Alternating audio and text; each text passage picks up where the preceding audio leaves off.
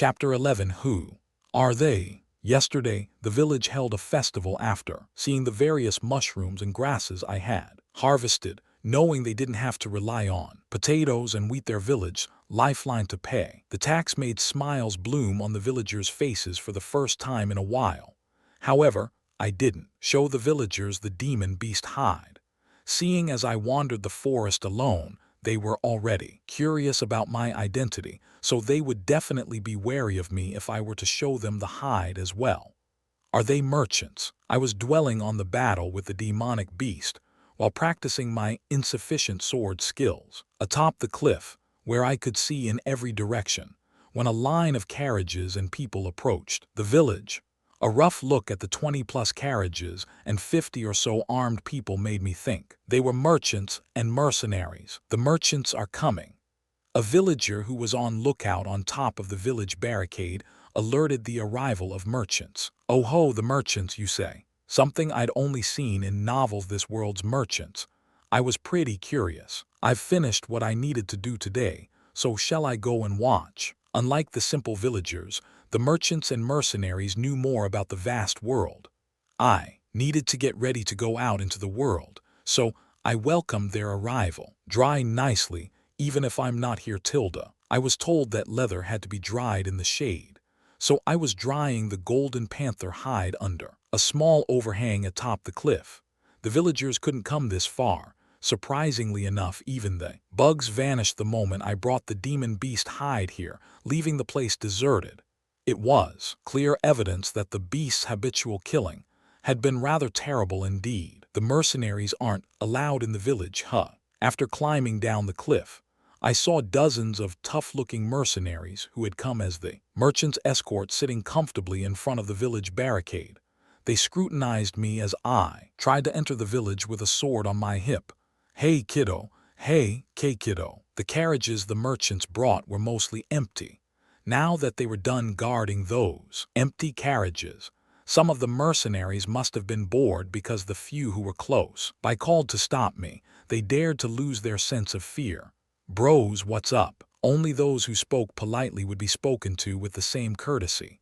Bros, puhahaha, kuhahaha. Most of the mercenaries were wearing worm-shaped scars on their faces and bodies like medals of honor. They must have found my provocation funny because they were busy laughing, revealing yellowed teeth. Should I give these guys a taste of fire? You could tell just by looking at them that they were third-rate mercenaries who didn't have a hint of mana, only their thick skulls and idiotic strength. If I wanted to, I could probably take care of them in the time it took to eat a meal. Do you know how to use that sword? There was a decent-looking fellow among the mercenaries. A man in his mid-30s approached me, gesturing at my sword with his eyes. Can't you tell just by looking? I didn't like how the mercenaries were treating me, so I responded flatly.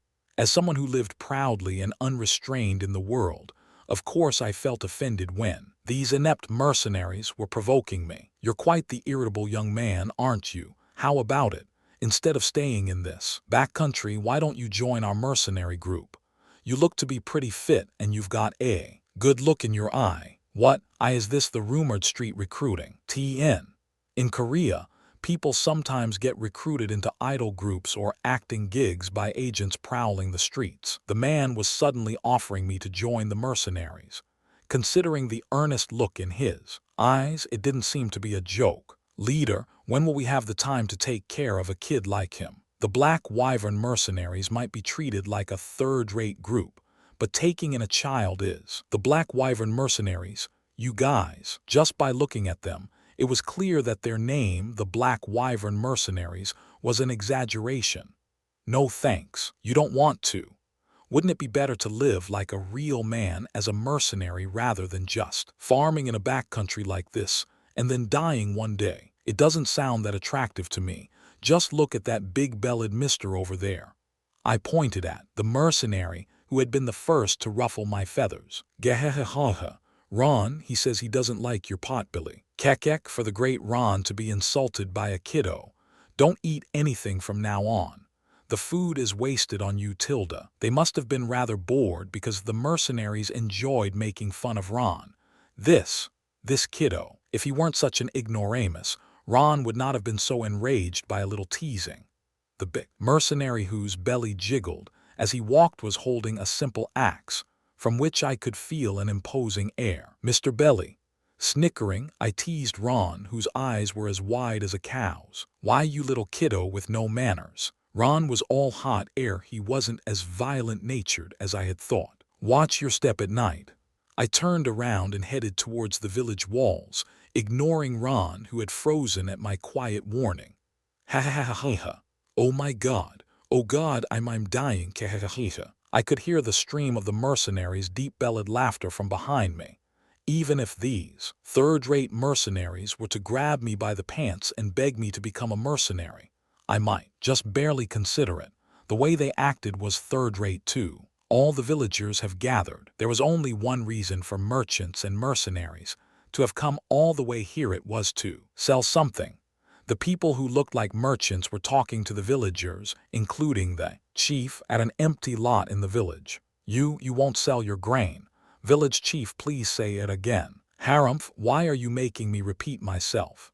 This year, we don't have enough grain to pass over to you merchants." The village chief was believing in the mushrooms and acting bold. He clasped his hands behind his back and feigned indifference. "But what is our company supposed to do then? We used 10 gold to hire those mercenaries. That's not our problem. Last year, you wheedled the prices down so low that we were forced to sell our remaining cow and even the donkey in order to pay the taxes. But to say that you'll maintain those prices this year as well, I don't have to say any more. Oi, are these guys those wicked Darren merchants?" The evil Darren merchants had made the kind hand spout curses when he had mentioned them with the taxes. 10 years ago, after the monster invasion, they had apparently taken advantage of the fact that other merchant groups didn't come this far out and had continually lowered the prices. Moreover, whenever the village sold to the Darren merchants, the merchants would buy at their price and pay the village tax for them at the Viscounty. With that, there would be no need to take the potatoes and grain and sell them separately. However, the problem was their excessive profiteering.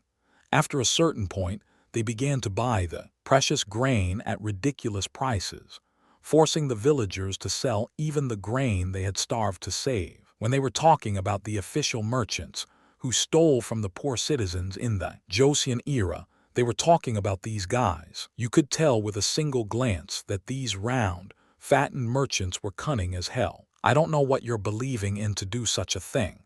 You will be in trouble if you do this. You know, if you do not pay the taxes by the end of the month, everyone will be sold into slavery." Hoo. The guy that seemed to be the merchant's boss was slowly revealing his true colors. His balding head, glistening oily face, and beady eyes, so small you couldn't see them, made him look like the model specimen of an evil merchant. "HMPH, it's fine as long as we pay the tax." As if to prove that he had really lived a fairly rough life when he was young, Chief Aves showed off his guts. Unlike the other villagers who were looking on with uncertain expressions, the chief was emanating an aura of utter confidence. "This is your last chance. Will you really not sell your wheat or potatoes? Keep in mind that no merchant group will come all this way after we leave today." Despite being flustered, the merchant didn't forget to spit out one last threat. "Do as you wish. The negotiations have broken down, so please get out. Captain Jacob, our guests, wish to leave, so please politely escort them to the exit." "Yes, Chief," shouted Mr. Jacob, the tall captain of the village militia. "Pretty cool, Tilda." As if venting the injustices he had suffered from the merchants all this time, the chief was going out fists akimbo. Just wait and see." Cowed by the approaching armed militiamen, the merchants rapidly went out and disappeared, shouting, "Just wait and see." Even an onlooker like me feels refreshed. The merchants, whose names I didn't know, had turned tail and left behind vicious words.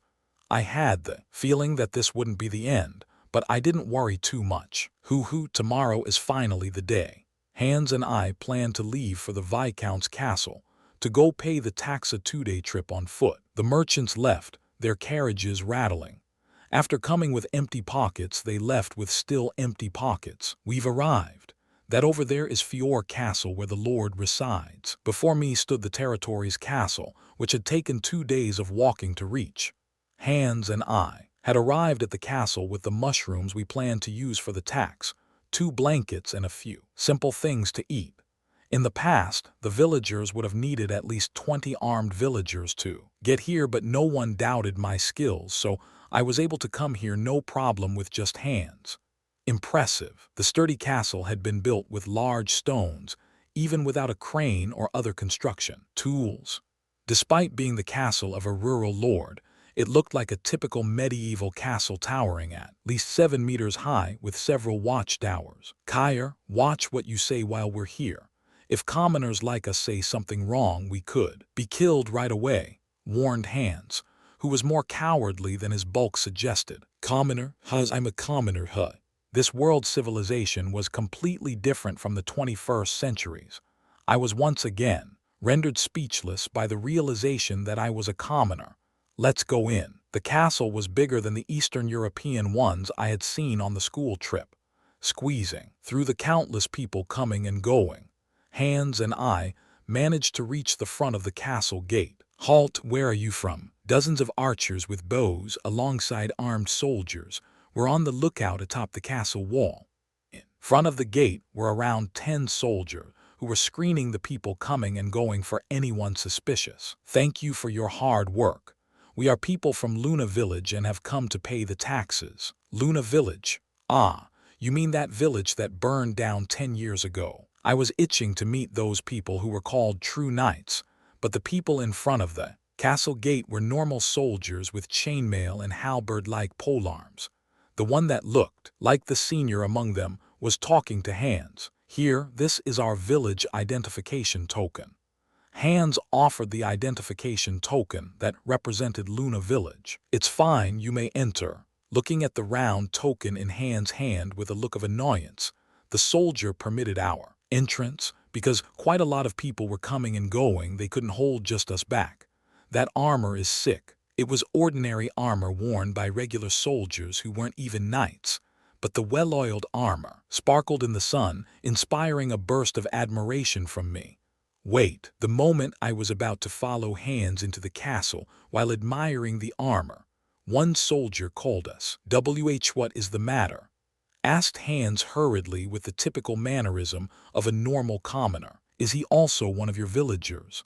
Black hair is quite a rare sight. The soldier closely examined my face, which had become as rough as a hillbilly's after these last few months of sun. That is, stammered Hans, true to his honest personality that couldn't tell a lie. Haha, you have worked hard.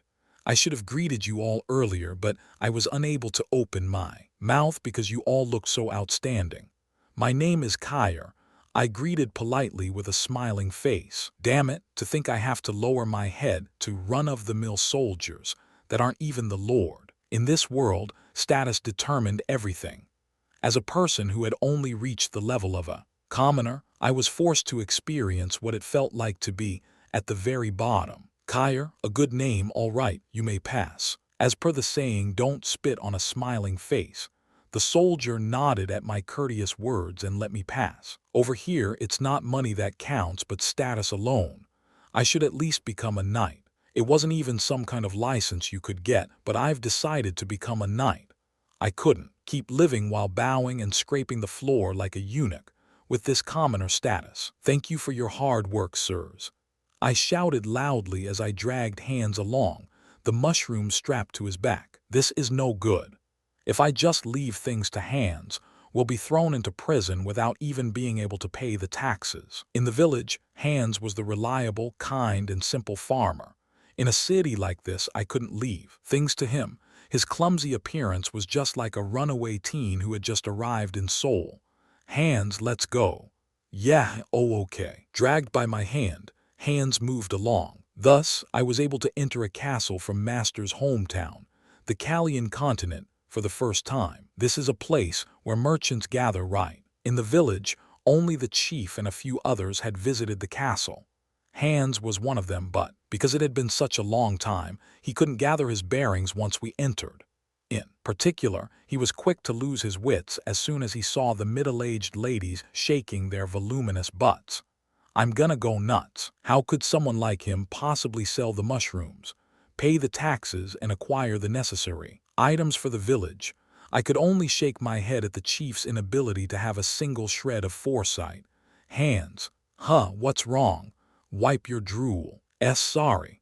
It's been such a long time since I've been here that I'm completely out of it. More specifically, it wasn't because it had been a long time, but because he was spirited away by the sight of those middle-aged ladies, wearing rather clean and flashy clothes. We're selling the mushrooms now. Please don't say a thing and just stay still next to me. You will, all right. Perhaps aware of his own condition, Hans meekly nodded. At least he listened well. Please take out one mushroom.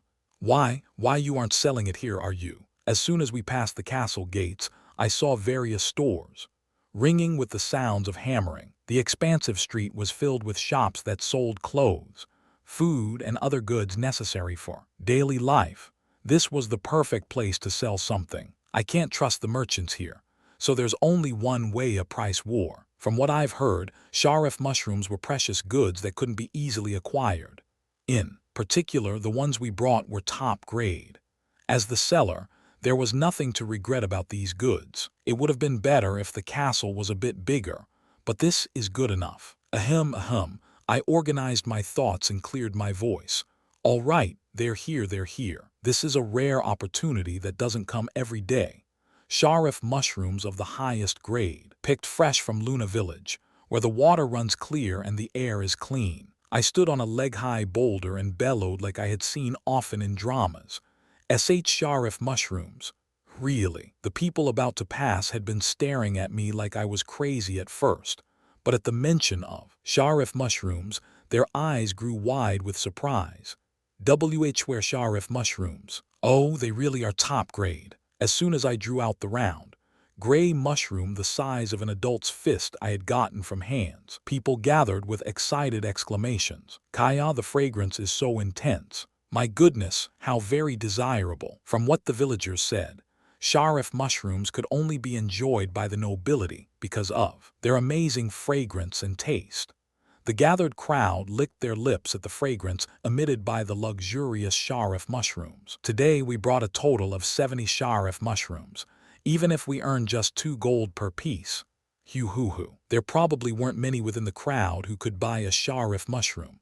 However, seeing as several people ran off like flames, were lit under their butts, after checking the mushroom in my hand, I was sure that the real customers would soon come calling. These are precious Sharif mushrooms that you never know when you will be able to taste. As these Sharif mushrooms are top quality, the auction starts at 2 gold per mushroom. This isn't your everyday occurrence, so I hope you won't miss out on this good opportunity, everyone.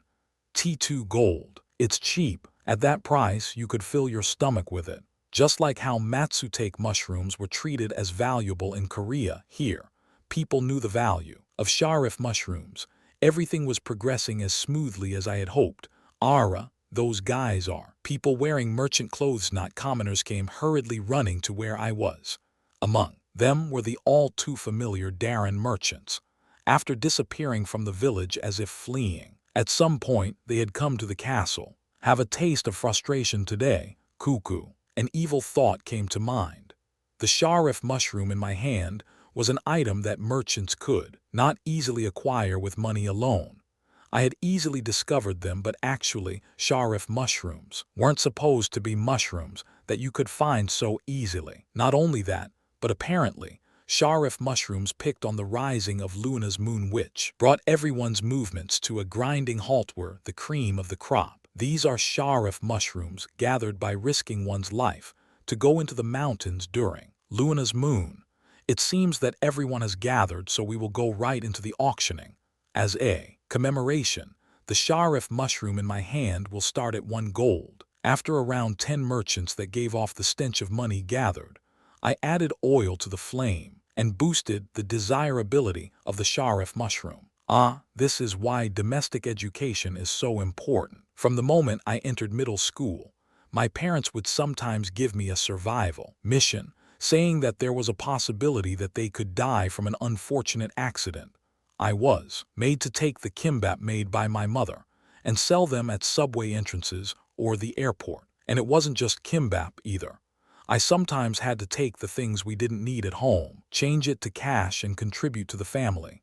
As a result of such missions, I rose to a level where I could easily lure in these merchants. I'll buy it for 2 gold. Woot, good start. One of the merchants in the mixed crowd yelled out 2 gold. 3 gold, I'll buy it. 4 gold, please sell it to me. The start wasn't the problem. The merchants were going crazy, shouting 1 gold higher than the prices given by others. Was 1 gold really such a worthless amount? From what I heard, 1 gold was enough to feed a regular family until they were full for a month. That was a considerable amount even with a rough calculation. But it seemed these merchants didn't see money as money. 7 gold I'll buy. Even as I sank into speculation, a familiar person's cry rang out. Jerk, let's see you get mad this time. Sold, this one goes to the merchant sir over there for 4 gold. What? Cough. At my words, the triumphant Darren Merchant Group's fat merchant stiffened in a manner that sure was nice to see. Please do not worry, Tilda. We have a lot in stock. Once you are successful with a bid, please give the money to this person here and come, find your wares. 3 gold was wasted, but I thought of it as a fee to see the twisted face of this evil merchant. Next item. As I spoke, Hands took out another mushroom. From now on, they will be sold in bundles of 10. Who was it that said the sale was at the whim of the seller? All right, 10 top-grade Sharif mushrooms begin at 20 gold, 25 gold, 30 gold, 35 gold. Their eyes rolling back at the very reasonable price I started off with. The merchants frothed at the mouths again and shot their fingers up. 7-70 gold. For some reason, the pig Darren merchant would always call at least 7 gold per piece. Is there anyone there? I will sell 10 for 50 gold. 50 gold I'll buy out. As I feigned deafness at the Darren merchant and sought a different buyer, a quick merchant cried out 50 gold. Sold 10 mushrooms to the thin person over there. You bastard. Ara, this guy. He must have been angered, because the fatty Darren merchant pointed at me while cussing me out. What did you just call me? I wasn't one to take things sitting down. A mere commoner dares to insult the Darren merchants. Aren't you also a commoner? And when did I insult you? The red-faced pig spat out. Then why didn't you sell at the price I offered? Oh, that, what to do? My ears only hear human speech. What did you say? The piggy merchant's face went from being so red it seemed it would burst to pale blue. You want to complain about me selling at that price? If so, you can go into the mountains crawling with demon beasts yourself and dig them up to sell. When making a kill, do it thoroughly. I rubbed my ear with an unconcerned look and made him feel really crappy. Just wait and see. Grah. He was boiling with so much anger that I could even hear the sound of his teeth grinding. All right then, but I'm busy today, so let's see about that later. Okay. I teased the pig as if talking to a neighborhood kiddo. Jerk, he's real determined. He was much older than me, but a person only had worth if they acted like one.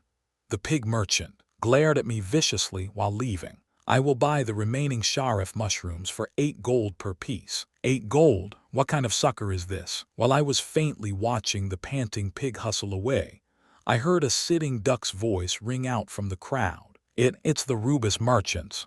Gee, it's over for today. Rubis merchants. There were still many things I needed to learn about the Callian continent.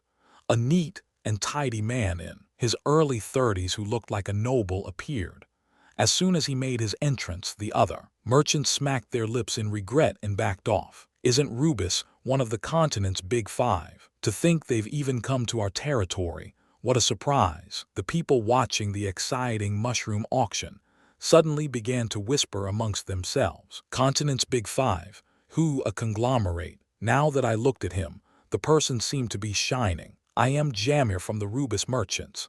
If the typical appearance of an evil merchant was the pig from the Darren merchants, the person, named Jamir, who offered his hand for a handshake, was a picture-perfect example of a merchant with principles.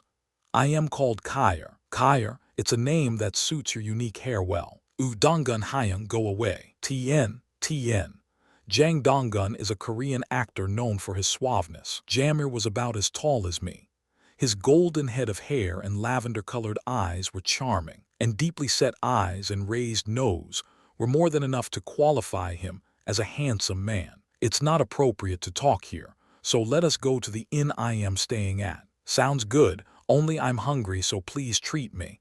Only. Treat you? Haha, all right, I'll treat you to a meal. Though he was still in his early 30s, Jammer looked like a person who would achieve great success. Later on as a merchant, Hands, let's go. Oh, okay. Still unable to figure out head or tail of what was happening, Hands nodded as he followed us with a stupefied expression.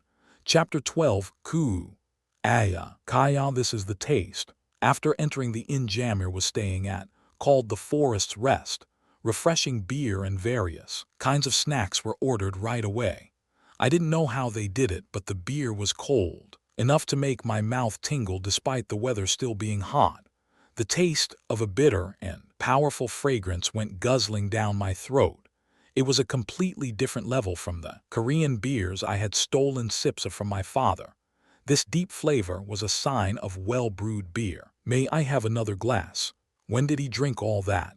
In the time it took me to take 2 sips, Hands had guzzled down the entire large wooden mug and was smacking his lips. Haha, please help yourself. Owner, one more glass here. Hands had looked at me and asked, but Jammer was the one who made the order with a bright laugh. This is nice, Tilda. With this one glass of beer, I had the feeling that I was experiencing the outside world. My next goal was to go even further beyond once I had cultivated enough strength. Since I was already in Master Bumdelf's homeworld, I wanted to do some proper sightseeing. 8 gold is quite a lot, so why do you want to buy each mushroom at such a price? Facing Jammer, who was wearing an unreadable smile, I asked the point I was curious about. I thought it would already be killer if we could sell the mushrooms for at least 4 gold each, but Jammer was offering 8. A person from a huge merchant group like his wouldn't take a loss. Let me formally introduce myself. I am Jammer Baines, one of the 12 supervisors of the Rubis merchants. Supervisor. Next month is the month of the goddess of abundance, Sapphire Nim. As you may know, Sapphire Nim is not only the goddess of abundance, but also the goddess of festivities. T/N. Nim is an honorific of respect, the Korean equivalent of Sama. What do you mean, may know? I know jack shit, because I was busy eking out a living with the villagers day by day. I didn't get the chance to learn much about this world. In addition, I invested my time in magic and swordsmanship in order to gain the skills to survive, so my knowledge of the Kalian continent was rather sparse. Also, from this month until the next, nobles will be collecting the formal taxes. Now I got it. So what it boils down to is that it's a formal holiday made in the name of the gods to play, and since the nobles are even gathering taxes, high-quality products can be sold at high prices, eh? Did you understand? Well, I got the gist of it. You're quite quick-witted. For a guy barely over 30 years of age, Jammer gave off the feeling of a generous uncle in his 50s. He gives off traces of mana. Who, a mage? I hadn't tried a mana scan, but the trace of mana was obvious. He was a person with a lot of secrets even for a merchant. From what I'd heard from the people just now, it seems you normally wouldn't come to a rural territory like this. Trailing off, I pried Jammer for answers. Originally, yes. Normally, middlemen merchants dispatched to each territory would purchase goods from their designated places and then sell to the nobles in need. But this year, it's been particularly difficult to procure high-quality specialties. Goods that usually come from the Dappies kingdom like Madir, Sharif and Rudy mushrooms, and Likom tea have been particularly hard to purchase. That is because the lords have been busy creating factions over the royal ascension, instead of focusing on monster and demon beast exterminations. Jammer explained, giving more information than required. Royal ascension. Does that mean there'll be a civil war? It was a plot I had often read in novels. Will there be a civil war? I asked. It probably won't get to that point.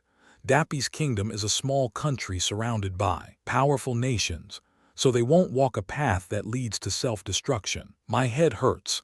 It's not even something I need to worry about, but did he say Madir? He said Madir was hard to acquire, because I had the experience of dragging out all my strength to catch one. I knew how hard it was. They were powerful creatures that could topple a decent-sized boat, and a mage or knight capable of using aura blade wouldn't stoop to such manual labor. So it was a difficult prey to catch with the strength of commoners alone. Sigh, look at what I'm saying to someone I'm meeting for the first time. Thanks for today. Thanks to you, I was at least able to get some top-grade Sharif mushrooms, and could somewhat fulfill my goal for coming here. He looked like a cool-headed merchant, but it seemed he had a lot of worries like regular people did on the inside. Whether you're the chairman of a conglomerate or a beggar, it's just as hard to secure your 3 meals per day. That was something my grandpa in the countryside always said. Whether you were well off or not, eating and pooping was all the same. It's just that your effort would decide whether you ate good food and pooped gold or ate rough food and had diarrhea. Even if Madir are caught, isn't preserving the fish a problem? It's not winter, so they'll spoil fast. I threw out another question. Since long ago, during the 3 months when Madir passed through the Tileman Sea, magic refrigerators and merchants are stationed at each fishing village capable of catching Madir. But this year the sea monsters have suddenly become violent, so there aren't many days when they can go out to sea. Even for people who live and die by the ocean, it's true for everyone that they wouldn't want to knowingly risk their lives. That's true. Even 10 years ago, during this time, merchants would bring magic refrigerators to our village and camp out. It was too dangerous to catch more than a few Madir, but it would be an occasion for festivities on days we caught one. Added Hands, who had been busy gulping down his beer. Magic refrigerator. That's right, magic exists here, doesn't it? If there were electric refrigerators in the 21st century, there were magic refrigerators here. Hoo-hoo, and I'm a genius mage. Through happenstance, I met Merchant Jamir from the Rubis Merchants. It must be serendipity granted by God. Then the prices this year should be rather high. A good quality one weighing at least 100 kg can fetch up to 35 gold. It's particularly necessary for nobles who live inland to prepare a Madir dish for their parties. Oh, 35 gold. Hearing the news that the tuna flopping around like energetic little chicks in the village seaside made my lips almost reach my ears with mirth. Not just a few gold, but 35. Hands, who had misinformed me of the Madir's price, was also surprised. Yes, the goods are in such short supply right now that the prices have swelled up. Despite being someone with a high position in a large merchant group, Jammer answered the country bumpkin Hands politely. Not only was he good at planning, but his disposition was also decent. Would you be able to acquire a few of those magic refrigerators within several days? Magic refrigerators. As long as Madir can be acquired, I can prepare hundreds of them right away. But why do you ask? Why do you think I'm trying to rake in a fortune here? If all goes well, it may be possible to acquire some Madir. Hiding my true thoughts, I feigned nonchalance as I sipped my beer, tea truly. Unable to maintain the calm demeanor he had possessed until now, Jammer rose from his seat in a hurry and exclaimed, "For each fish over 100 kg, 40 gold. Of course, they will be top-quality goods without many injuries. What do you think? 45? No, if they really are at that level, then I'll offer 50 gold. Can you really do it? Wow, you sure are decisive." It was a huge jackpot I never expected. I thought it was even possible that the price of a single tuna could handle the entirety of the village taxes. Territories owned by nobles would have hundreds of places like the Luna village, and they valued honor more than money. For them, money was probably not the issue. Shall I try being a lord too? The position of a lord was similar to my idea of paradise. That's right, why didn't I think of that? In order to return to Earth, I would have to at least reach the 8th circle like my master, who knew when those enlightenments would occur. Since I would have to wait anyway, why not make my paradise on this continent a kingdom just for me? Somehow my chest suddenly tightened as hope surged within me like a fountain. I cannot make any guarantees, but I will give it a shot. Before that, could you pay for the sharif? Mushrooms. We have to pay taxes and buy this and that. Haha, of course. Terrason, bring the money. Yes, supervisor. One of the merchants watching over us in the inn responded loudly and approached us. 59 mushrooms in total. Calculating the final cost, since it is a large quantity, why don't we round it up to 60 and settle it at 480 gold? Let's do that. I have already checked the goods, so give him 480 gold. Understood, sir. Clink. After Jammer gave the order, the man named Terrason brought out a terrifyingly hefty pouch from inside his coat. He opened the pouch and began to count out the precise number of coins. And money and gold at that. Yuhahaha. I had never lost my wits because of money, but the gleam of gold made my jaw drop unconsciously. After all, as someone once said, if you eat well before you die, you'll have pretty clothes even in the afterlife. Kyer, is this a dream or reality? Hands trembled as he looked around warily, clutching a lump sum in his bosom for the first time in his life. To be so alarmed over just this much it still didn't come close to making up for saving my life. How could a few hundred gold possibly add up to the cost for saving my one and only life? That's the administrative building, right? Seems to be the case. This so-called lord went to the royal capital and hasn't been seen for the last few years, right? And the guy called the administrator has been pigging out on the territory as he pleases. After settling the price of the sharif mushrooms, I obtained information regarding this territory from Jamir as well as the owner of the inn. Rotten bastard. As an administrator, he should only be a public service worker, but he's been scheming with the Darren merchants to line his own pockets. Even more infuriating was the fact that this administrator person had no interest in the lives of the residents. His only interest was colluding with the Darren merchants to empty the pockets of the citizens. Halt, where are you coming from? A knight. I finally get to see a knight. The administrative building was in front of the lord's mansion, a villa surrounded by high walls in the middle of the castle. The entrance of the two-story building was guarded by a knight wearing sturdy silver armor and around 10 soldiers. Kyer, be sure to just bow your head. If a sir knight sees fault in you, it's instant death. Hands quietly warned as he bowed his head with a humble expression. This isn't even 007 license to kill.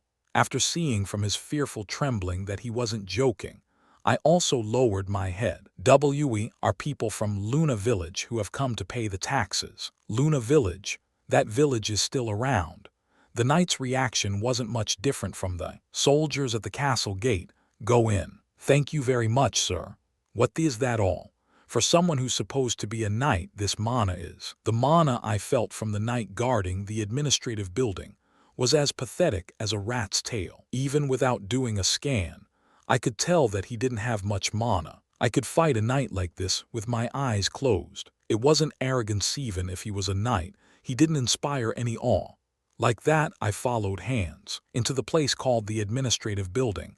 You're from Luna Village? Why, yes, sir. That person is the administrator. I had imagined a pot-bellied retainer with eyes like a rat, but the administrator in front of me was a knight in his mid-40s. He's got quite a lot of mana. The administrator was giving off an energy far greater than the knight outside. With the sword on his waist even while in an office, he looked like a stereotypical knight giving off a masculine charm with an angular jawline. We could not tend to the village because of the shortage of strength in the territory. It's a relief that the village is still standing. What, is he really the administrator? The administrator was uttering unexpectedly kind words. His words were filled with a sincere worry towards Luna Village. Please do not worry. Simply being a resident of the proud Fior territory is reason to thank the gods. Unlike what I had feared, Hands responded smoothly while even sticking in some flattery. I could see why the chief had picked Hands out for this trip. I am grateful that you say so. The taxes set for this year, here they are. I got a strange feeling from this person who was supposed to be the administrator.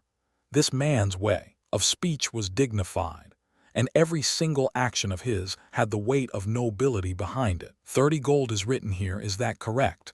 Huh, 30 gold. Holding a single document, the administrator said it was 30 gold. It was no wonder that Hans was flustered. Is that not the case? The crop yield from around 200 villagers doesn't amount to much. I set the tax rate to 30% because it is an independent village. Is it too much? This jerk is playing with people. This spring, the administrator had sent soldiers to the village to order them to pay a tax of 50 gold. Hans and I looked at each other. And no, that's not it. Our village is Kerchunk. The moment Hans was about to utter 50 gold, the door we had entered from opened wide. Cough, my lord, when did you arrive?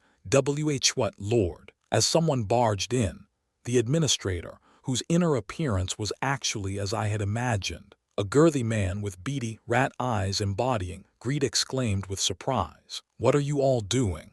How dare you raise your heads high? Do you not recognize the appearance of the Lord? True to the notion that the person who farted is the first to point fingers, this treacherous retainer was quick to yell at us. Ha ha, Administrator Trimo, let it be. It's my fault for staying in the capital for so long. Greetings to the Lord. As if greeting a king, Hans kneeled and brought his forehead to the ground. As he did so, he clutched my pants with his right hand and dragged me down. Greetings to the Lord. This hurts my pride. Besides giving formal bows in order to receive money on Lunar New Year, this was the first time in my life prostrating myself like this. I was forced to show the greatest respect with a bowed head to this person, the Lord. Fu, a lord, I'll become one for sure. Yet another reason to become a lord had appeared. With a commoner status alone, you definitely have to go around bowing and scraping all the time. I could never keep living like a piece of gum, stuck to asphalt, bent over 24 out of 7. But Administrator Trimo, is the tax set for Luna Village this year not actually 30 gold? Asked the Lord as he held a thick document. It is, sir. Thanks to your generosity as a merciful Lord, even independent villages have been fixed at 30% tax rates. After a moment of panic, Trimo rubbed his hands together as he gave a shameless response. Should I just call him out? Looking at the way things were going, it was a fact that this Trimo guy was embezzling taxes behind the Lord's back. You fellows, did you say something in front of the Lord? With lasers in his eyes, Trimo berated Hans and me as we kneeled with our heads bowed. They didn't say anything, said the Lord. Is that so? He. I only said so because peasants will spout nonsense at times. Peasant. This son of a gun put me, the one and only Kang Hyuk, just one syllable away from a worm. I engraved the sight of his fat face deep into my memory. Tien. The Korean word for peasants also has the word for worm in it. The taxes are indeed 30 gold. Pass over the money to Administrator Trimo here. My lord, are you heading to the mansion? That's right. It's time for Zagon's meal and he might scare the servants, so I have to go. Then I will come find you after a short while, sir. Then work hard. Goodbye, my lord. I didn't know who the Lord was talking about, but apparently there was someone he had to feed. He walked back out of the open door and left. You said you came from Luna Village. Why, yes, lor no, Administrator Nim, replied Hans at once, looking half dead from the Lord's sudden appearance. It would be best if you didn't spread around what you just heard. And the taxes are 50 gold. Territory management is difficult because the merciful Lord is receiving lower taxes due to useless people like you. That's why I have no choice but to do this. Keep that in mind. Woe tilde to be this shameless. As if he had welded a steel plate to his face, Administrator Trimo took an extra 20 gold in taxes, like it was nothing. From what I heard, there were hundreds of villages in the territory, so the money he was embezzling must be enormous. You bastard, just wait. I may not be Lee Mongryong, but I will definitely send you to hell. Tien. Lee Mongryong is a fictional police detective. How could he steal the poor commoner's hard-earned money as if he had nothing better to do? Here it is, sir. Hans proffered the prepared 50 gold.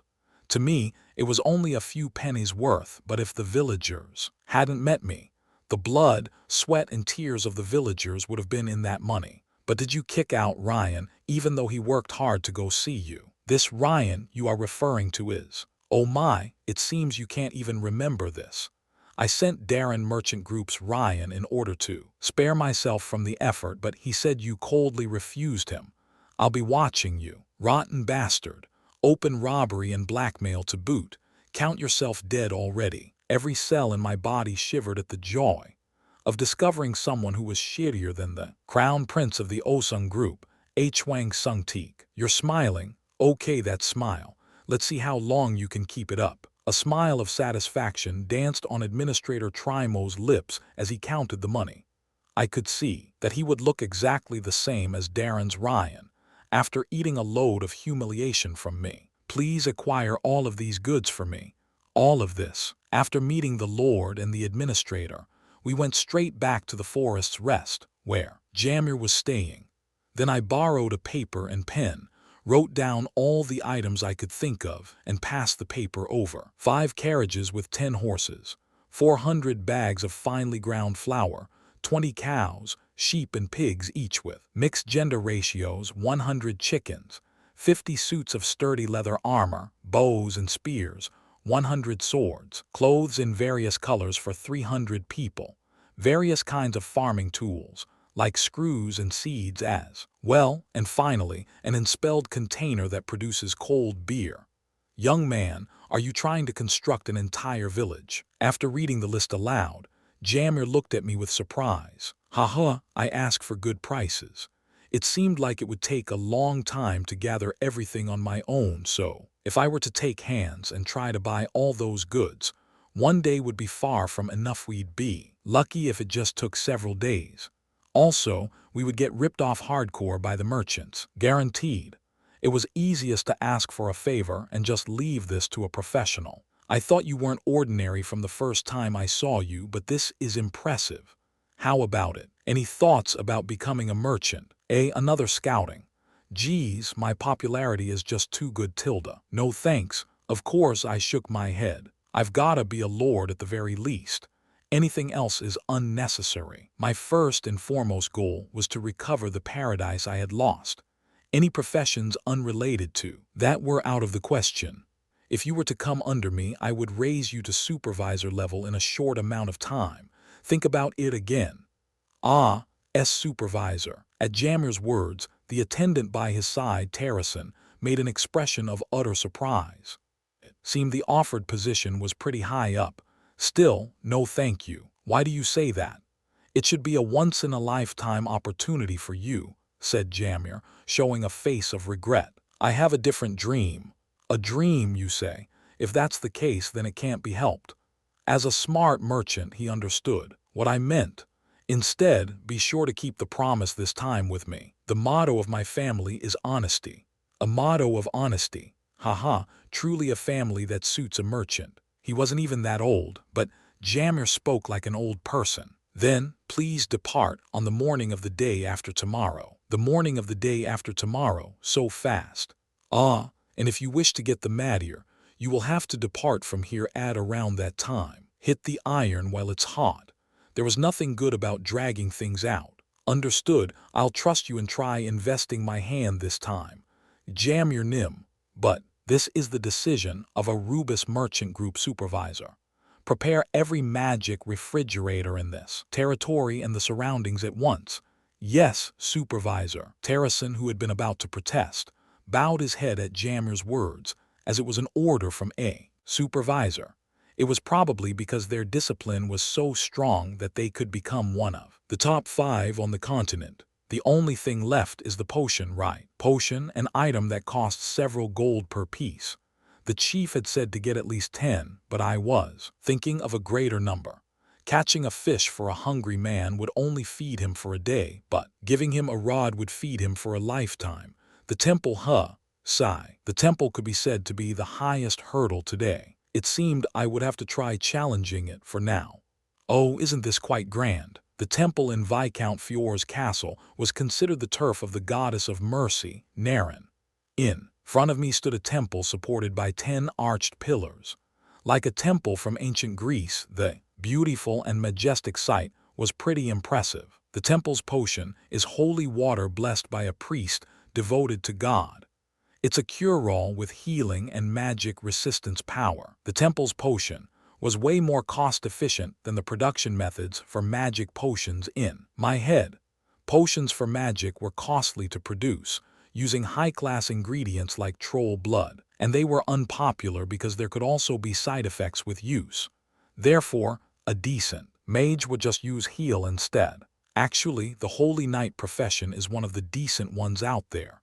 If I learned it well and returned to Earth, I bet I could become a leader of a religion. I thought back to the reason why it was inevitable that Master could amass a huge amount of wealth on Earth. He possessed an enormous amount of magic-related knowledge. Of course, money would be running hilly-billy into his pockets. Welcome, brother. The goddess of mercy, Naren, loves her brethren always. When I entered the temple, I was immediately greeted by a kind-looking priest wearing white robes. I am the one in charge of this temple, Priest Hedor. How may I help you? Are you in need of God's assistance? I don't trust it, that white beard. Master Bumdolf, who looked way more legit than any miracle quack, maintained a beard in order to fool the naive. I had the feeling the priest smiling amiably in front of me was doing the same thing. I came today because I wish to acquire potions. This time our village, Priest Hedor. The moment I was about to tell the priest the reason for our visit, I heard a very familiar voice. Would you look at that? It was Ryan, the Darren merchant who got kicked out by the chief, and a mouthful of frustration from me. His fat body shook enormously as he called the priest. Aren't you Ryan Nim, one of God's faithful servants?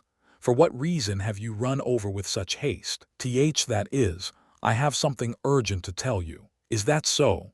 Then let us go inside. Brother, please wait here a moment. As if he and Ryan were well acquainted, Priest Hedor showed mirth as he greeted the merchant. Surely he wouldn't be.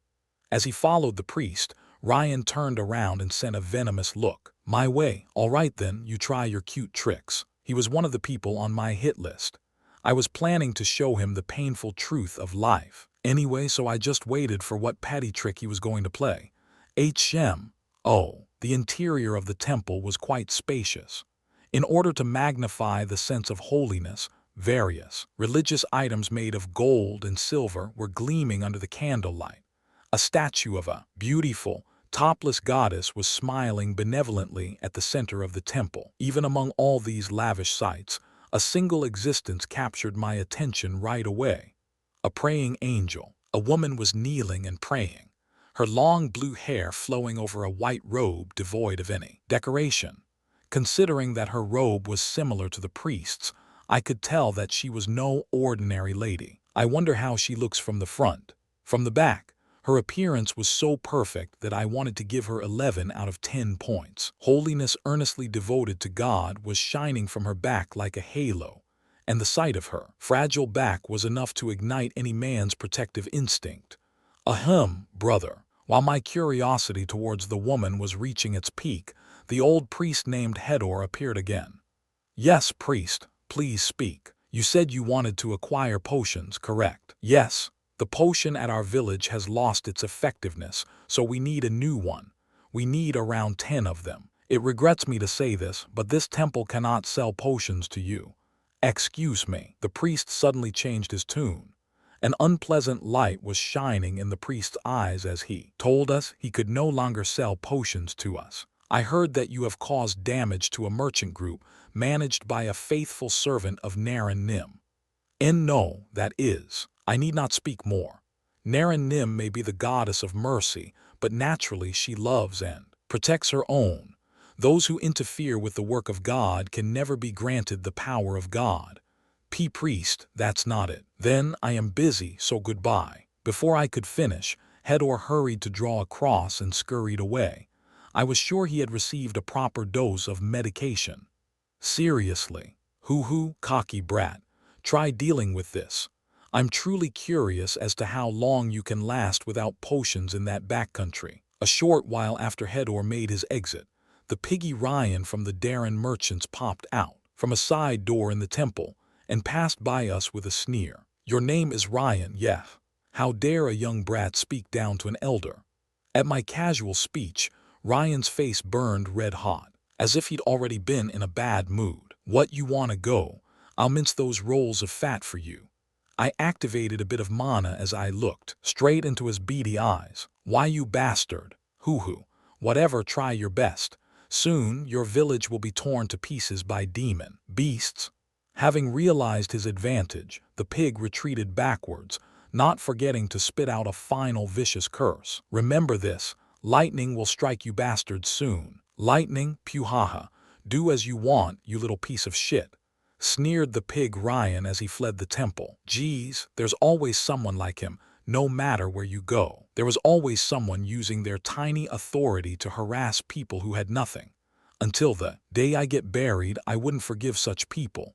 I apologize. As I was about to follow the fleeing pig out of the temple, a clear voice sounded next to me like an auditory hallucination.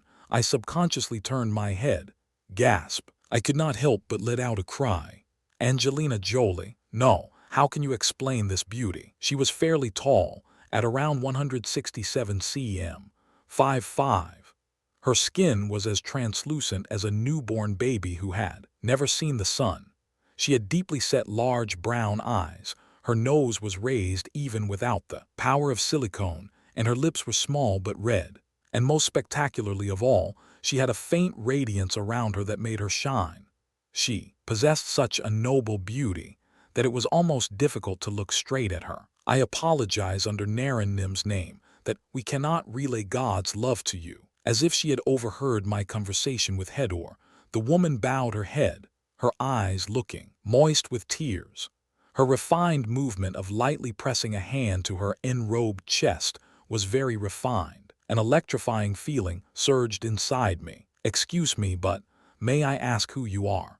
You should first know the other person's identity too. Accept their apology, right? Right. I am an apprentice priestess of the goddess Naren Aramis. Apprentice priestess, only. From what I could see, this apprentice priestess, Aramis, was positively dripping with God's love. Although I could feel more devotion from the temple boss, Hedor, the woman had introduced herself as merely an apprentice priestess. She's really pretty. She may be a sister of the faith, but her pure beauty was an emotional sight. Yirin must be patiently waiting for me back at school, but the priestess in front of me was fine enough to be called the embodiment of beauty. Aramis Nim, what do you think a god truly thinks as he or she gazes upon humans? Pardon. I am deeply disappointed by those who don a priest's appearance and dirty God's love, the love that shines down on all creatures from above like the sun in the sky, with their filthy hands due to their own greed. Facing Aramis, I shared the thoughts I'd always had towards religious people. Aramis Nim, do you not feel it? Naren Nim over there may be smiling mercifully on the outside, but in her heart, she must be crying, deeply hurt by the priests who call themselves her servants. At my harsh criticism, Aramis let out a small cry. This isn't the only temple. Even if Aramis didn't accept my words, it didn't matter. The Rubus merchants could get any number of potions, I was sure. I finished what I had to say and smoothly turned. I felt kinda bad about basically venting my anger towards this apprentice priestess, who was powerless. Please wait a moment. Aramis' voice, wet with tears, rang out behind me. I have sinned. I know we have sinned. I heard Aramis sobbing as she slumped to the ground. I just said a few words about the actions of these priests who were no different from religious people in the 21st century. But Aramis took it to heart and repented with tears. I suddenly felt like the bad guy. To sell God's love. The sin of vainly taking offerings. The sin of denying those loved by God, using one's name as a servant. The sin of failing to embrace the sick and poor. I repented all. I wasn't the one to repent anything. But the apprentice priestess Aramis was denouncing her sins. But what can be done? With my feeble authority, I cannot do anything, even if I want to embrace God's devoted. These thin arms of mine cannot handle even a single person. Even though I wish to, I cannot casually use God's love due to restrictions made by fellow servants. Please teach me. Oh, messenger of God, show me the path I must walk. Messenger of God, da fuck. this isn't what I meant to happen, but Aramis was begging me for a response. But how in the world was I supposed to know God's feelings? Everything is a projection of the heart. If you believe that you cannot, then that will become a reality you cannot overcome.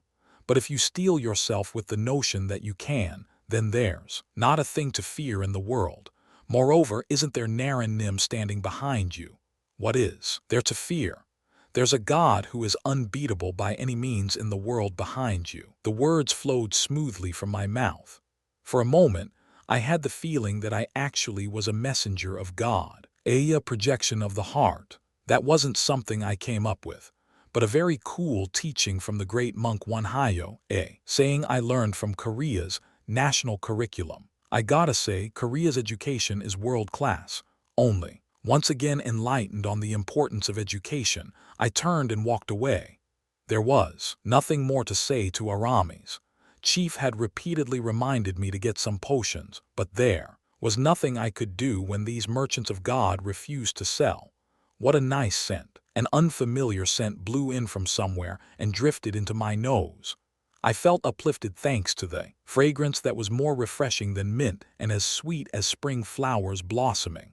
Aramis. It didn't take 2 brain cells to figure out that the still-crying Aramis was the source of the smell. Chapter 13. Giddy up, you guys, hiya hiya. Neeg, clap clap clap clap. Having stayed the night at the castle and woken up at the crack of dawn, Hans was excitedly driving the newest carriage model drawn by 2 horses. Since there was no real need to linger at the castle, we packed a few daily necessities and left early in the morning. Nesu tilde. I was propping myself up with an arm atop a thick blanket on the floor of the carriage, feeling the bumpy rotation of the wheels. I guess it's about time we left, I mused. If possible, I would have liked to leave the village only after reaching the 5th circle, but an enlightenment wasn't something that could be solved like a math problem. Besides, I couldn't stay in Luna Village forever. My mind was like the endless blue sky I could see from my position. Laying down, I yearned to explore. I need more info, general knowledge about this world. Even the chief, who was apparently the smartest one in the village, was just a neighborhood pitcher, not a major league player. At most, he knew about a few gods, kingdoms, and a few other scraps of knowledge that even I already knew. I asked Jamir to get some potions, so those are taken care of. With all those goods I ordered, as long as they're used well, the village can last several years, no problem. After that, they are on their own. My relationship with Luna Village had started because they happened to save my life. I had already done my utmost for them. I couldn't continue to live for them forever. Hey Kyer. Suddenly, the rattling carriage stopped, and Hans called me with a fearful voice. Yawn, what's up? We shouldn't be far from the village. I yawned wide as I stretched and raised my head. The sight outside made my body pause mid-stretch. Who are those Hyung Nims? T/N. T/N. Hyung Nim is a term of respect for an elder brother, much like Aniki in Japanese. The only road heading to Luna Village cut through a few small forests and an uninhabited stretch of plains. Blocking the road were around 20 figures on horseback. Hans, do you know them? Is this a time for jokes, Kyer? They must be bandits who were keeping an eye on us. Putting shame to his size, Hans trembled as he named the mounted people bandits. I was bored anyway, so this is perfect. They could be bandits who observed us making a fuss in the territory and followed us, like Hans said, or they could be connected to the no-good Darren merchants, who were grinding their teeth at me. I thought they were most likely the latter. That jerk sending these thugs. There was no reason for me, a person who had even killed a demon beast, to fear these bandits, who looked half-baked at first sight. Hans, what should we do, Kyer? Just give them everything and beg them to spare our lives.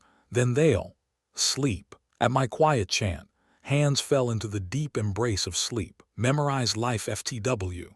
You're all dead meat. I couldn't just allow those who came looking for trouble, where there was none, to walk away scot-free. Crack! I cracked my hands as I rose from the carriage floor.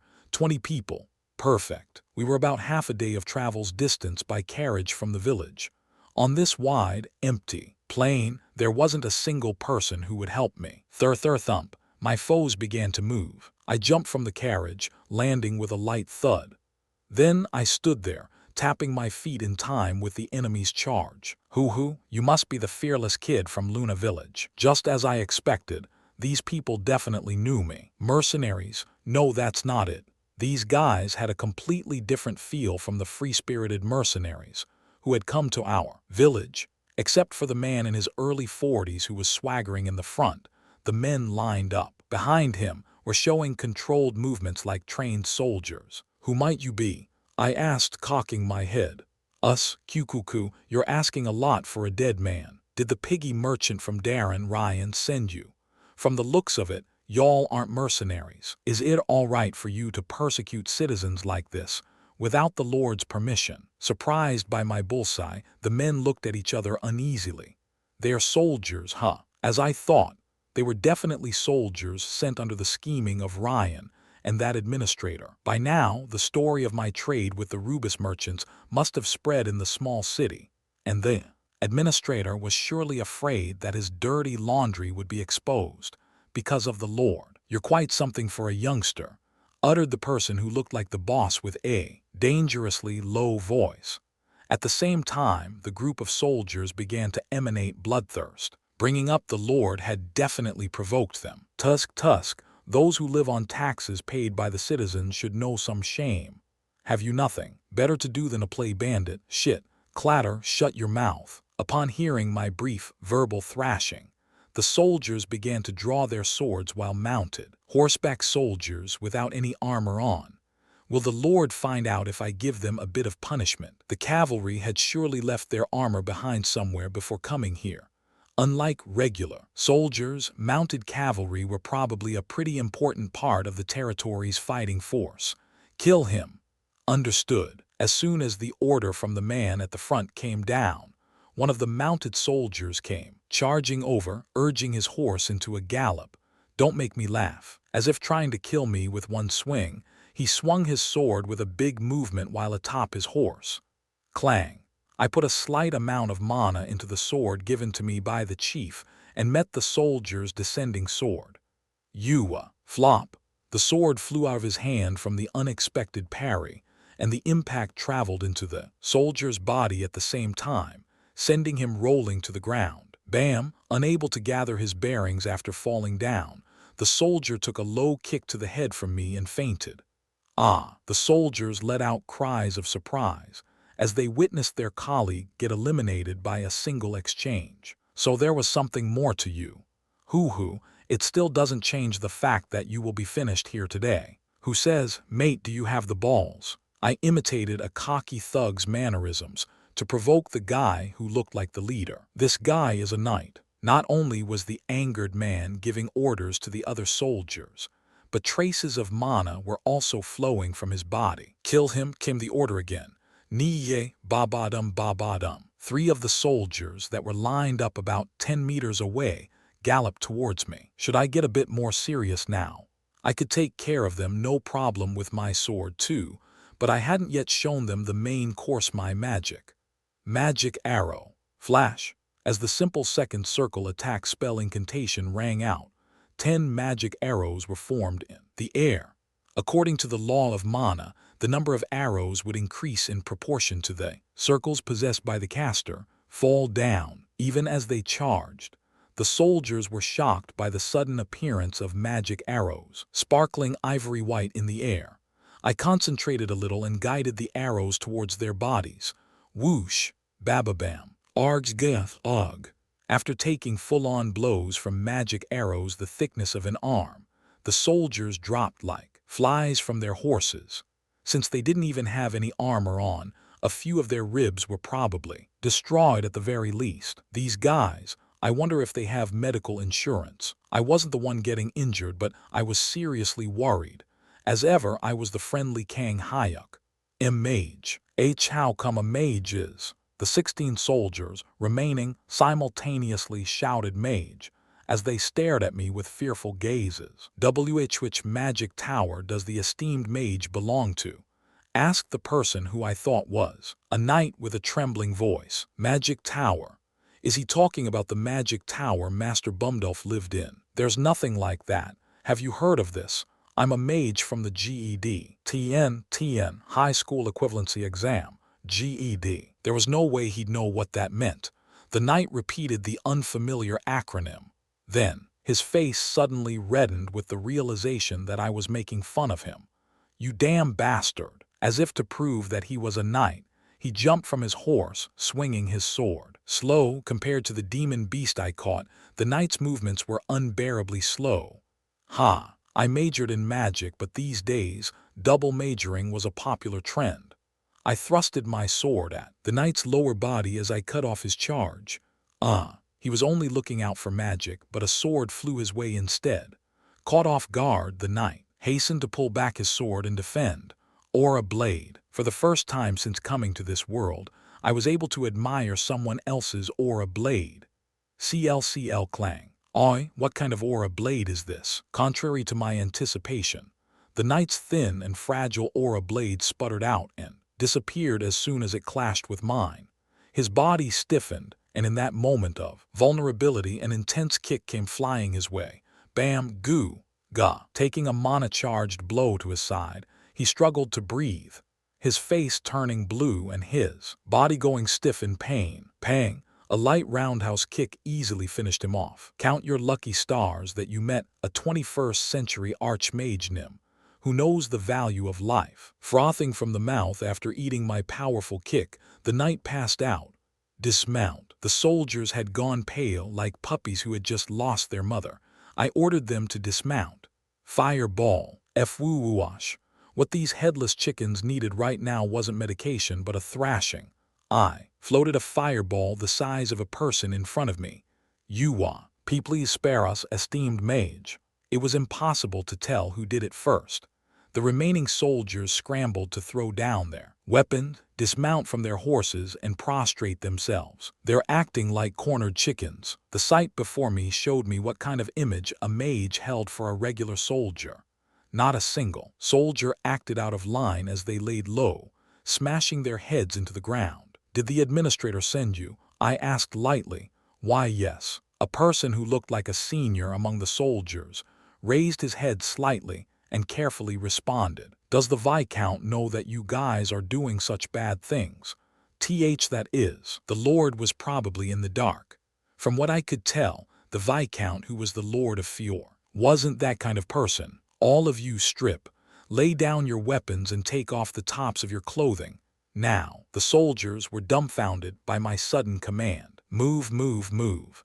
Do you want to be turned into fireball roasted chickens? In my second year of middle school, as a group, we experienced a Marine Corps boot camp first hand. The mannerisms of the instructor who had driven us crazy back then were a big help now. You understood. We're taking them off, we're doing it. Perfectly subdued by me, the soldiers took off their dagger, various military items and their tops. Strip everything from the guys over there who are unconscious. Yes, sir. The men moved in perfect tandem, as if they had become my faithful little soldiers. How much money is that? These mounted soldiers suddenly delivered me a tasty bundle of income. Wearing a smile of satisfaction, I became emotional at the beautiful comradeship of these men stripping each other. Kyer, where did these horses come from? Did you finally wake up? You must have been very tired from the way you suddenly collapsed. I drove the rattling carriage, heading back to the village. The road was pretty clear, so even without Hands, the village was getting closer. After waking up from the sleep spell, Hands was alarmed by the sight of the weapons in the back and the string of horses trailing behind us. Kyer, where did those bandits go? And these horses? Those guys. Turned out they weren't bandits but honest and pious men of charity. After telling them the story of the poor Luna village, they gave us their horses as well as their weapons, and even the clothes on their back. I couldn't believe there would be such people in this heartless world. Is that true? Hands, have you ever seen me tell a lie? If they really were bandits, do you think we would be able to return to the village completely unharmed? That may be the case, but I see the village already. While Hands was sleeping, I cast lighten on the carriage and sped across the plains along with the horses. I didn't want to grapple with monsters late in the night after the sun had set. Hans and Kyer have returned. Because most of the villagers had 20 out of 20 hawk vision, the ones on lookout duty saw us from afar and loudly greeted us. Hans, I told you, right? Until the merchants come, don't say a word. All right, got it. The goods on the carriage alone were more than enough for the villagers to rejoice. When the Rubis merchants arrive tomorrow, that joy would be multiplied manifold. Shall we enjoy a proper meal today? More than anything, I was eagerly anticipating Cecil's dinner. We had acquired all sorts of seasonings and kitchen supplies at the castle after all. Dayed, Kyer Hyung, the gate to the village opened, and Daron, who had been itching for our return, came running over. Behind him, the hopeful villagers appeared one by one. Shall we hold a tuna party today? It was the second day after returning to the village. 20 sturdy horses and the small gifts loaded in the carriage had sent the village into a festive mood. Because they had been living in such poverty, they were deeply moved even by small gifts. Today was the day the merchants would arrive. They should have left the castle sometime yesterday, so Jammer would come with the goods this afternoon at the latest. The chief will probably lose it, right? The chief was unable to hide his shock after hearing that we had only paid the taxes without being able to buy the potions, and then we'd bought the horses. If the rumor I heard was to be believed, the sound of sighing flowing endlessly like music could be heard from outside his house. Let's earn big time and let Jammer get the holy water. He looked like a merchant who knew how to honor a favor, so even if I'm not there, he'll look after the village. For that to happen, I needed to properly fish up a bunch of matter today. My mana is charged up. The rest is figuring out how I should deal with the sea monsters and safely transport the tuna. The fishing spot was around 1 km away from the beach. Even now, the tuna that were leaving for a long journey on their migration cycle were flopping out of the water, taunting me. These tuna, which only visited the waters in front of the village for 3 months out of the year, were apparently at their prime right now. There they come. While I was watching the sea, thinking hard about the school of tuna, I saw a group of people approaching from far away. The goods I had ordered were enough for the villagers to live like kings for a year. There were at least 100 carriages because of all the grain.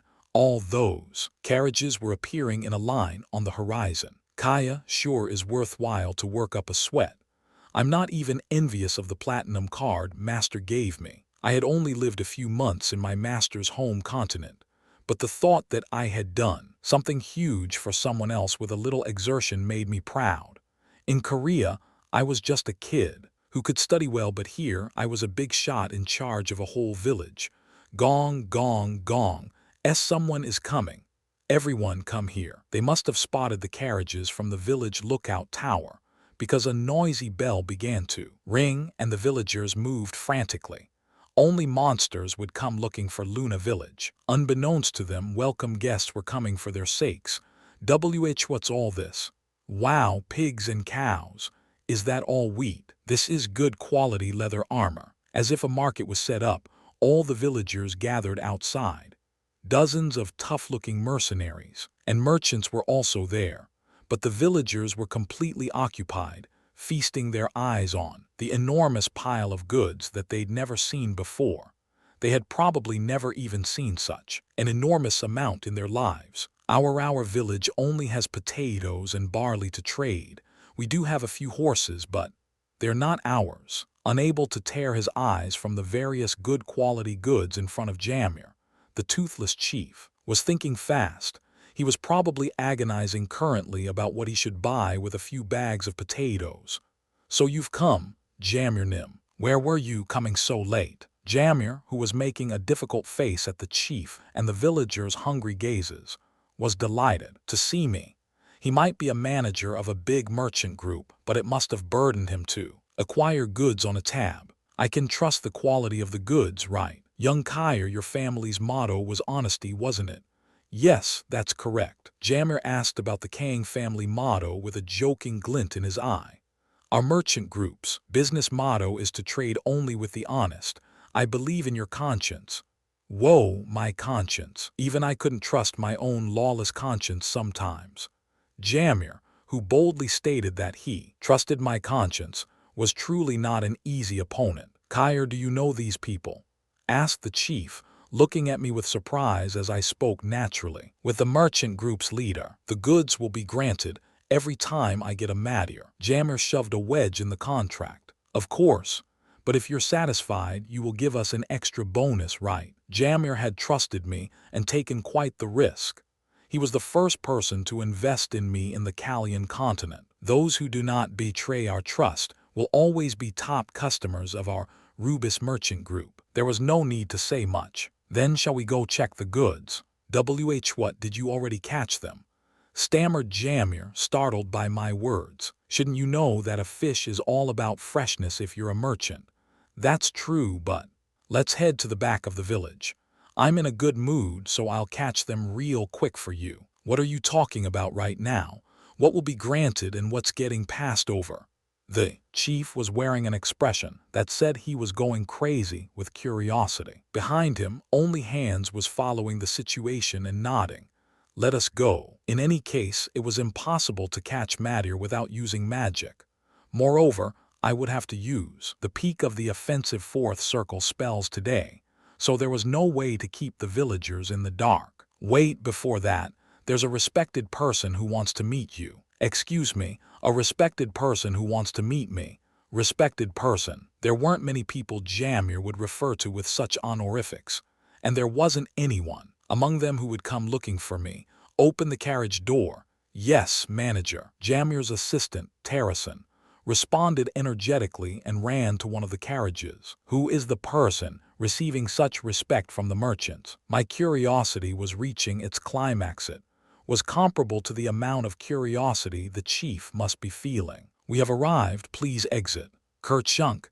Terrason opened the carriage door with a careful pose. "Thank you, a woman." A clear, pleasant voice came from within the carriage. Then, a white leather shoe stepped onto the carriage's foothold.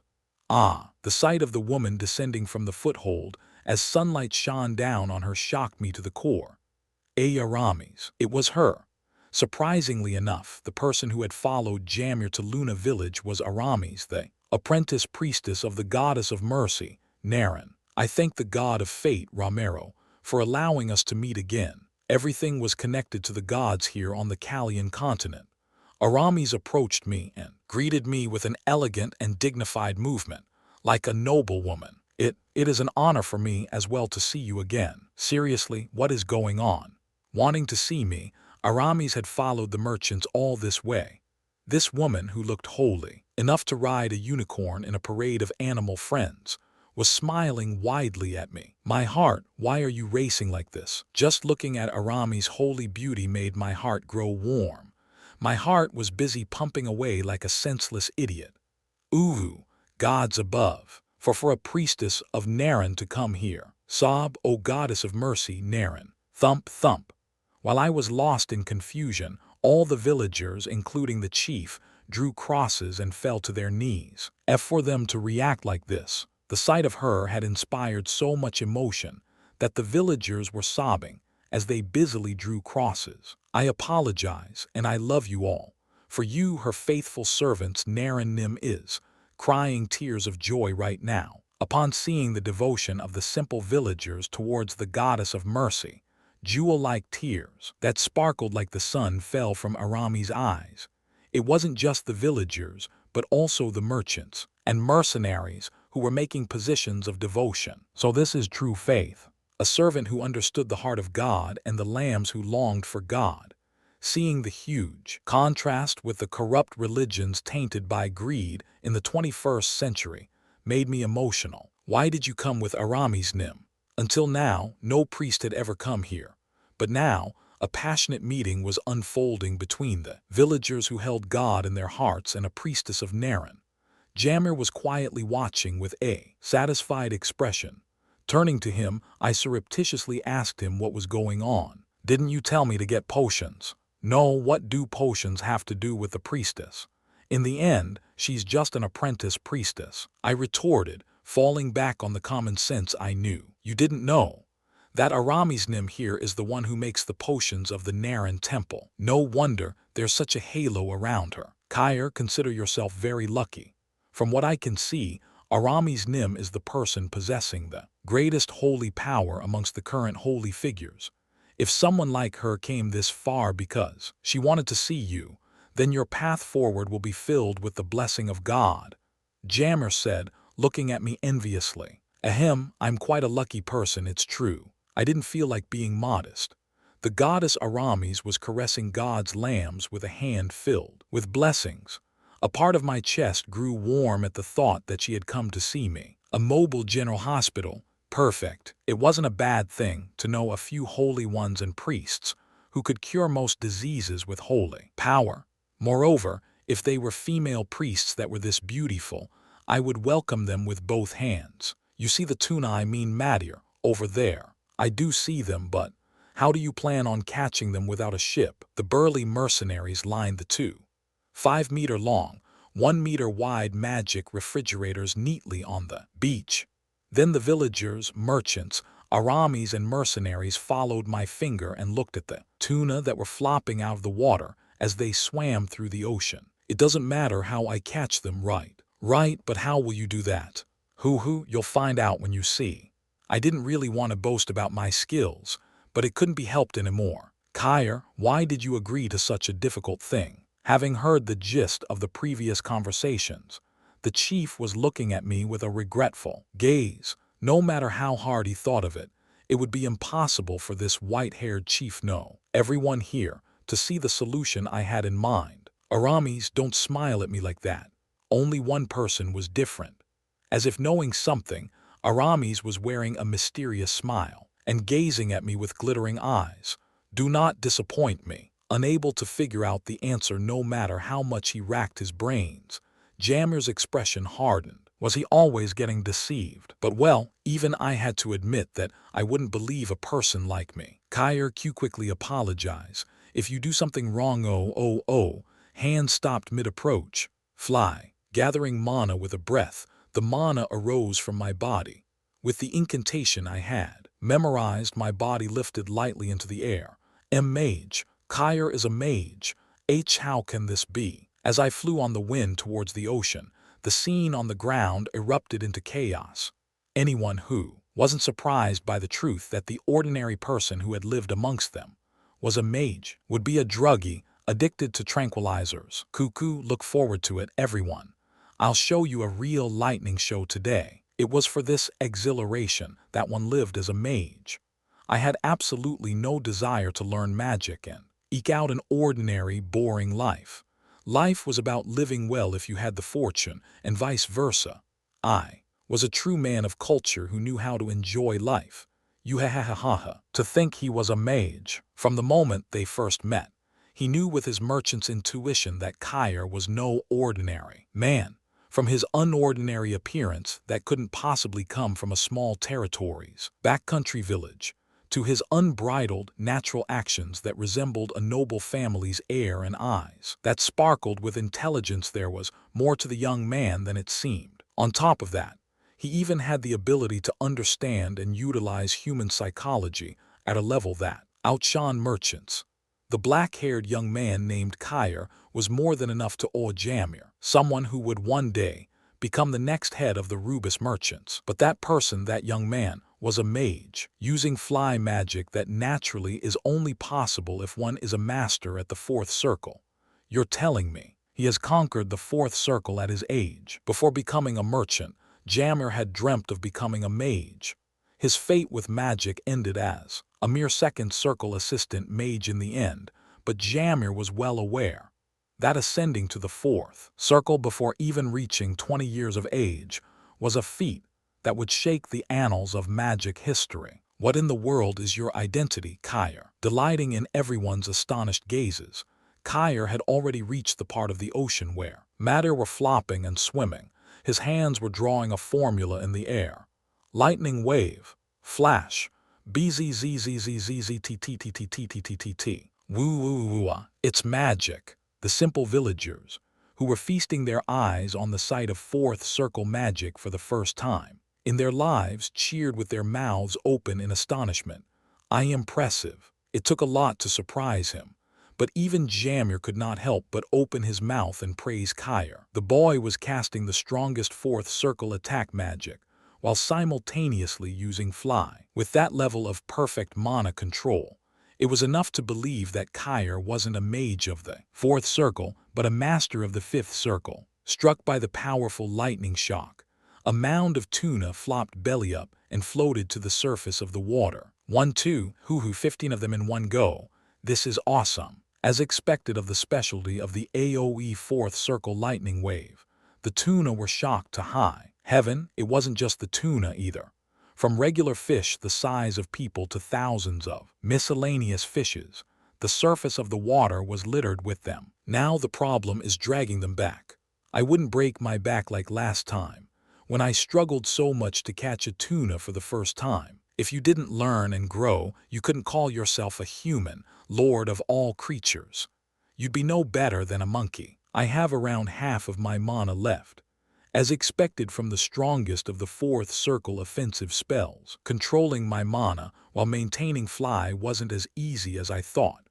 Any other fourth circle mage would have had their hands full just controlling the mana for fly. The next spell is Wind Fan.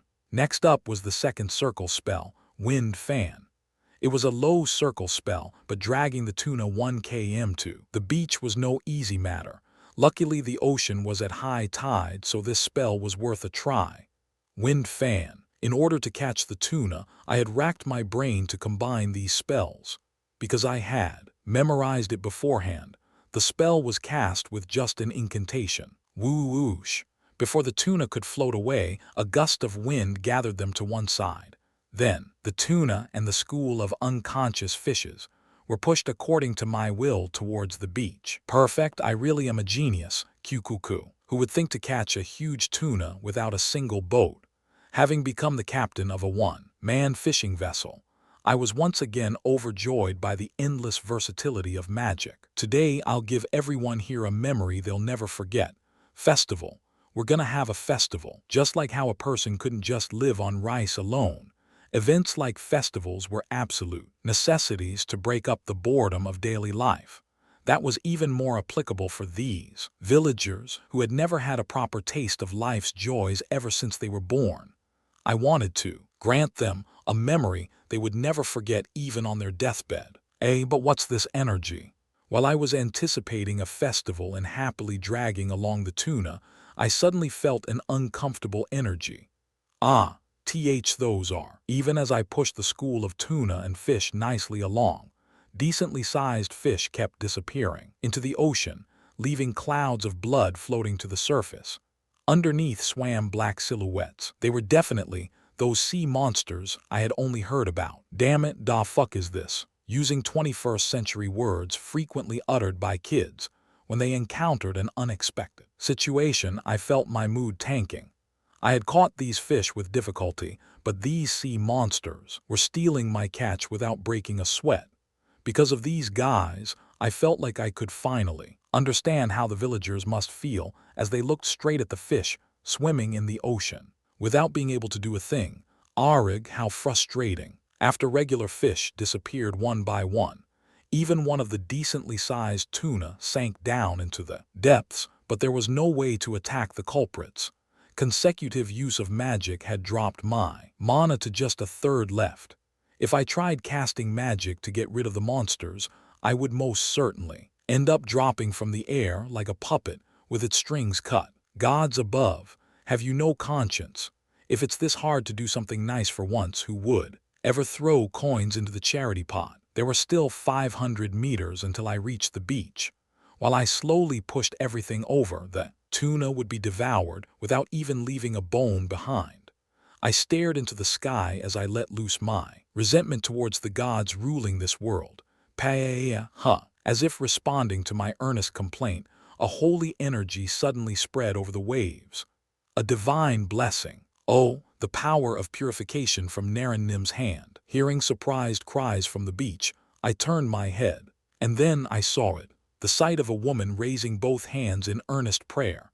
Aramis. She looked like an angel bringing peace on earth. Even from far away, I could see it very clearly. A sacred aura was flowing from her body, like the brilliance of the sun's rays. Kayak. As the holy energy washed over the sea, the monsters who were enjoying the free buffet shrieked as they suddenly disappeared. So this is the power of God. This was yet another level of difference from the sight of the shamans on earth, who lit incense and waved their fans. I was able to see why the people here believed in the gods so earnestly. But why do I keep thinking of her? The pretty Yirin was waiting for me on earth, but my head was filled with Arami's beautiful figure and holy face. That was definitely the fault of hormones. The hormones of a male panther who hadn't yet found his match. The Madir are coming over. It's fish. To exaggerate. Just like how the illegitimate son Hong Gildong couldn't call his father and his brother, the villagers of Luna Village could not call a fish a fish. The villagers had only been able to taste the unlucky fish that were pushed ashore during stormy weathers. They were currently busy losing their wits at the sight of all the Madir and the thousands of fishes that were floating towards them. Hong Gildong is a fictional illegitimate son of a minister. His story is the Korean version of Robin Hood. Mercenaries quickly pick out the Madir. Terrasen slice their necks and drain the blood. The life of a Madir is its freshness. Jammer knew very well that it was no time to sit around cheering. He rallied the blankly staring mercenaries and merchants under his employment. They're all top quality without a single scratch. At the very least, I can get 200 gold per fish. Only, if the Madir were caught at this speed, the merchant group could secure a huge profit. If that happened, the merchant group that was currently struggling because of Madir would most certainly put even more importance on Jamir. Kair, thank you. The eccentric young man Kair, whose identity was unknown. Delighted for whatever reason, he was laughing energetically as he soared freely in the sky with Fly. Chapter 14. Oh dear, my joints. Thanks to the holy blessing, the sea monsters didn't appear again. After recharging myself again, with my mana breathing technique, I went Madir hunting again. At some point I began to falter, and as mana left my body, my stamina was worn down. Flop. As soon as I brought the last of the captured tuna to the beach, I collapsed to the ground. I'm gonna die. Any more than this and I'll die. I couldn't even remember how many I caught anymore. After all, bolstered by their cheers, I had cast magic after magic like some valiant hero. As their cheers amplified, my mana and stamina had gone down little by little, and the 100 or so magic refrigerators Jamir brought were being swiftly transported to the beach by carriage. How regretful. It would have been better if you had caught just a few more. Holy, just take a look at this guy. There was a saying that a human's greed had no limits, and that statement applied directly to Jamir. Instead of worrying about me who'd been beaten down by manual labor, he was sighing in regret about the tuna that was still flopping about in the ocean. That was because those tuna were piles of money waiting to be captured by a single move of mine. If I were him, I'd want to move without rest like a machine too. He's not even giving me an energy drink. Sue me. Even breathing was arduous right now. The sun, as bright red as a pomegranate, had sunk low into the ocean, and my sweaty body was doused in a satisfying sense of fatigue. At that moment I heard Arami's lovely voice behind me. Recovery. Shalalalala. Whoa. A cool energy fell onto my whole body like gently falling snowflakes. Although my body had felt so fatigued that it was a bother to even move my head, my vitality suddenly began to surge up. Score. Was this the taste of a top-grade fatigue recovery drug? I felt so energetic again that I felt as if a night hunt was possible. You've worked hard, Arami said with full sincerity, even though I hadn't worked for Arami's sake. At those words, even all my accumulated stress flew away. So this is the power of a priestess. It felt as if there would be nothing more to envy, as long as you had one well-raised priestess by your side. No matter how much you ran around, with just one recovery, you would be restored to perfect condition again. You wouldn't even fear a 100-man Energizer Bunny army. Kairnim, you seem like a very hard-working person. You work as if there's no tomorrow. The beach was currently a battlefield because, besides the prized Madir, the rest of the catch was the villagers' share. Whether it was maddier or regular fish, they were all valuable consumables once, dried in the sun, so the starved villagers were busy gathering all the fish. As I was watching them, Arami spoke from behind me. She had it completely wrong. The reason why I poured my blood, sweat, and tears today wasn't because there was no tomorrow, but because I was trying to finish something I was going to do anyway in one go. This was something I would have had to do anyway. When it's time to do something, do it thoroughly.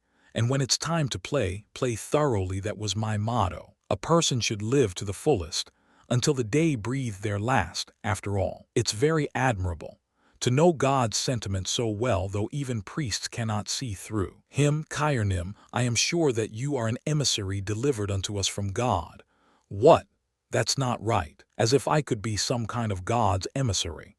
It's just that I knew quite a few things from religions in the 21st century and flapped my mouth a little that one time. All things are a projection of your heart. That saying is something I shall never, ever forget. Nim, Arami said, her voice sweet to the ear. My physical fatigue was gone, but suddenly I felt a wave of sleepiness. For a moment I thought maybe the kind-looking and kind-spirited sister from next door was singing me a lullaby. O great monk One Hyo, how else could I have been able to deliver such an immortal saying? I'm sleepy. I just want to take a nice long nap. Before I knew it, the sun had set and stars began to sparkle one by one in the sky. I had the feeling that tonight would be a night to remember. Here, please eat to your heart's content. Haha, I never knew such a happy day would come in my life. Our brother Kyr is the Hyung I look up to most in the world. You guys, you're done for if you call him pervert panties bro in the future. This brat, Daron would bring that up every time I was about to forget about it. Charcoal fires were scattered here and there, with skewered boar and maddier, which only nobles could eat, roasting on spits. Thanks to Jamir, who brought quite a lot of the beer I had ordered. The villagers, mercenaries, and merchants were all excitedly eating and drinking at the feast. Kaya, I never even imagined a day would come when I could eat maddier till I burst. Eat lots. There's no knowing when such a day will come again. After all, even after reserving the best stuff, there were still tons of maddier. Since all 100 or so magic refrigerators that Jamir had brought were filled to the brim, there was nothing one could do but to throw a large-scale maddier party with red pepper sauce, soy sauce, wasabi, arg as sushi. Roasted tuna dripping with fat wasn't bad either, but sushi and sashimi suited my taste better. Gulp gulp. What soothed my regret, while eating the omega-3 rich grilled tuna, was the taste of the refreshing beer. The words "so good it'll bring you to tears" were perfect for such an occasion. Kyr, I'm able to eat as much maddier as I want for the first time in a while thanks to you. I'm truly grateful. His face reddened with the blush of alcohol. Jamir thanked me. If you're thankful, gimme money. You've played the role of a corrupt captain all the way until now. Geez. Even knowing that this was an insanely profitable matter, I still couldn't forget Jamir's evil disposition as he looked at me like a wicked captain. Kyr, it seems that you truly have a special power. A strange power that brings joy to those next to you. It wasn't to the level of admiration, but the look in Jamir's eyes was one that said I could be of use. To him, he didn't even hide it. But isn't it about time to settle the calculation? I wonder just how much I earned today. We'd agreed on 50 gold pieces per fish. I'd caught roughly 100 top-grade tuna. I calculated that I'd get 5,000 gold as my payment at the very least. Our fortune this time was truly great. The month of the Sapphire Festival is upon us, and the maddier have been nigh uncatchable. It's difficult to chance upon a situation so intensely tuned to the law of supply and demand.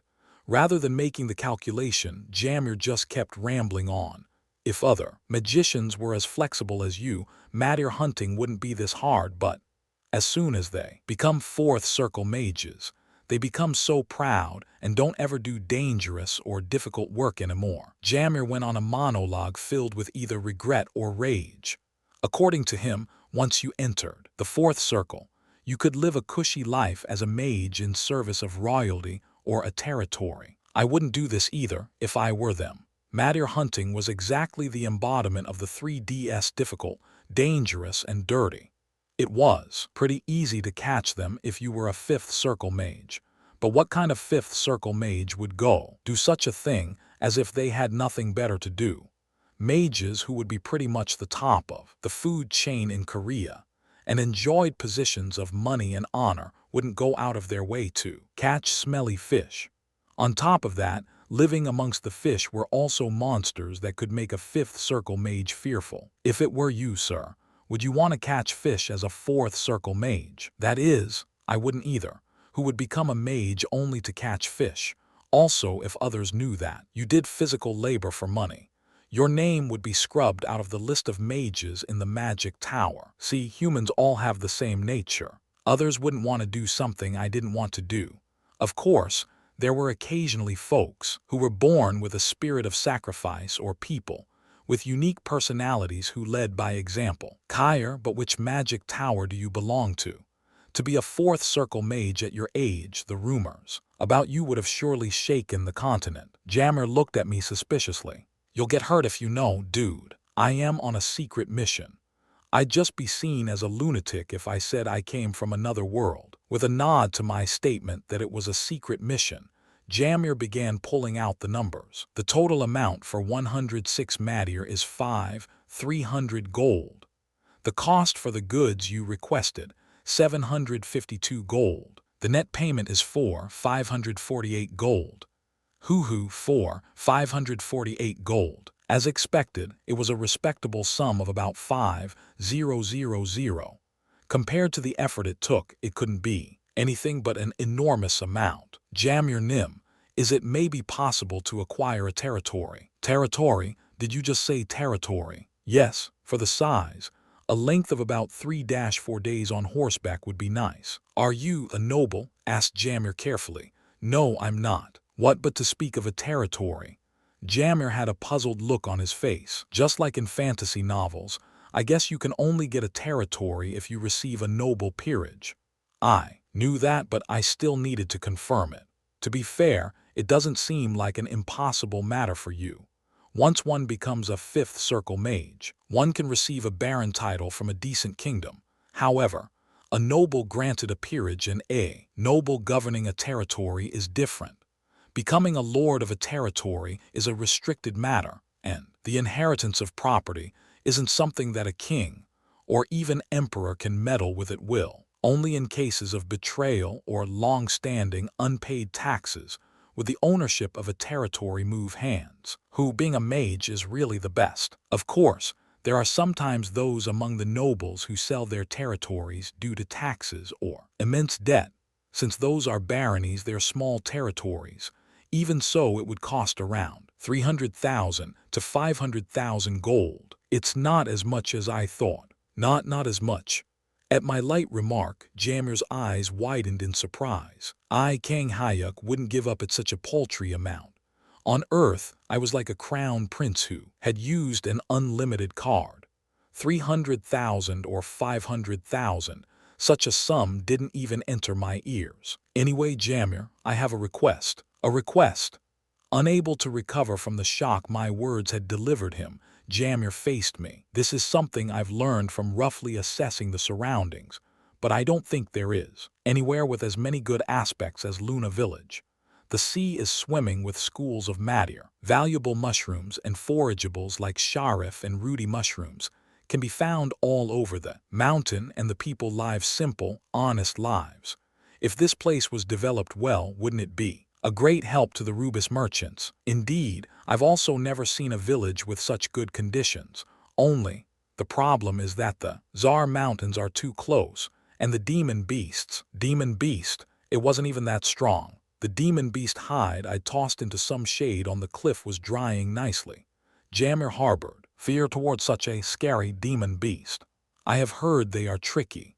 If there are many people or someone skilled, they don't attack often, but they'll bleed a person weaker than themselves dry. If we were to make use of a village like this among creatures like that, like a proper merchant, Jamir considered every possible avenue of opportunity. At least 10 minutes passed as he thought. However, it was clear to me I had to secure Luna Village a chance. For prosperity, I owed it to them for my life. Would you be able to protect this village for just 5 years? 5 years. We would need 2 Grade 1 mercenaries who can use Aura Blade and at least 20 Grade 2 mercenaries. I think the village wall would also need repair, and to become a village large, enough to attract merchants to reside there like before, it would cost at least 10,000 gold. 10,000 gold, that's pretty expensive. Of course, that doesn't include the price of priests or the territory taxes. Looking at Jamir's expression, it didn't seem like he was lying. It's not even a city. But I guess accelerating the growth of a single village costs a considerable amount. In a short span of time, Jamir was able to calculate costs that I couldn't even imagine. He was more than worth cooperating with. I don't have enough money, since that's the case. Now that the cat was out of the bag about me being a mage, I couldn't stay here anymore. The villagers were already treating me with such caution. Not only that, but if word got out to the territory castle, things would become a pain. Jamir, would you maybe also purchase Demon Beast Hide? Demon Beast Hide. Of course. If not for its scarcity, Demon Beast Hide is a top priority item that a merchant would shell out jewels for to acquire. It's good I left it to dry. You wouldn't happen to have a Demon Beast Hide, would you? Exclaimed Jamir in surprise, not even paying attention to his surroundings. What do you call a creature about 3 meters in size, with golden stripes and a face like a panther, and fangs the size of your fist? Tavlager. That sounds like a Tavlager, the most valuable leather even among demons. On top of that, it's a clean hide with barely any injuries. How much would that be? Without mentioning that I had one, I fired up Jamir's insides. So you're saying it's a top good that a merchant would bring jewels to buy? My mind was spinning with the possibilities. For something like that, you could definitely get at least 30,000 gold. Holy hell, 30,000. Considering how easy it had been to catch the Tavlager, it was like digging up a hole where a mutt had buried its bone and finding a golden ring. An insane amount of money, 30,000 gold, landed into my lap. Should I just drop everything and become a demon beast hunter? In Kalian continent, the realm of my master, opportunities to get rich in one fell swoop could be found here and there. To those who had the skill, it was like a treasure-filled El Dorado you wouldn't happen to have. Swallowing his saliva, Jamir's gaze was just like when he had played the role of a vicious captain. 50,000. It's something I caught with my life on the line, so what's a mere 30,000? Holy so it was true. Ooh, my goodness. Lord Almighty, a Tavlager's hide. He was happier than when he got the Madier. What, should I have raised the price a bit more? Looking at the guy clasping his hands together and praising the gods, I had the feeling that I somehow took a loss. 50,000. All right. I shall buy the Tavlager hide at 50,000. Man, he probably would have bought it for 100,000. Jamir's true thoughts soon came to light. I will give you 40,000 of that gold. Only, during a time span of 10 years, please restore this village to its former status. No. Please nurture it into a village even bigger than before. You're impressive for such a young person. With 40,000 gold, you could live several lifetimes comfortably. Of course, that was possible too, but my dream wasn't so trifling. I will bring it right away, I said. It was a law that you should repay your debts properly. Now I feel refreshed. For me, I couldn't be relieved unless I paid the debts I owed. And when that debt was a debt of life which couldn't be calculated in price, it was even more important. Master. Of course, my resentment steadily deepened towards the master who put me in this crappy position. My determination to return to Earth once I become an 8th Circle Archmage and burn that cheating, nasty master's tower to the ground solidified. Aramis, the last I had seen of her, she had been treating the ill villagers and playing with the children. At some point, the priestess Aramis had climbed up the cliff, my playground, without any fear. Having climbed up to clear her head from alcohol and see the ocean, she was standing and gazing at the waves, emanating sacred aura. Her white robe and long hair gently fluttered in the wind as she gazed upon the night ocean. which reflected the densely clustered stars and moon. My previously calm heart suddenly began to thump erratically. How mysterious. My chest warmed at the sight of the noble priestess, who was somehow able to draw people's hearts. How can life born of God be explained? The entirety of the stars, the moon, the sea, and all life, combining to make this picture, how can it be explained? Whoa, is she asking me that? Aramis asked me such an abstract question, perhaps because she thought I was a high-level philosopher, thanks to the one saying all things are a reflection of your heart. Beautiful things are beautiful, and ugly things are ugly. Is not the greater problem the mind, which goes beyond that and tries to differentiate beauty, inviting more thoughts about the ugly? Beautiful things are beautiful, ugly things are ugly. Ha, so it is. Master Seoncheol, I apologize. TL. Master Seoncheol was a key figure in Korean Buddhism. I totally ripped off his famous saying, mountain is mountain, water is water. If a beautiful woman asked you something and you couldn't say a single coherent thing, then that meant your preschool education was lacking. Didn't someone say that in a book, that he had learned everything at preschool? Everything I see right now, the sky and the sea, are beautiful. Everything. Also you, Kyrnim. Turning her head naturally in front of the sea, Aramis suddenly told me I was beautiful too. Is she flirting with me right now? Is she? This was a puzzling hot potato of a situation. Even though men are animals that wouldn't say no to 10 beauties, to hear such words from such a forward woman, particularly from a priestess sister of the faith who was looking at me with sparkling eyes, I really didn't know how to interpret the situation. I heard it from others, that even though you are a mage, you conceal your power and you don't shirk dangerous work for the sake of the villagers who have landed in difficult times. To such a noble spirit of sacrifice, I, a priestess of the goddess of mercy, express my utmost admiration. From beautiful to admiration, such words of praise entered my ears. And no, that is, upon getting covered in false filigree, I felt pressured. I knew I had done something good, but I didn't think it was to this degree.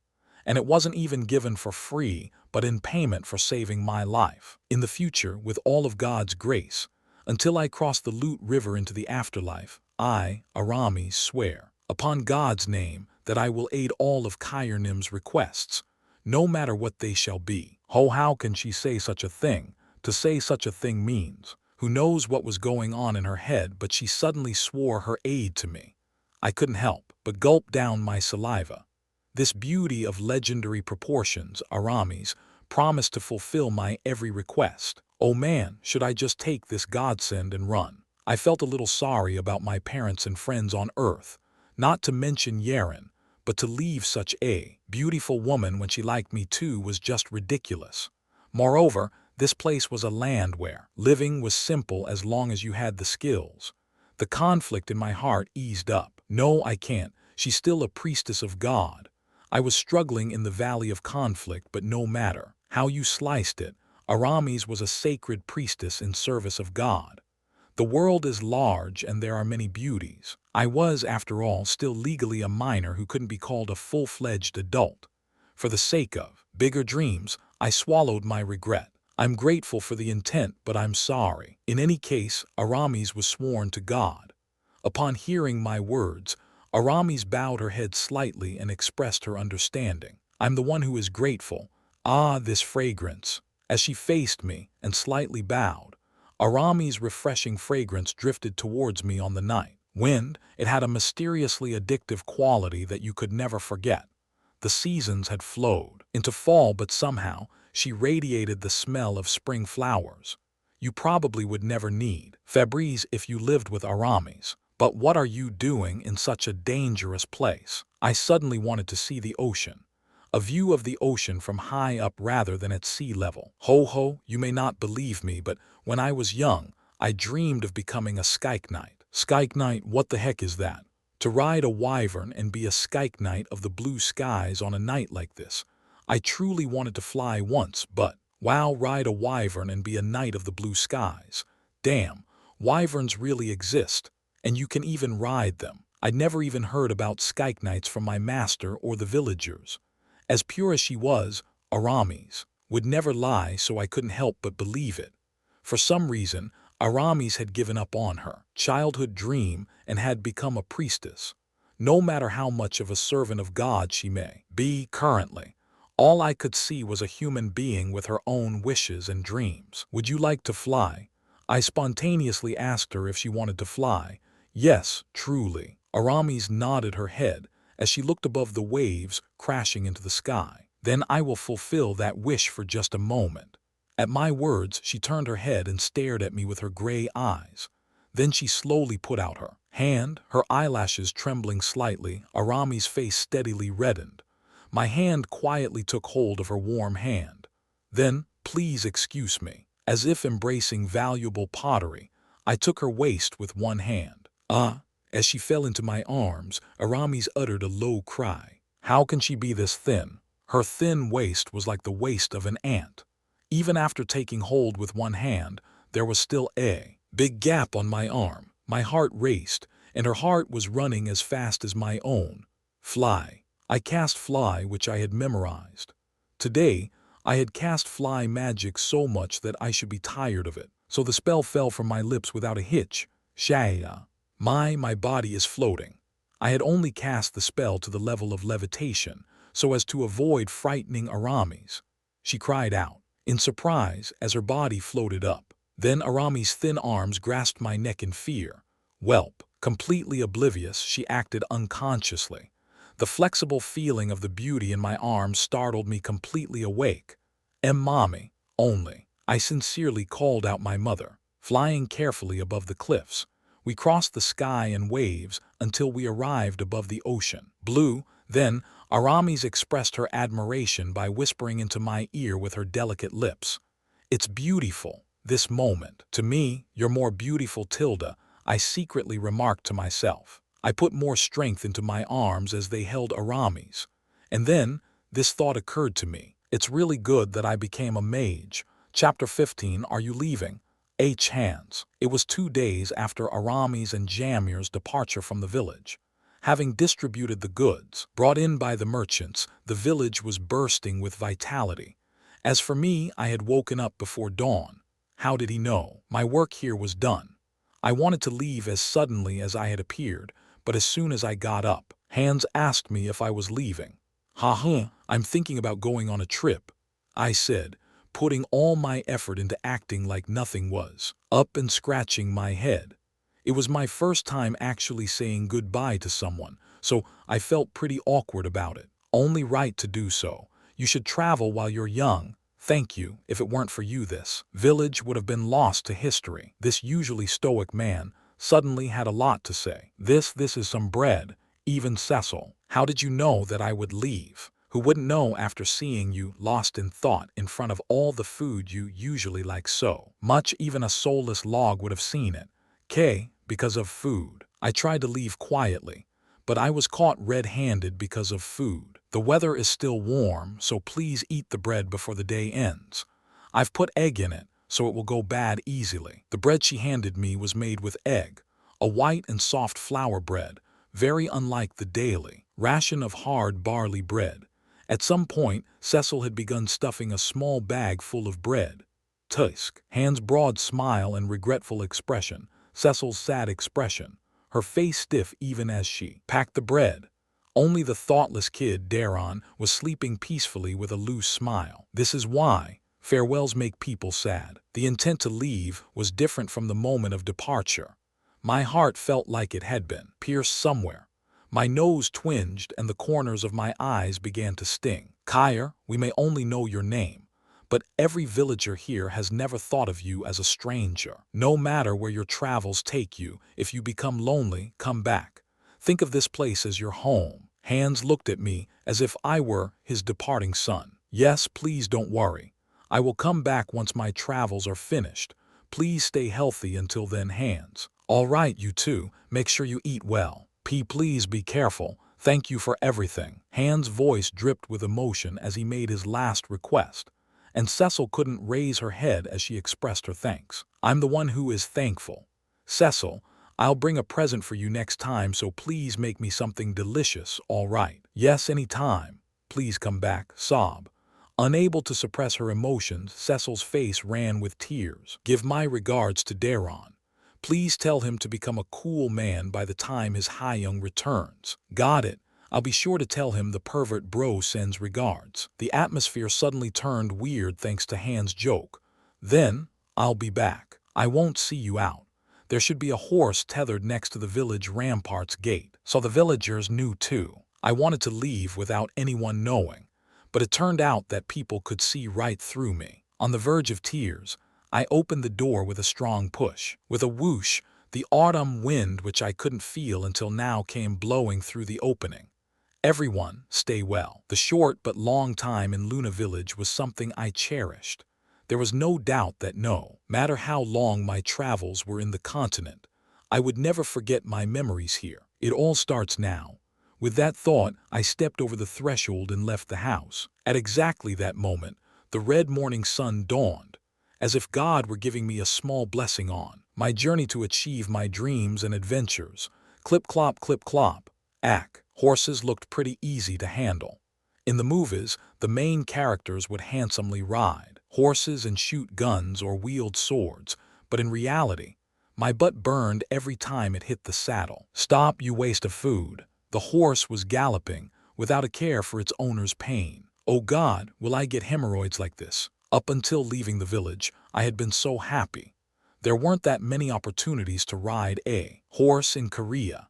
Only children of rich families would learn horseback riding. A pleb like me never had a chance to ride one. So, as a complete beginner with no knowledge of horses, I started riding at full speed.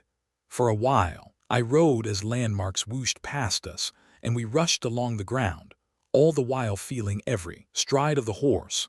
But then, my thighs and butt began to complain. "Arg, this is why you need a license." Having gone out for a drive without a license, I was now facing a crisis, but I could only let my tears fall.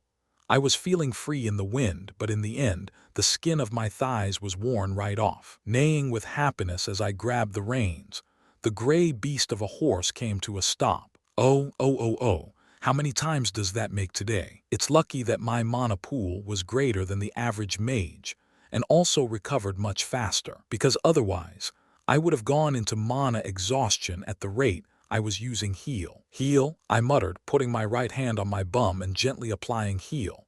BZZT. Though I turned my head, I wasn't a giraffe and couldn't see how injured my butt was, so I could only see the light of the magic. Ah, that's refreshing. It was good I learned magic. Otherwise, my butt would have turned into one giant callus. As expected, being a mage is the best. A refreshing and clean feeling flowed around my thighs and butt, and a strange sense of euphoria buzzed down my spine. "I'm hungry, so shall we eat some bread?"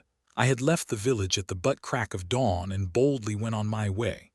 As for the road, well, it was basically just a dirt road covered in grass. Where should I go now?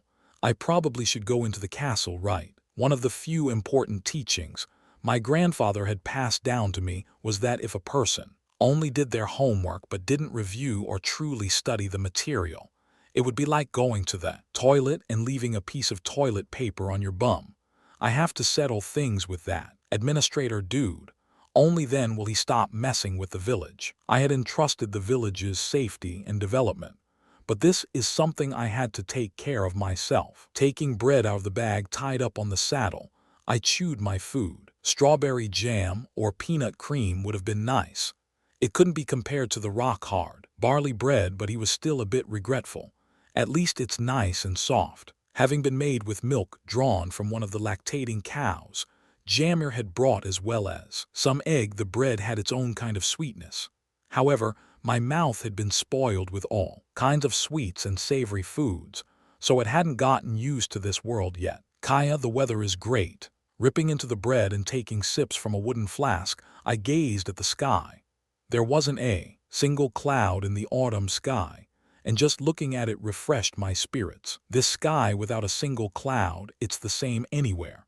But that one bird in the distance, it sure is. Coming this way fast. Is that really a bird? While I was enjoying the autumn sky, I spotted a bird way off in the distance. No, it wasn't a bird. It was a creature coming towards me with incredible speed. "A Archaeopteryx," I shouted in shock. The enormous bird was undoubtedly something I had seen in dinosaur pictures and a Jurassic period museum. It had been circling in the sky, but now it was shooting towards my direction on the ground. "Mommy," a crisis occurred even before I could digest my bread. "I have to use some kind of magic. This, Yuwa." My mind raced to find a fourth circle spell that was good against quickly moving targets. I would bring total shame to my family name if I turned into bird food like this, without even leaving a single footprint on this world. Wind shield. Rapidly drawing my mana all at once, a thick 5-meter barrier expanded in the air. I threw enough mana into it that it wouldn't break with one hit, even from an Archaeopteryx. Ice spear. It was a law that you couldn't just sit around and let yourself get killed. Using a complicated double cast, I summoned a sizable ice spear. "Come, you shitty bird." The Archaeopteryx was already only 100 meters away. Flapping its huge wings and extending its mouth full of sharp teeth, it dropped towards me. Gulp. Thanks to this sudden lightning bolt from the sky, or rather, this sudden Archaeopteryx, my mood dropped like a stone from heaven to hell. I couldn't help but swallow hard, and then, in order to focus on the attack, I narrowed my eyes in concentration. Holy WH, what is that? While staring at the Archaeopteryx look-alike, I happened to see something strange. Pee panties. No, is that armor? I thought it was a wild animal, but clearly this was the work of man draped on the creature's body. Was armor made of silver and cloth? It's a person. Then I saw it. At the moment the descending Archaeopteryx slightly turned its body a person, arrogantly standing atop the creature's neck while holding something like reins. Whoosh! The armored Archaeopteryx and man had appeared so suddenly. But then, coming just 10 meters from my head, the two abruptly turned and flew off into the direction they had come. Did I just get baited? After raising my tension to levels of visiting a graveyard at 1 a.m., the Archaeopteryx simply ignored me and went off like that. With speed belying its enormous size, the two had already disappeared high into the sky. Wait, could that be a Skyknight? So that bird isn't an Archaeopteryx but a wyvern. Skyknight, the career of dreams for Aramis when she was young. Now I understood. Woo, to think there's an air force in this era. I knew wyverns existed, but I didn't know they would harness them and organize an air force. Woo tilde, that's killer. Just the thought of it gave me shivers of excitement. When I was a kid, one of my dreams was to become an Air Force pilot. But sadly, I gave up on that after learning about their considerably selective physical requirements and the fact that you had to be on constant standby. This existence called a Skyknight completely revived these long-lost thoughts. It wasn't important that a Skyknight had just ridden a wyvern and put me in a dangerous spot. The only thing that occurred to me now was that I absolutely wanted to become a wyvern-riding Skyknight. The only thing I've got is time anyway. I've decided, let's raise a bird. In this world, you didn't even need a national examination or license for piloting. All you had to do was to move according to your passions. Thud, thud, thud, thud, thud. What's going on now? In the middle of daydreaming about myself flying like a cool Skyknight, I suddenly heard urgent hoofbeats. Wonder where they're going. Coming around the curve of the mountain, a kilometer away was a group of cavalry. At their head of the 50 or so mounted knights flew a flag. Who knew what got their panties in a bunch, but they were galloping fast across the plains. Why are these guys coming towards me again? After the wyvern came a troop of knights. That guy, he's coming again. As if he'd been waiting for the cavalry, the wyvern and Skyknight appeared once more from beyond the curve of the mountain. And no, it can't be right, surely. They're not all coming just because of me. There was no reason, so I didn't think it was possible. But fulfilling an ominous foreboding was one of fate's nasty hobbies. Niig. Having sprinted with all their might, the cavalry came to a stop about 100 meters away from me. Armed to the teeth as if prepared for a battle, the group gave off a grave aura as they stared me down. Are they looking for a fight right now? There was no knowing why they all came at me like this, but just reading the atmosphere, it was like they were ready for a fight. Isn't this just too much? No matter how cool of a magic swordsman I was, The other party's numbers simply couldn't be ignored. Moreover, looking at the energy they emanated, it wasn't like the rabble from before. These guys seemed like knights who could use Aura Blade. Maybe because of that one time. Then I was struck with more ominous foreboding. The memory of the cavalry sent by the administrator to attack Hans and me floated through my thoughts like a silent movie. If the Lord found out, then the matter wouldn't just get ignored. That lying, corrupt administrator was making a complete fool of the Lord. These guys most likely had it in their head that I was some kind of chicken-hearted mage who had disregarded their Lord. I must be right, damn it. The flag held by the group was the same one I had seen at the Lord's castle, 2 white horses, drawn atop a black shield, swoosh, 1 vs 50. No, you had to add a bird to that count as well. For someone like me who wasn't even a native Marine, it was too much. And then, as if to confirm the pain-in-the-ass reality unfolding before me, the Skyke Knight's wyvern slowly landed with flapping wings between me and the cavalry. So big, even while floating in the sky, I'd thought it was big, but looking at it from this distance, I could see how big the wyvern really was. Its thick limbs were stretched wide and covered by thick, gray hide. One wing seemed at least 10 meters long, and the body was the size of 10 cows. On top of that, it had red eyes the size of soccer balls, saw-like sharp teeth, a beak as sturdy as iron, and black claws that looked like it could crush most things. Just looking at it made my legs tremble. How do I deal with this crisis? If it were normal nights, I could just use flight magic to book it. But the wyvern was staring at me with its huge eyes, so that was a no-go. Kill them all. But that was impossible too. Even if I drained all my mana, these guys weren't just your average soldier but fully armored knights. It was still too much for me to go up against them all. And that wyvern was definitely a problem. You must be that impudent black mage. Be black mage, me. The person sternly rebuking me with eyes like shards of glass, peeking out of his helmet, was wearing not regular armor, but a combination of leather and silver metal so strange that it was weird to call it armor. It's the Lord. His voice seemed awfully familiar, but hearing it through the helmet, it was unmistakably the Lord of Fior territory. I am indeed a mage. However, I'm not a black mage, but a white mage who upholds the values of justice and truth. Ha ha ha. With an awkward laugh, I broke the ice. Laughable.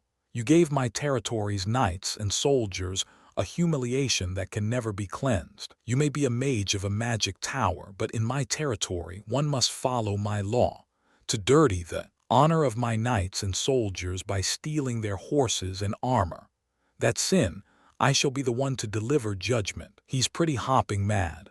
Just like I feared, without knowing the complete picture, the Lord believed every word of the administrator's goonies, who had crawled back like beggars after getting a lesson from me. It was really disgusting. Everything was because of the Lord's failure to govern his territory. But he didn't recognize his own fault and not only scolded me, but wanted to kill me. For what exactly am I guilty? I didn't know how strong the wyvern and Skyke Knight were, but I didn't want to be taken for a crazy fool just like this. I am my own reckless lord throughout heaven and hell. Even if it was a sin worthy of death, I was going to live my way. Impertinent. You may be a mage, but you dare to spit ludicrous things with no hint of truth to the Lord himself. With no awareness for the fact that his words were the ludicrous ones, the Lord admonished me. A blue aura blade emanated from the thick, long sword he held. You guys truly make me laugh. It's like a dog covered in poop trash-talking a dog, with a grain of rice on its face. If it was like this, it didn't matter what I said anymore. I was either gonna die or faint. D-dog covered in poop, you bastard, yelled the knight. I could almost see the anger rising from his body. All right, let's just go around, piece of cake. The numbers and the existence of the wyvern were all against me, but I wasn't afraid. The moment I decided to give it my all, wyvern flapped its wings powerfully into the air. Should I sneak attack him? This was the optimal time to attack, but I wasn't a dirty bastard. Asterisk whoosh, asterisk. After a moment where the air seemed to flutter, the wyvern lifted into the air with considerable speed. Let's start with the nuisances.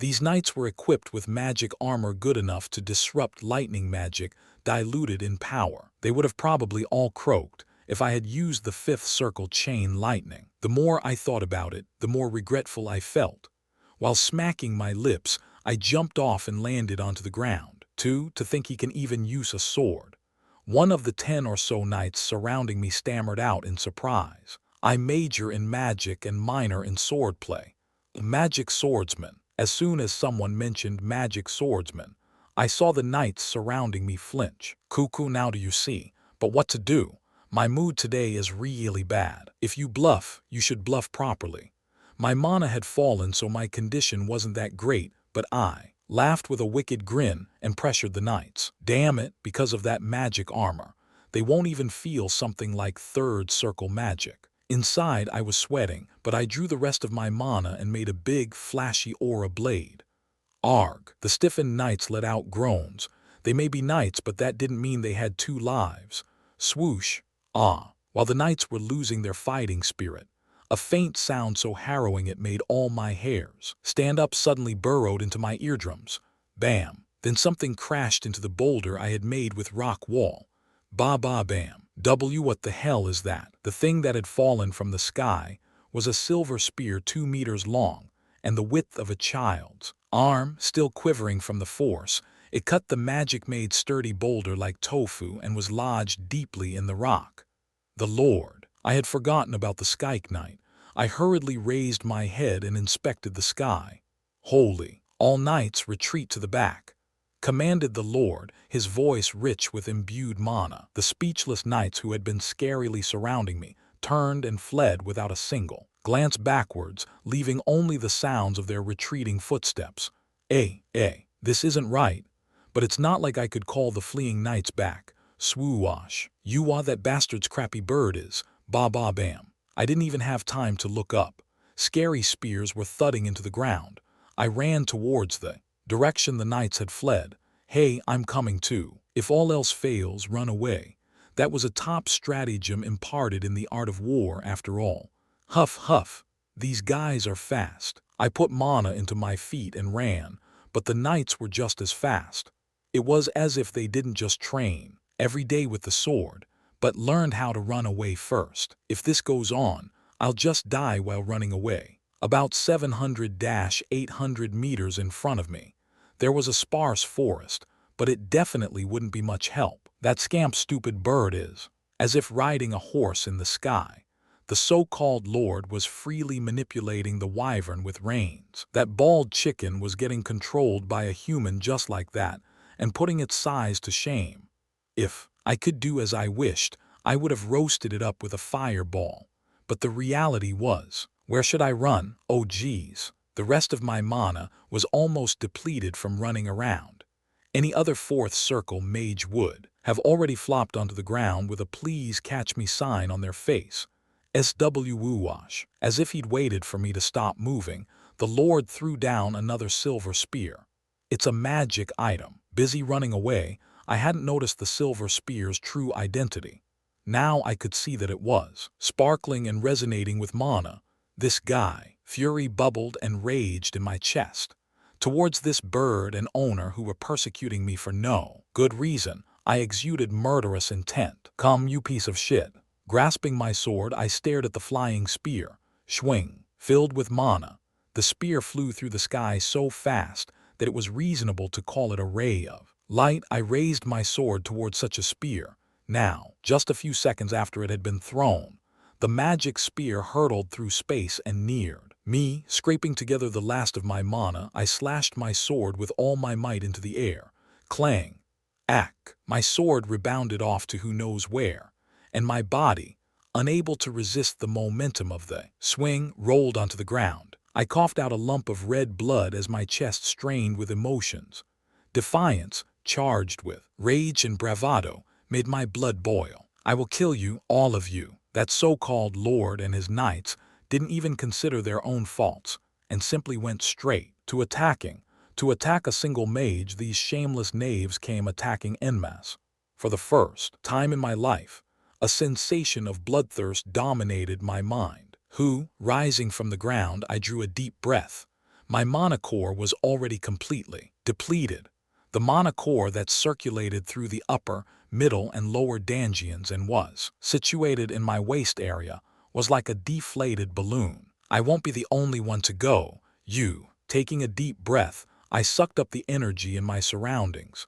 Since my mana core was depleted, even if it was only for a second, I had to mobilize the mana breathing technique. If I overdid it even more here, my mana circle could even collapse. However, only one route was available to me now.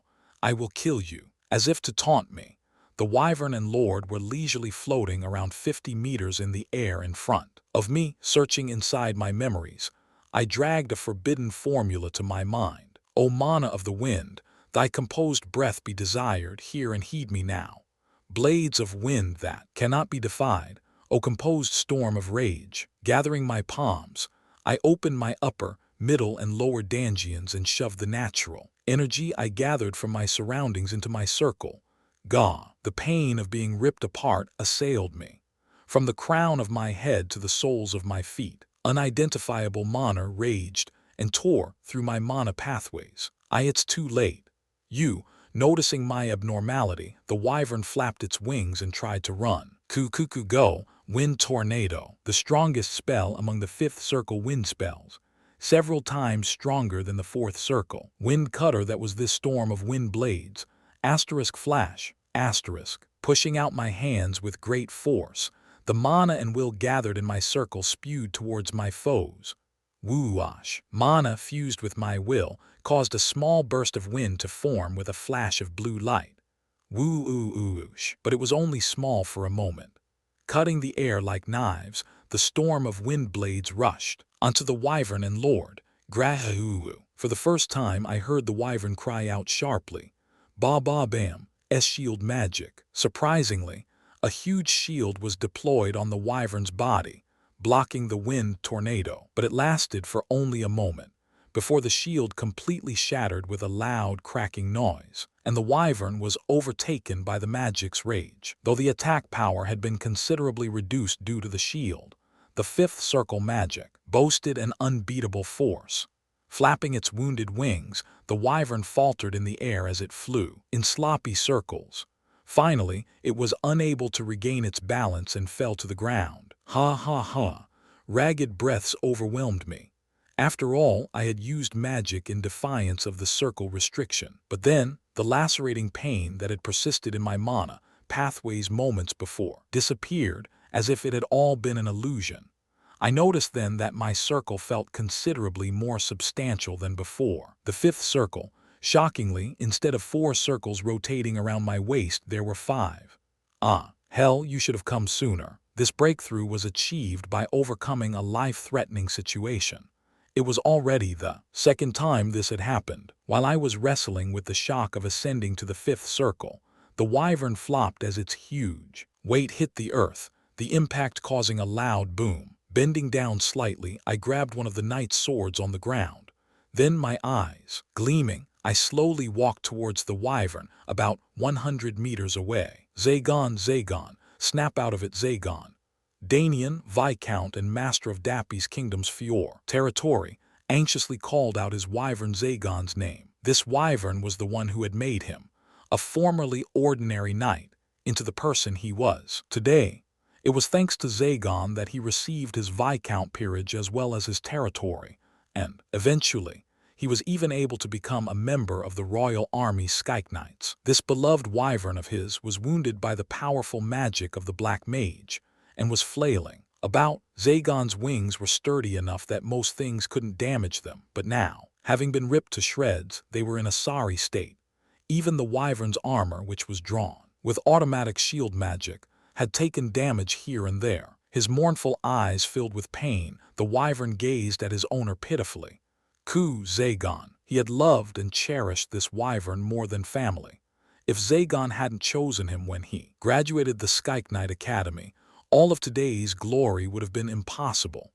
Viscount Danian felt heart-rending pain. 15 years spent together with Zagon. Such a crushing defeat and terrible wounds were a first for them. Does it hurt? To think that someone who's supposed to be the lord of a territory would cry. Because of a wyvern, came a cutting remark from the black-haired magic swordsman who had drawn near. He was surely a black mage. Die. With a clang, Viscount Danian drew the lightweight longsword that was granted to Skyke Knights. Then he summoned his mana and swung towards the enemy with an aura blade. Clunk. Ack. However, affected by powerful emotion, Danian's form was lacking, and the black mage sent his sword flying with a single blow. You're really funny. Did you think I would let myself be killed just because you said so?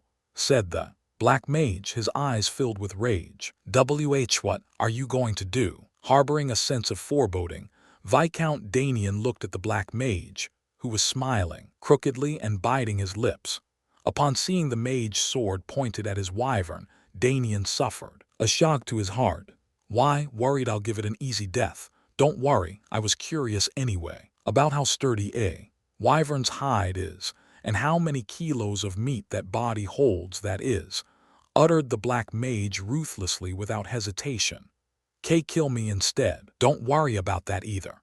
No use letting you live when you're a lord who lets his people starve and get killed by monsters. The black mage's sharp words stabbed into Viscount Danian's heart. What do you mean by that? My territory is better to live in than other territories.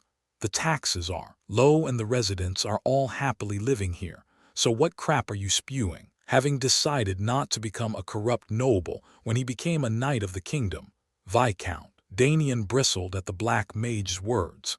Even if he was killed, he couldn't cast away his honor and pride. Danian had no doubt that his conscience was completely clear. Would you take a look at this guy? This so-called lord was so convinced that it seemed even a lie detector wouldn't go off on him. To be honest, my first impression of him wasn't bad. What a problem. Having received a robust 21st century moral education, I couldn't just kill willy-nilly. However, I didn't mind correcting the Lord's utter foolishness. You want me to believe a lie like that? Most of the villages near the Tsar Mountains received no assistance from your knights and soldiers, and therefore have had to either die out or farm with swords in their hands with their lives on the line. What's so good about a lord like that? I can't deny that point. It's not possible to cover a big territory with only so many knights and soldiers. The Lord acknowledged my words honestly. The look of distress surfacing on his face grew more potent. Right, that can also be the case. That's the sin of someone who was born a commoner after all. But why do you take so much in taxes from villages suffering like that? I'm not sure you remember me, but I was the person who delivered Luna Village taxes. I know, Black Mage. How could I forget your black hair? You remember? Then this is easy to explain. The taxes that Luna Village had to pay wasn't the 30 golds you recall. What? It wasn't 30 golds, responded the Lord in surprise. This guy, is he naive or just dumb? You didn't even know that as the Lord. Well, it's a small village, so it's understandable.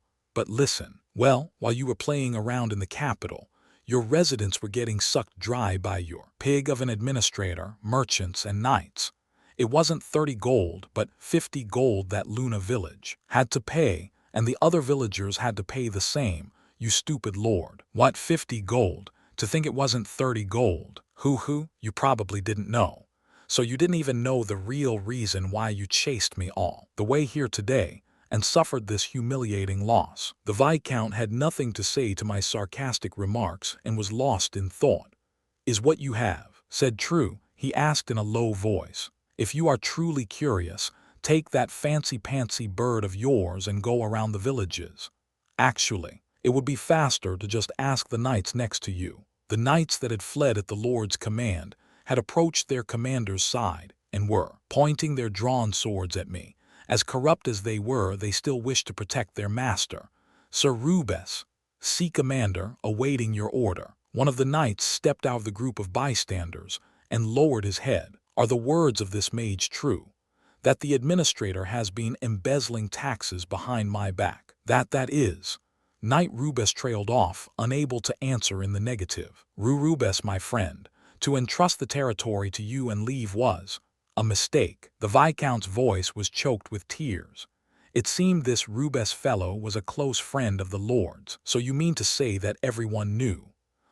So everyone knew that I had become just the kind of merciless, exploitative noble that you and I had disdained so much when the territory was young. See, Commander, please deliver unto us death. Arg! At the Lord's enraged exclamation, every knight fell to their knees. Ah, gods above!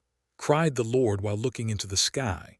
He had removed his helmet and hot, manly tears were raining from his eyes. Oh geez, the mood had turned strange. Apparently, the Lord had entrusted his territory to his friend Rubes, and had left. While he was gone, starting with the administrator, all the knights had made a real killing. It's a shame, but I should end things here. Previously, I wanted to just roast the big bird and his master up with a fireball, but now I felt kinda sorry for the dude. He had been thoroughly betrayed by the people he trusted. He must be pained to death right now. A man should settle matters within the home first, then tend to the needs of the kingdom and land. How could you aid the nation when your own house is a mess? How can you raise your sword in service to your king like that? The saying that applied now was the country and the home must be at peace. Thinking that, I sternly rebuked the Viscount. Mage, pray tell, what is your name? Halting his tears, the Lord asked for my name. Kyre, I responded curtly. Kyre, I will remember it. I will never forget the things I received today. Is that good or bad? I was a mage with no regard for nobility or the world, and I had obviously trashed his clearly expensive-looking favorite steed, or rather, favorite bird. On top of that, I even exposed his weakness, so I was really curious as to how he felt about me. Hey, just do as you please, because now I fear nothing.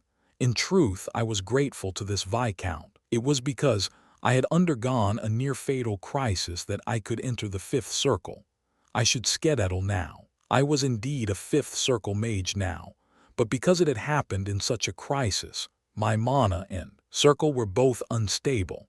What I needed to do now was to find somewhere safe and stabilize them. If there's nothing else, I shall take my leave. Surely these guys wouldn't grab my lapels now. I was someone who had crushed this considerably high-level-looking wyvern right in front of them. They were probably grateful that I didn't kill them all. What you looking at? Oi, should I cut out those eyes of yours? The moment the Lord and knights turned their heads, the girthy wyvern pierced me with his gaze, his pupils filled with murderous intent. Gruel, you playing scamp, birdbrain. As a person who imagined chickens when thinking about birds, I already associated this wyvern as a giant fried chicken. It was necessary for all creatures on earth to teach where the hierarchy laid with a heavy fist. Ah, and I will take this sword with me. It's not as good as mine, but oh well.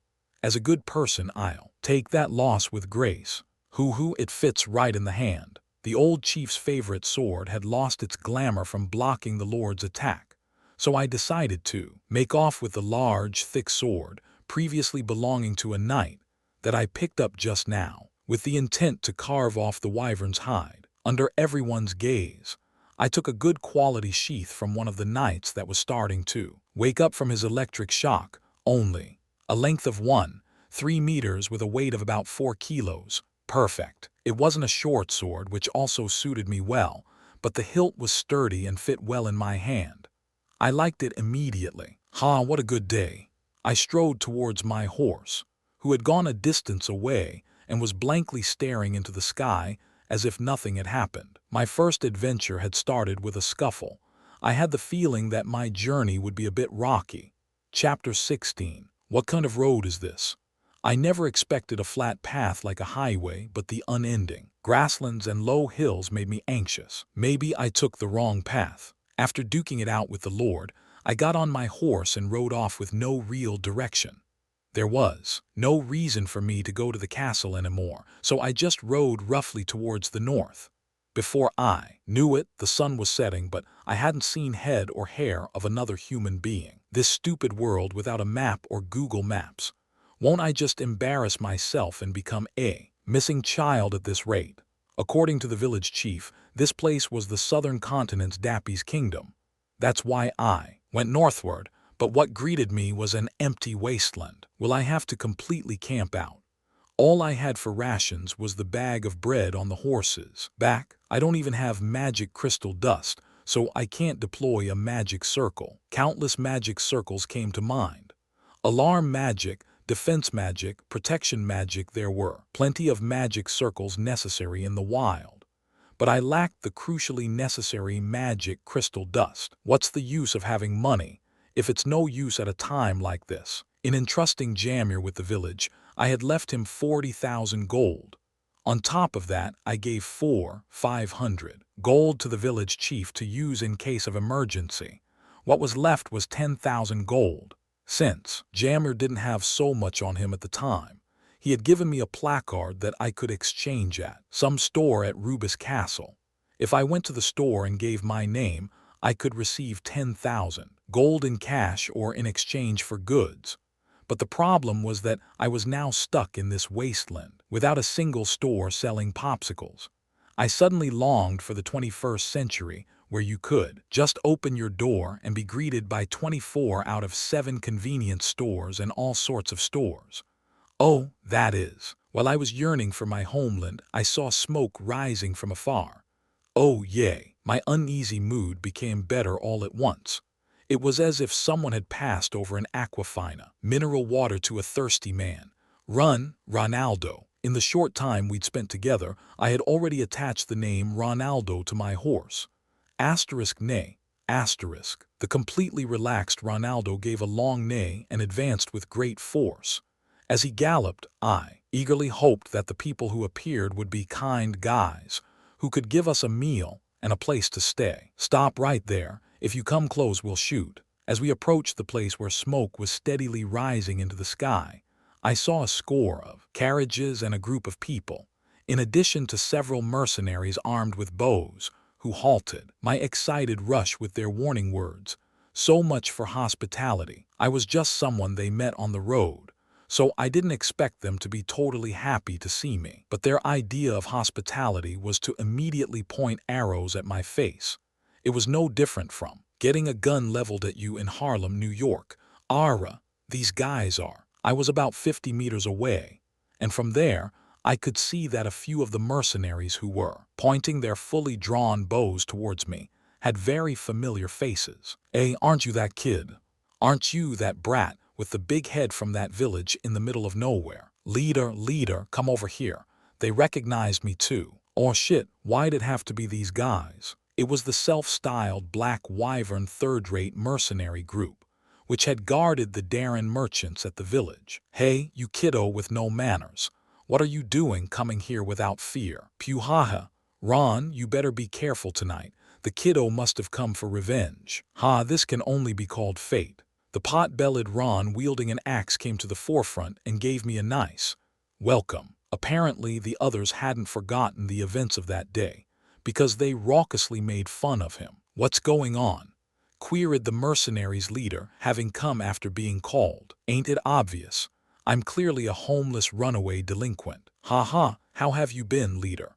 I'm dreaming big this time and would like to devote myself to the mercenary life. If you haven't forgotten your promise from before, I'll run this body of mine ragged for you. Devote, you're a funny guy, come here. It seems you've run away from the village. Have you already eaten? It's good for me if he makes that assumption. It put me at ease that no one knew I was a mage.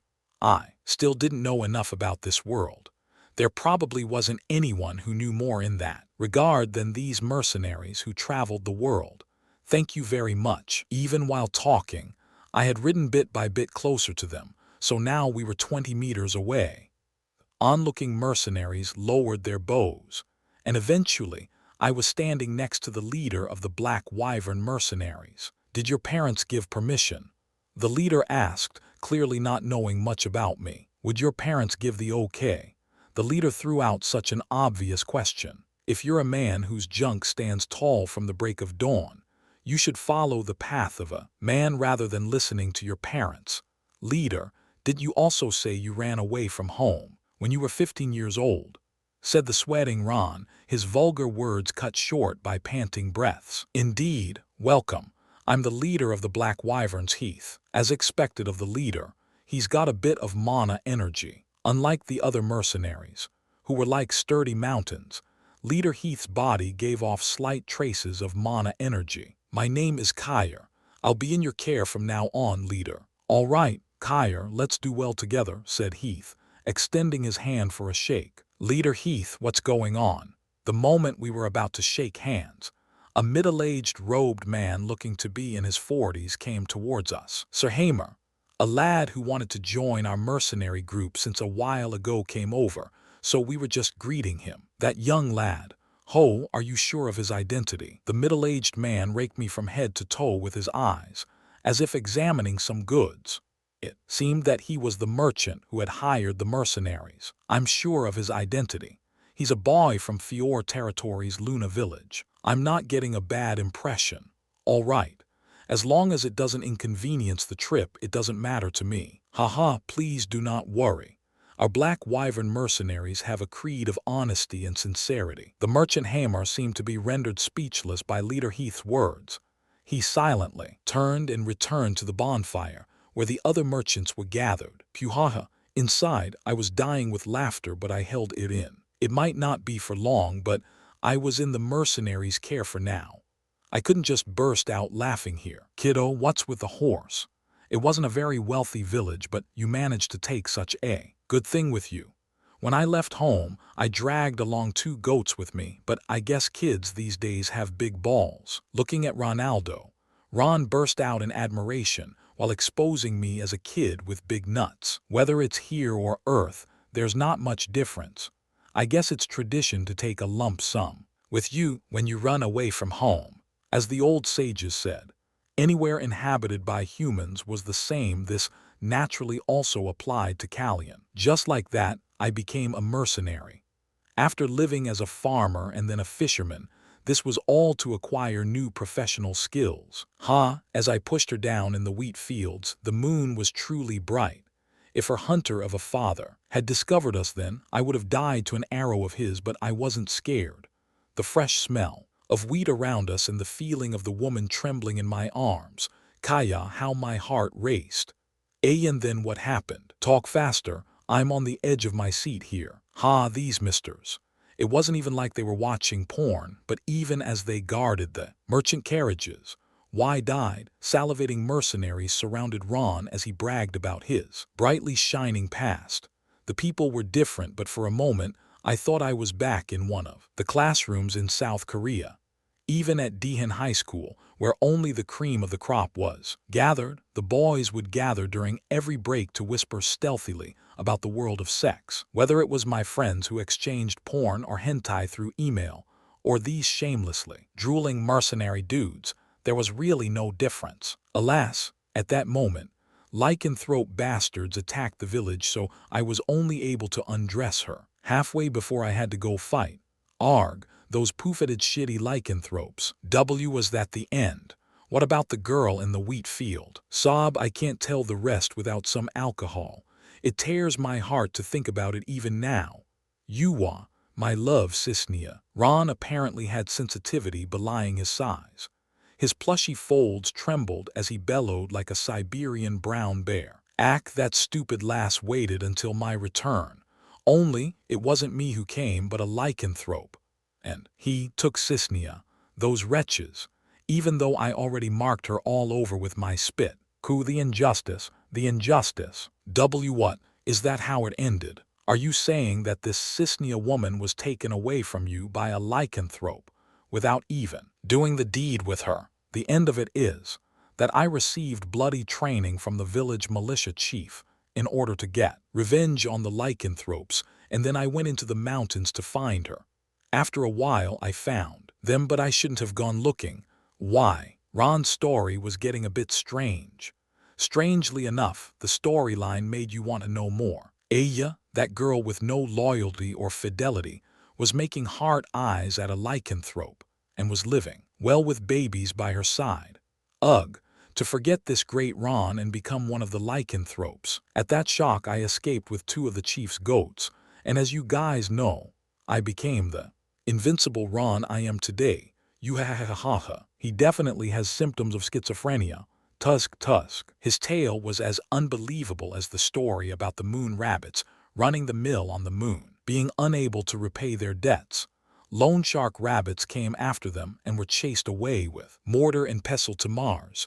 Ron, you liar. Ha, I'm the stupid one for getting fooled. The mercenaries got mad and turned away from Ron. The mercenary work is easier than I thought too. It was a boring job where you either rode a horse or walked in conjunction with the carriages. The danger and tension I imagined was nowhere to be found. How is it not too bad, right?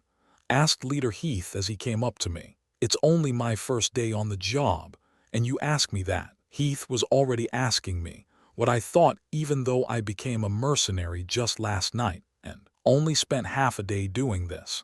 What did he expect from a kid he just scouted from a village in the boonies? It's so-so. The drifting clouds are good and the birds flying over there are good, right? Ha ha. I knew it. I knew you would be able to truly appreciate the romance of the mercenary life. What the heck is he trying to say? Just suffer a bit under me. After living this tough and long road as a mercenary, one day, we too will become a top-grade mercenary group with Skyke Knights. A top-grade mercenary group with Skyke Knights. This tidbit made my ears perk right up. Can mercenaries also use wyverns? Of course. I heard you can acquire them from the mercenary kingdom, Louisville.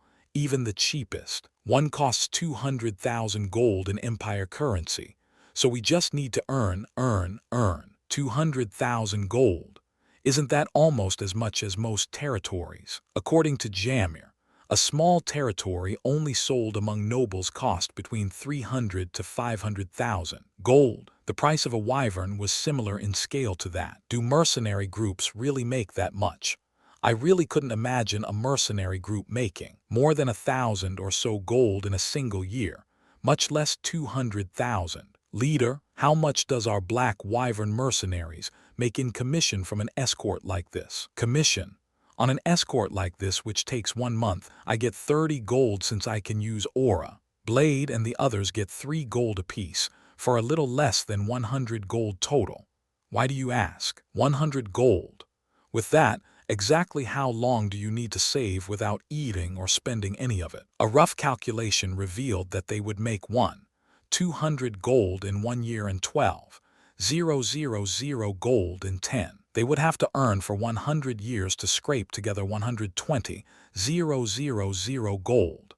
Are you joking? Me? Aren't you taking me for a total fool who doesn't know basic calculation? Arg. It would be way faster to just catch tuna or hunt demonic beasts in order to get the money for a wyvern. My faith completely dried up towards Heath and his men, who had created the mercenary group with a name as extraordinary as the Black Wyverns. Ha ha ha, I was just curious. Skyke Knights seem to be truly amazing, to cost 200,000 gold apiece. Of course, the biggest dream of all men on the continent is to become a Skyke Knight after all. To be a flying knight of the azure sky. A warrior among warriors, wielding a longsword and standing atop a wyvern with its huge wings spread out and ruling over the skies and land. Doesn't just the thought of it make your heart race? Look over there, those eagles flying in the sky. Write a novel. I didn't pin him as the type, but it seemed the leader was slightly off in the head. Apparently he was no different from the girthy, dense mercenaries who were playing footsie while following the escort. A Skyke Knight, even a mercenary group like this wanted to own a wyvern. Deep within my chest bloomed a burning desire to have one myself. Leader. What's up, Kyer? Can the average mage or knight stand up to a Skyke Knight? What nonsense. Have you ever heard of an orc eating drugs to defeat an ogre? And no, right? That phrase is as ridiculous as the one you just asked. How can a knight be a match for a Skyke Knight who hurls aura spears from several kilometers up high? Even a mage wouldn't be able to cover such a distance, and most mages have poor physical strength, so they would definitely become arrow pincushions and die to the magic spears controlled by a Skyke Knight's will. In all of history, there isn't a knight or mage who has taken down a Skyke Knight. To think of it, there's actually just one person. Really, a person who took down a Skyke Knight. I actually counted towards that, but that wasn't something I could say. To think of it, it was a close victory, won only because the Lord underestimated my strength and came too close. Who is this person who caught this tank in the sky? I became curious about the person's name. He is a person who is still remembered in the annals of history. My grandma even told me that at one point, his name could make crying children stop crying. What was he scarier than the Chupacabra? That mage was apparently scarier than the monster that appeared in old-school videos warning parents to choose media for their kids carefully.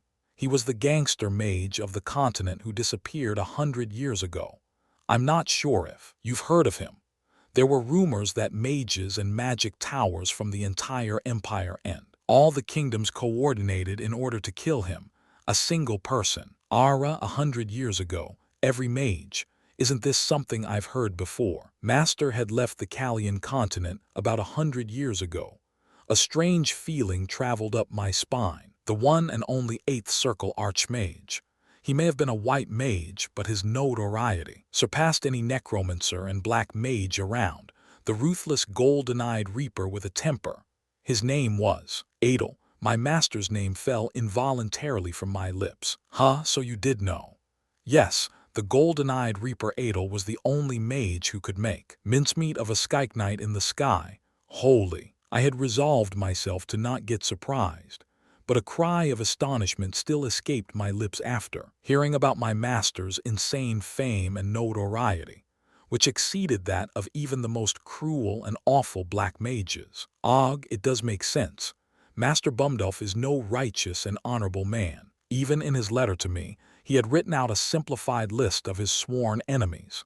He had claimed that he could loiter in any kingdom and be showered with presents and met with courtesy anywhere, and that people were falling over themselves to offer him unlimited research funds. His words couldn't be farther from the truth. I never saw him myself, but if you listen to the songs sung even today about him by bards, Archmage Adel's tyranny was apparently very impressive. It's said that even as a 100-year-old man, he was extremely greedy for pretty girls and money.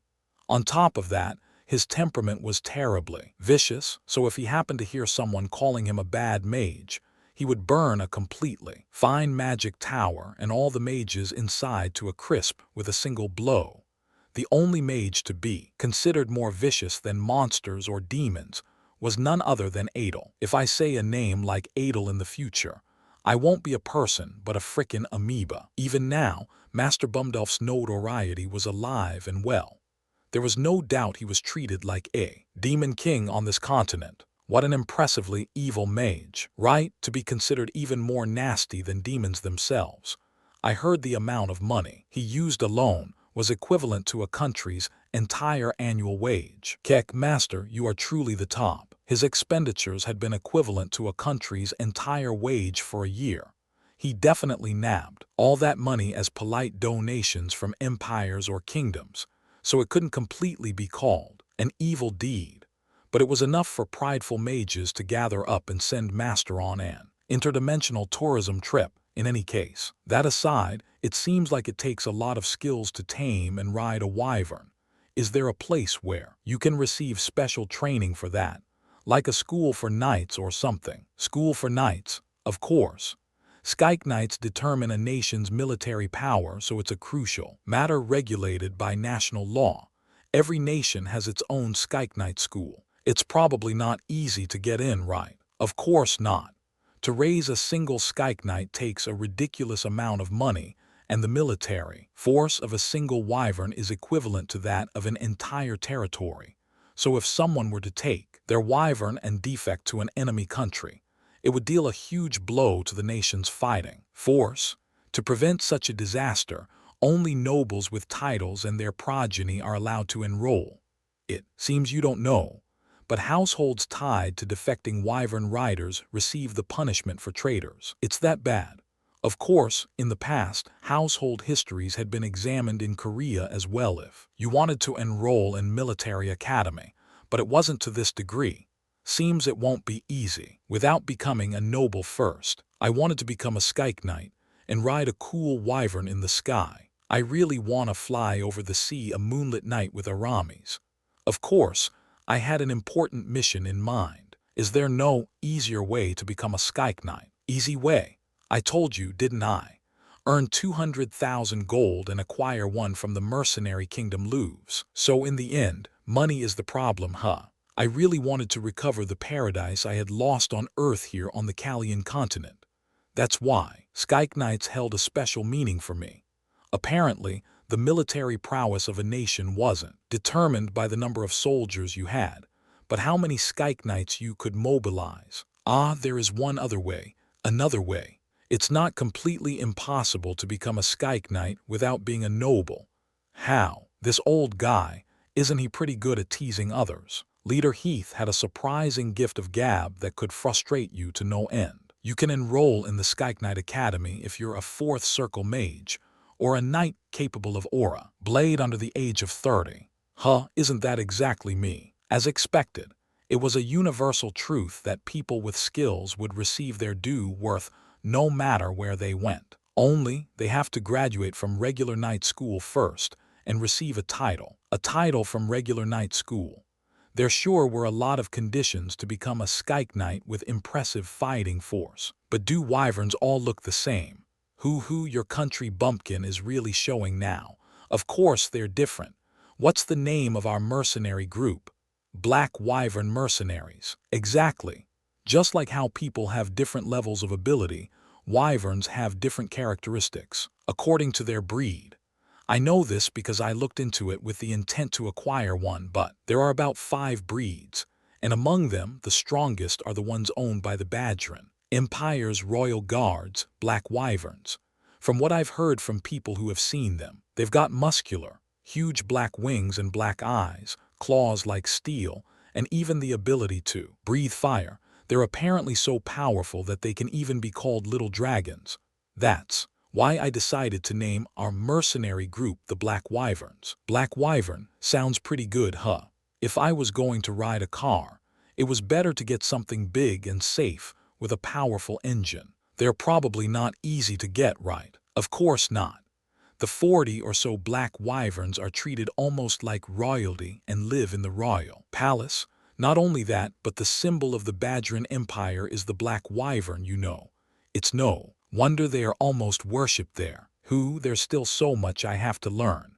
Besides the types of wyverns, I didn't even know what empires or kingdoms were on the empire. I had my work cut out for me in respect to things I had to learn. Leader, what's up? Why are you looking at me with misty eyes? Please teach me many things in the future. I have never met a person as strong and smart as you. I really respect you, leader. Oh, so now you see my greatness.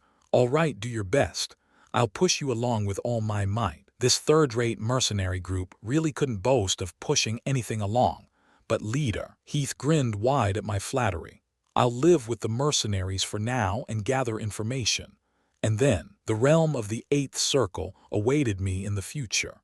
I was determined to construct my own country on Kalian continent. For dinner, I mooched off a meal of soup boiled with dried jerky and hardtack, the fire crackling around us. The carriages, packed to the brim with the miscellaneous goods the Aaron merchant group sold, were arranged in a defensive formation around us on the plains. These cheap-ass merchants, even though we had arrived at a pretty big village, the merchants put out one excuse after another and camped out on the plains.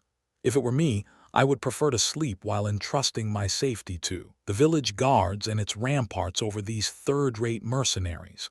Thanks to the weather getting cooler in the last few days, the bonfire offered a precious warmth in the night. 10 or so mercenaries kept the night watch while the other mercs and the merchants occupied the bonfire and slept in leather sleeping bags. They say it's no good to sleep in dewdrops, but camping out still felt awkward. After roughly preparing a spot in the grass and receiving a weirdly smelling sleeping bag, I was put into a dilemma. It was too chilly to just sleep without it, but going into it gave me the feeling that there were still pieces of meat sticking to the surface. Zzzzzzz. He sure is sleeping well. It didn't suit his appearance, but Ron was a pretty chatty guy and even paid extra attention to me, saying it was fate, boasting that he would pass down all the things he had learned during his mercenary days. He laid down next to me. Now he was wholeheartedly sleeping away, perhaps because of how much he had run his mouth today. Aren't things pretty tense lately? Yeah, a decade ago. There weren't any wars, so making a living wasn't too tough, but, unable to sleep, 3 errand merchants laid in my vicinity and chatted amongst themselves. There's a rumor that the Laviter Empire has been stockpiling supplies like mithril and iron ore for several years. The information comes from the Rikpella merchant group, the Empire's representative merchants, so it should be pretty credible. Have you heard? I've heard that too. I heard that as a result, the countries bordering Laviter Empire are completely freaked out. Apparently they're making long-term contracts with not just soldiers, but also decent mercenaries. Sigh, those Empire bastards. They're already making a living, so they should just tend to their internal affairs. Why start a war? You said it. If those Laviter guys move, Badrin won't stay still either. Huh? Everyone seems to be coming out of the shock from the continent-wide drought 5 years ago. I heard some heavy information from the merchants, so there are bully countries here too. Just like how there were a few countries waving their big sticks on Earth, there were countries doing that here as well. Oh right, did you hear that rumor? What rumor? This is something I heard from northern merchants a few days ago. But Havis Kingdom is taking Skyke Knight candidates on a large scale this time. In Havis, you say? They're flailing in order to live, huh? Seriously. It's unlucky that they happen to be squished in between huge empires, but they even share a border with those savage Temur. Tusk. They've somehow managed to last well until now. Havis Kingdom has already been around for 400 years, right? They were once an empire, but after losing bits and pieces of their territory to warlike nations, now they've become like an old man on his last legs. It's a pity. I heard the Princess of Havis is a real beauty. Her name was Rosiath, right? That's right, Rosiath, Ice Flower of the North. It's a shame her appearance is supposed to be unforgettable once you've seen it. Rosiath. While quietly listening, I heard a name that gave me a really good feeling. An ancient country squeezed between giants. It's just like Korea. This Havis Kingdom situation was like South Korea's.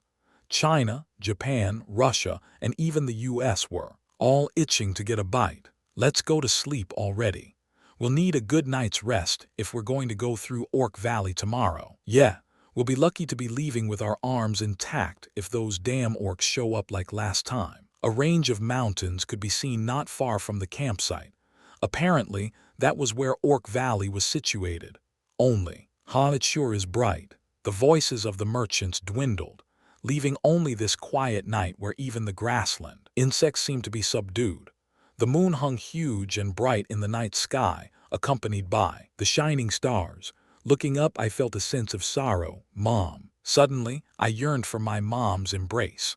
There was a gaping hole that only my mother could fill. On a night like this, the wind felt especially cold. Chapter 17, Keep Your Eyes Peeled. All you guys, if you don't want to croak, hurry up. Nie. Frowning, Leader Heath hurried the mercenaries. Normally, the mercenaries would be cursing a few times with a leisurely air, but now, they were silently peering into the distance while grasping their weapons. Now they finally looked the part. Sometimes it was hard to tell whether these Black Wyvern mercenaries were really mercenaries or just local small fries. With tense expressions, they were exuding the serious air of a mercenary. The atmosphere in this Orc Valley is pretty bloody. The Orc Valley took up a portion of the Zar Mountains. Only by passing through here could one cross over to Idle Kingdom territory. I won't have to do recon with fly, right? Around 100 meters wide and 400 meters high, it wasn't a valley but a huge gorge. We had to pass through this gorge, which would take half-day. Even I felt like something would jump out at us at any moment. From the destroyed carriages laying knocked over here and there, I could guess that quite a few people had gotten injured here. Kyr, get off the horse and walk. You'll just become a target for orc archers otherwise, Ron said, holding his axe and shield. This tension, it's no joke. My heart was racing more than that time I hunted the demon beast. The mood of the others was really contagious. The mercenaries and even the merchants were holding up shields while cautiously hurrying the carriages along. Shouldn't soldiers be guarding a path like this? We were still in Dappy's kingdom territory. Having passed the Fjord territory, we were now in a barony on the Zar Mountains. Although a place like this, which was often used by merchants, should be protected by those rich with taxes, lords, or royalty, soldiers were nowhere to be found. They're just saying that you should protect your own life. I'll keep that in mind as a reference. Knowing something was different from experiencing it yourself. I was getting used to Callian continent's customs one by one. What's that sound? A very faint noise entered my ears. As my mana grew, my physical abilities, starting from my senses, grew stronger. Right now, I could hear the whinnying of horses and the shouts of people. It seemed something was happening not too far from us. Will we be all right like this? I hadn't fought with any other monsters besides the Tavelager before, but knowing their skills, I was somewhat doubtful that the Black Wyvern mercenaries could handle a fight. It made me worried, since even though we had only been together for a short while, they were still my colleagues. Ron, can you fight a few orcs on your own? Maybe 3 or 5. Th3. Of course there's no problem even if 10 of them come running at once. Even if they are orcs, this great Ron's battle axe will split their heads like ripe watermelons. 10 orcs. Even though it looks like it'll be a close call with just one, judging from Ron's forced laughter and false pretense, I could grasp the fighting power of the orcs. Stop the carriages, called out Leader Heath, his senses sharpened. Leader Heath, is there a problem? Said the merchant Hamar tremulously while leading the merchant group. I'm afraid that we've got the worst luck today.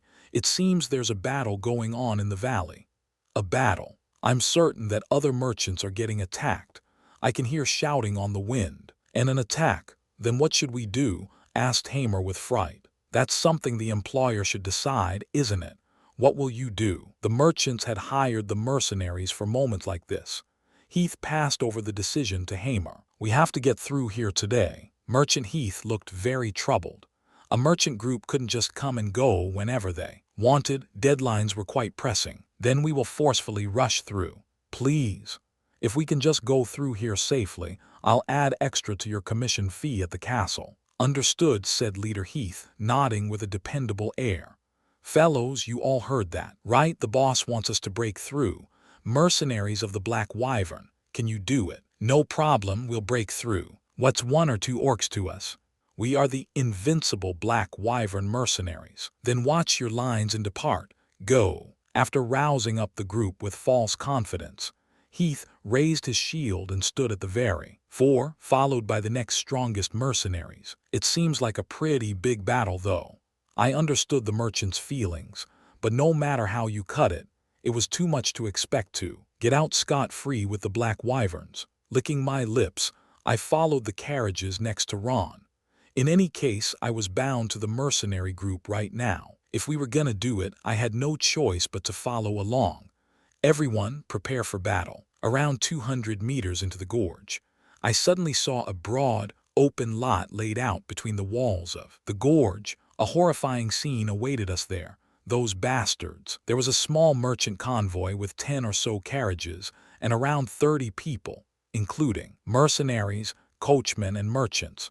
The group was in fierce close combat battle with hideous orcs whose lower bodies were clothed in leather. Attack! Save the people. Upon seeing the people getting attacked by orcs, Heath gave the battle command with a seething voice. Even as the words left his mouth, he was already moving. There's more than 100 of them. The orcs fought fiercely, wielding rusted spears and swords clearly taken from humans. All of them were only about 160 cm. 5'2" ft.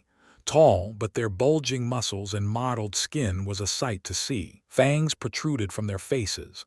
Their noses boasted huge nostrils, and their eyes were filled with insanity. "Oh, orcs, Yuwa!" cried Ron, though he had just said even 10 orcs wouldn't be his match. "Ron, aren't you charging in?" I want to, but who will guard the carriages?" While the other mercenaries were all running forward, Ron gave the carriages as an excuse and stood there trembling. Schwing. As for me, I unsheathed my sword and ran forth. Where are you going, Kyer? Can't you see? I'm going to catch some orcs. It's dangerous, hurry and come back. It's more dangerous to be with Ron, but I kept those words to myself and just ran. Reinforcements. Everyone fight on, Squeal, squeal. Scores of bleeding men lay collapsed on the ground. Their brainless massacre interrupted. The orcs shrieked upon seeing the black wyvern mercenaries. Squeal, squeal. The orcs communicated with ear-shattering squeals. At least half of them turned around to face the black wyvern mercenaries. "You bastards, get a taste of this." Heath ran at the forefront. A blue aura blade bloomed like a thin thread from his blade. According to the criteria here that I had heard from Ron, the strength of an aura blade was divided into several levels. Heath wasn't a blade knight who could color his entire blade with aura blade, but an aura user. He swung his large bastard sword at an orc that was plunging its spear forward.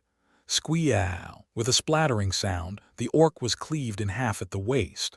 Blue blood spurted out like a fountain as the orc gave out a dying howl, its yellow teeth gleaming. "You rotten orcs, kill them all. How dare you, you shitty orcs!" Clang, clang. Here were the invincible black wyvern mercenaries, whose mouths were fiercer than their skills. They began to brawl with greater liveliness than I expected. Why do they have to look like humans? Though they were orcs who were killing humans, they still walked upright. It didn't feel great to watch them die.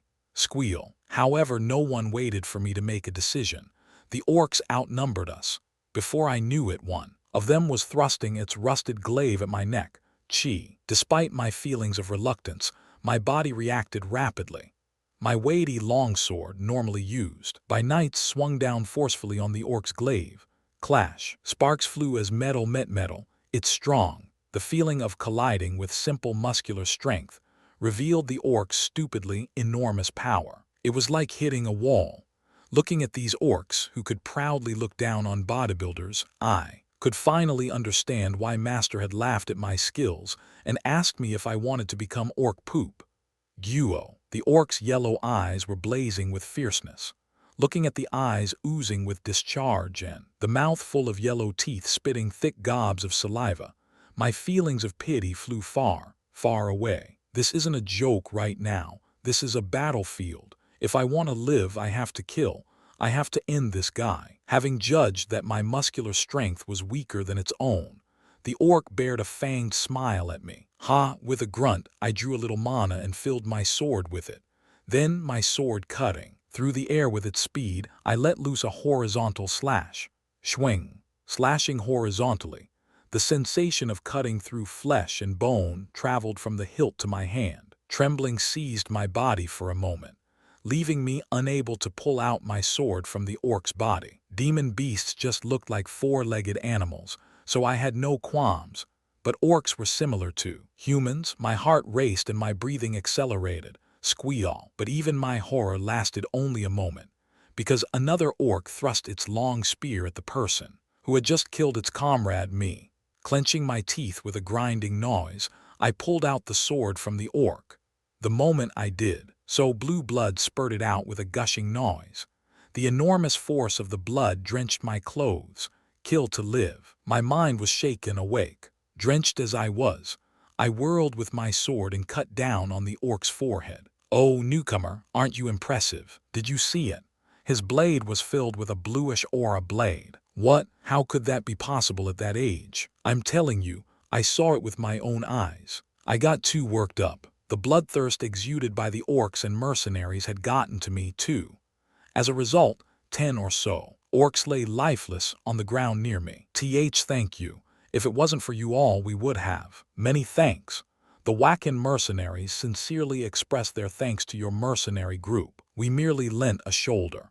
But did you not take Orc Valley too lightly, to attempt to cross with just 20 mercenaries? The stairs of the Black Wyverns moved to the merchants and mercenaries attacked by orcs. That is our fault. We had to pass through here suddenly but couldn't acquire enough mercenaries. It is all due to our mercenary group's incompetence. The small convoy with only 10 or so carriages was accompanied by the small Wacken mercenaries. To my eyes, the Black Wyvern mercenaries wasn't all that different, but Leader Heath was standing very tall and proud. "Ugh, please save me. Sob, mommy. There are so many injured." Thanks to Heath's and my contribution, the Black Wyvern mercenaries had only accrued a few injuries, but the merchants, coachmen, and Wacken mercenaries, who had taken the brunt of the Orcs' attack had suffered huge damage. Many were injured or dying, so this is death. For the first time in my life, I saw someone dying. I saw the bodies of the people whose red blood contrasted with the blue blood of the orcs. Regret and some strange other feeling blocked my chest. "Please use a potion and treat the injured," said Leader Heath, his brows furrowed. "But if we use a potion, it won't just be a problem of orcs. Other demon beasts could attack us." The surviving merchants trembled in fear as they rejected Heath's proposal. "That's true. Once we pass Orc Valley, it will be several days before we can reach a village with a temple where we can acquire another potion. If they die, then it's just their fate." The leader of the Wacken mercenaries, a sideburns man, agreed with the merchants, so they have to throw away their comrades in order to survive. The mercenaries' expressions were dark as they looked at the people with severe injuries. There were 5 or 6 people who looked like their breaths would stop at any moment without the help of potions or healing magic. "If only we had a mage at a time like this." "What are you talking about? What kind of mage would join a third-rate mercenary group like this?" "Even first-rate mercenary groups are bending backwards to accommodate a third circle mage." "Yeah, if it were me, I wouldn't choose to enter a mercenary group that can't even protect its own. You'd have to be empty in the head to do so." Though it wasn't their own colleagues who were dying and it wasn't related to them, the Black Wyvern mercenaries were watching on with pained expressions. Today, it was other mercenaries who were dying, but they knew it could very well be themselves the next day. "Ugh, Jaron, hold on. If you die to a wound like this, who will take care of the wife and kids you love? Fight on, Jaron." A man was holding back tears as he pressed his hands against the bleeding belly of his friend. Jaron, a man in his early 30s who had taken an orc spear to the abdomen. My friend, I'm sorry, but my wife." Blood surged from his mouth as the light began to fade from Jaron's eyes. "Please move aside. I couldn't stand still and watch anymore." "Move? My friend is dying right now and you want me to move aside?" Jaron's friend was biting his lips hard while fighting tears. "If you don't want to kill your friend, then please listen to me. Are you a fucking priest? Or a mage? How dare you keep me from watching my friend's last moments?" Without discerning friend between foe, the man directed his rage towards me. I raised my fist and punched him right then and there, my fist connecting with a thump. At the considerable force behind my punch, the man flew back and fell onto his butt. It's no time to be considering the consequences. My decision here can save lives. The lives involved weren't evil people who wanted to kill me, but regular third-rate mercenaries with families. They were precious lives that gave me no choice but to reveal the truth which I had been concealing for my own comfort. Heal, whoa, Mage. At my sudden impulsive actions, everyone's gazes converged on me, and as soon as I brought forth the yellow light of life with magic, cries of shock exploded from the mercenaries. "Please hold on a bit, you won't die." The intestines were deeply injured by the spear attack.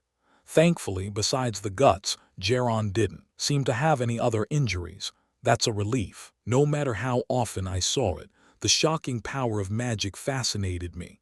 The powerful mana that, stabilized after ascending to the 5th circle, was transferred to some extent and treated the injury. Foam bubbled up on the injury as if disinfectant had been applied.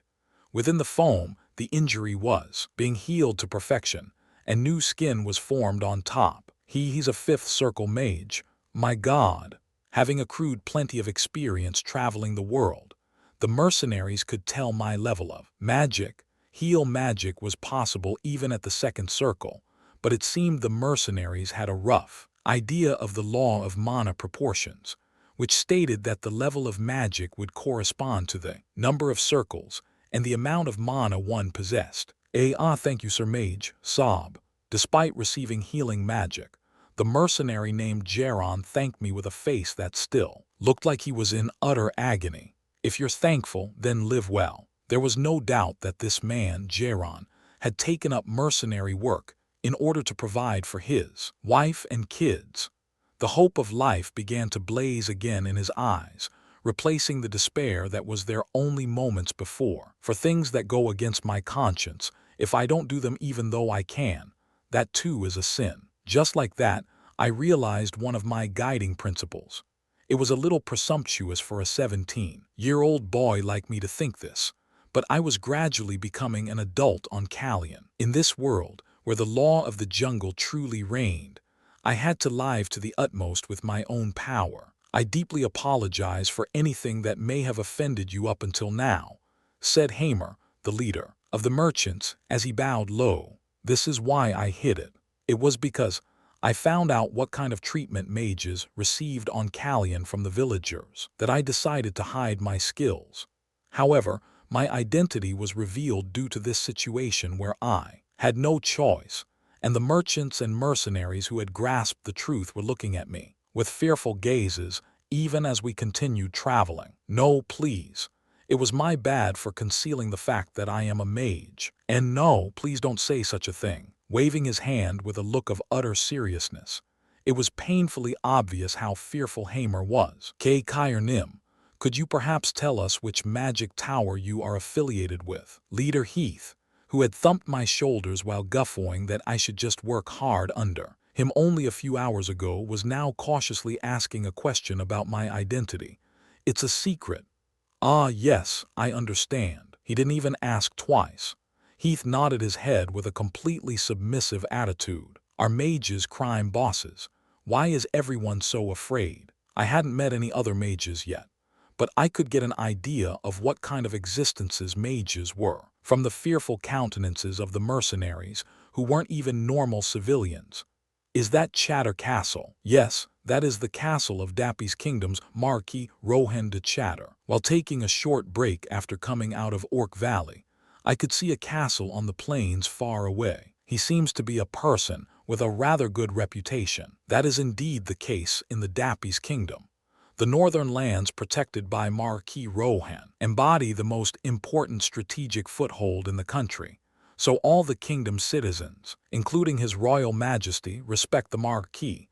We were still pretty high up on the mountain ridge, so the huge plains were stretched out before us. Above Chatter Castle emerged 10 or so dots that flew towards us. It's the Marquisdom Skyke Knights. Wow, amazing. We still had half a day of traveling with the carriages to go, but the Skyke Knights and Wyverns were able to cover that distance in just a moment. So cool. This was a coordinated group. It couldn't be compared to Fior Viscount's Wyvern, who had flown alone. 10 Wyverns flapped their wings together in crane wing formation. Just looking at it made my heart stop in my throat. Skyke Knight. My heart thumped at the mere mention of Skyke Knights. Long live the Marquis. Woohoo, you're so cool. In a flash, the Wyverns were near us. Each one was equipped with magic armor and bore the dual swords emblem of the Marquisdom. Gripping reins atop the Wyvern stood 10 Skyke Knights, their red mantles flapping behind them. My hands turned into fists. I will definitely become a Skyke Knight with the coolest Wyvern. This was a promise that I, Kang Hyuk, made to myself. As I watched the Wyverns fly over our head and flap away, I resolved myself once again to become a Skyke Knight. What did you say? The egg alone costs 200,000 gold. It's true. On top of that, top-grade holy water is poured onto them daily until they hatch in order to purge monster traces, and the costs to nurture them and train them to fly for just 1 year adds up to tens of thousands. In addition, to protect your Wyvern, you have to purchase mithril alloy, armor engraved with weight reduction and protection magic, which costs 100,000 gold alone, as well as the magic armor used by Skyke Knights, another tens of thousands of gold. To acquire a single Wyvern and start flying it, the initial costs are around 400,000 gold. 400,000. With 400,000 gold, you could even buy yourself a small territory. The people of Luna Village had been crying tears of blood over 50 gold, but Hamer was spitting out a number like 400,000 as if it was nothing. That's why the place most central to every empire and kingdom is the Skyke Knight Academy and its associated facilities. They can earn hundreds of thousands of gold by breeding Wyverns, and even if Skyke Knights with formal training didn't shell out huge fees for hatched Wyverns, the country would do their best to maintain these facilities. Leader Heath, you liar. I gave the stink eye to Heath, who was off to the side drinking himself to death with the mercenaries. "Come drink," Heath cried out. "For us, there's no such thing as tomorrow." Haha, that's right. To our Black Wyvern mercenaries, there's no such thing as the future. Only today exists. To our special grade Black Wyverns, which will one day possess a Skyke Knight, cheers. Maybe I should just report these guys for kidnapping young teens. It wasn't just me. Whenever we reached a village, the mercenaries enticed others to join them. Heath took advantage of the dream of most young men on this continent, the dream of becoming a Skyke Knight, to grow his mercenary group. What nonsense are they spouting while drinking themselves away like that? Since the merchants were paying this time, Heath and the Black Wyvern small fries were all looking deeply into their mugs. Now they were drunkenly causing a stir. "But why did you ask about Skyke Knights?" Hamer glanced at me with a look that seemed puzzled. As to why I asked about them when I already knew everything. Haha, I was just wondering how the market is these days. My magic tower also has a considerable interest towards Skyke Knights. Ah, so that's why. I did hear that these days, most magic towers were fostering mages to be their exclusive Skyke Knights, so that was true. What's this all about now? At my quickly spun excuse, Hamer nodded his head in understanding. Will the empires and kingdoms stand still and let the magic towers gather Skyke Knights? Huh, you would know more about that, right, Sir Mage? Whether they're an empire or not, it's a simple truth that they can't mess with a large magic tower. As expected of a merchant, Hamer seemed to have noticed something from my words. I just asked out of curiosity. These days, there are many mages who think that the magic towers are being looked down on due to Skyke Knights, so I simply asked once. So that's the case. They are Skyke Knights who receive more preferential treatment than mages after all, said Hamer, watching me carefully for any reaction even as he spoke. Hey, did you hear that rumor? Which one? That in order to pick out talented people, every empire and kingdom has opened their night school and Skyke Knight academies wide open this time. Does that mean civilians like us can also enroll? Yeah, the Badgeran Empire has always focused on ability, so I expected it from them, but I didn't know the other empires and kingdoms would allow this too. Thanks to being on the border, Chatter Marketum enjoyed a healthy nightlife. The inn Hamer had chosen was large, and even with all the mercenaries and merchants, there were around 100 other people drinking alcohol and chatting. From this crowd, I could hear an attractive line of words from the back. If things keep going on like this, won't it turn into a big matter? Why are they all scrambling to gather military power like this? This is just between us, but I hear war merchants are making a killing these days. The price of weapons and every kind of metal has jumped twofold all of a sudden. Already twofold. If I'd known this would happen, we would have switched from grain to war goods. Is something happening on the continent? From the Aaron merchants and other merchant groups' words, the continent's tension was palpable. It wasn't blatant just yet, but the stirring tensions were definitely an elephant in the room. Kyrnim, HM. While I was immersed in thought and grasping my mug of beer, Merchant Hamer covertly called my name. I'm overstepping myself, but may I ask where you plan to go next? Why do you ask? I said politely.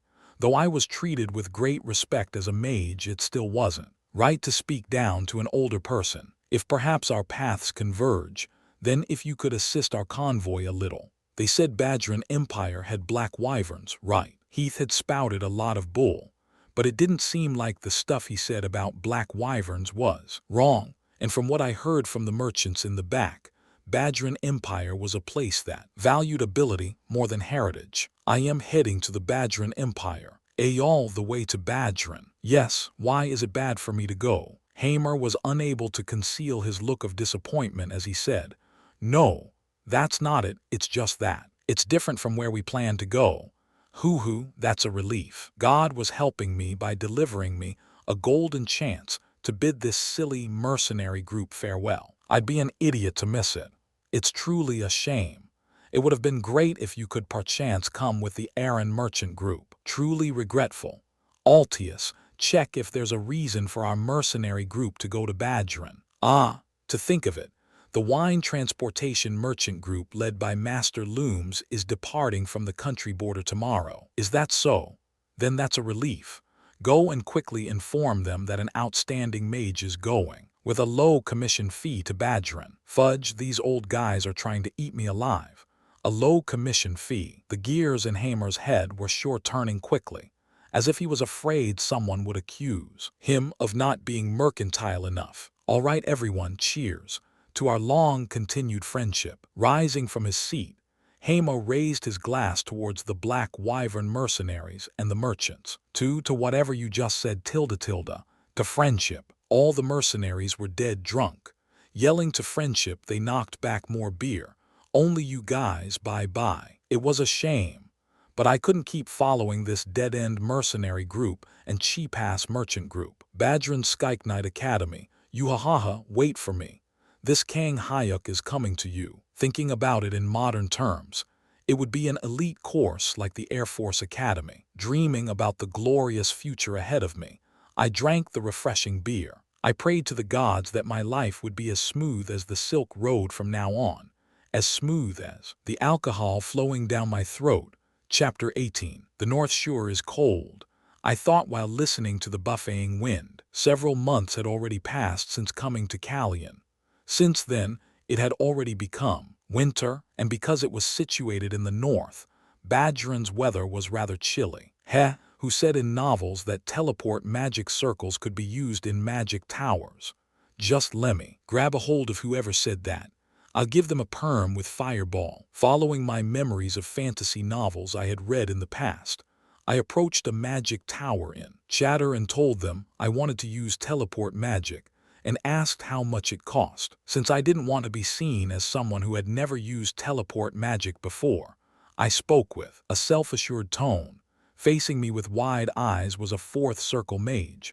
Shortly afterwards he suddenly got mad and summoned a fireball while yelling at me to scram. In the end, I had to quickly run away. Damn it, all right, I was doubtful while reading that too. With just that level of magic does it make sense that spatial teleportation would really be possible? Magic-related information was all written out in my head. Among the spatial spells, warp magic was the lowest, starting at the 7th circle. Even that required a tough teleportation magic circle, where coordinates were necessary, and the distance traveled was proportionate to the mana given. Knowing that, I felt momentarily defeated. I went to the magic tower thinking maybe it was possible, but only received a face full of insults. Sigh, I still made it though. Having been kicked out of the magic tower like that, I slowly traveled to the Badgerin Empire on horseback. Unfortunately, my difficulties didn't end there. Because I was accosted at every territory and country border, I was eventually forced to enter a mercenary guild and receive a Grade 1 mercenary badge. Thankfully, the mercenary guild didn't pry much.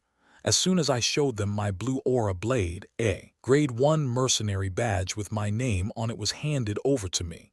After that, I was able to pass through territories much more easily. And after 2 months of travel, the capital of Badgerin Empire lay before my eyes. It wasn't long, but it sure was a fun trip. Using a fairly well-made map as a guide, I had ridden my horse for 2 months all the way here.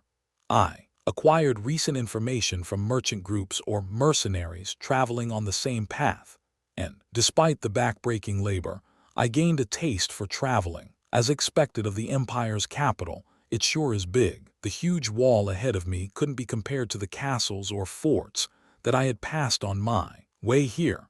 Badgerin's capital was sprawled on these expansive plains, which were called the Great Northern Plains, and boasted a castle wall several tens of meters high, as tall as the eye could see. A city where 200,000 people are living. As expected of the Empire's capital city, there were a whopping 200,000 people living within. It wasn't much compared to cities in the modern world, but for the Callian continent, which hadn't yet developed science and technology, the number of people here was immense. Moreover, my jaw had dropped upon hearing that among the thousands of Empire residents, 80,000 of them alone were soldiers. Most kingdoms have around 200 Skyke Knights. I heard empires have between 300 to 500 of them. The info I had prioritized the most was about Skyke Knights. It was necessary in order to realize the beautiful future I dreamed of.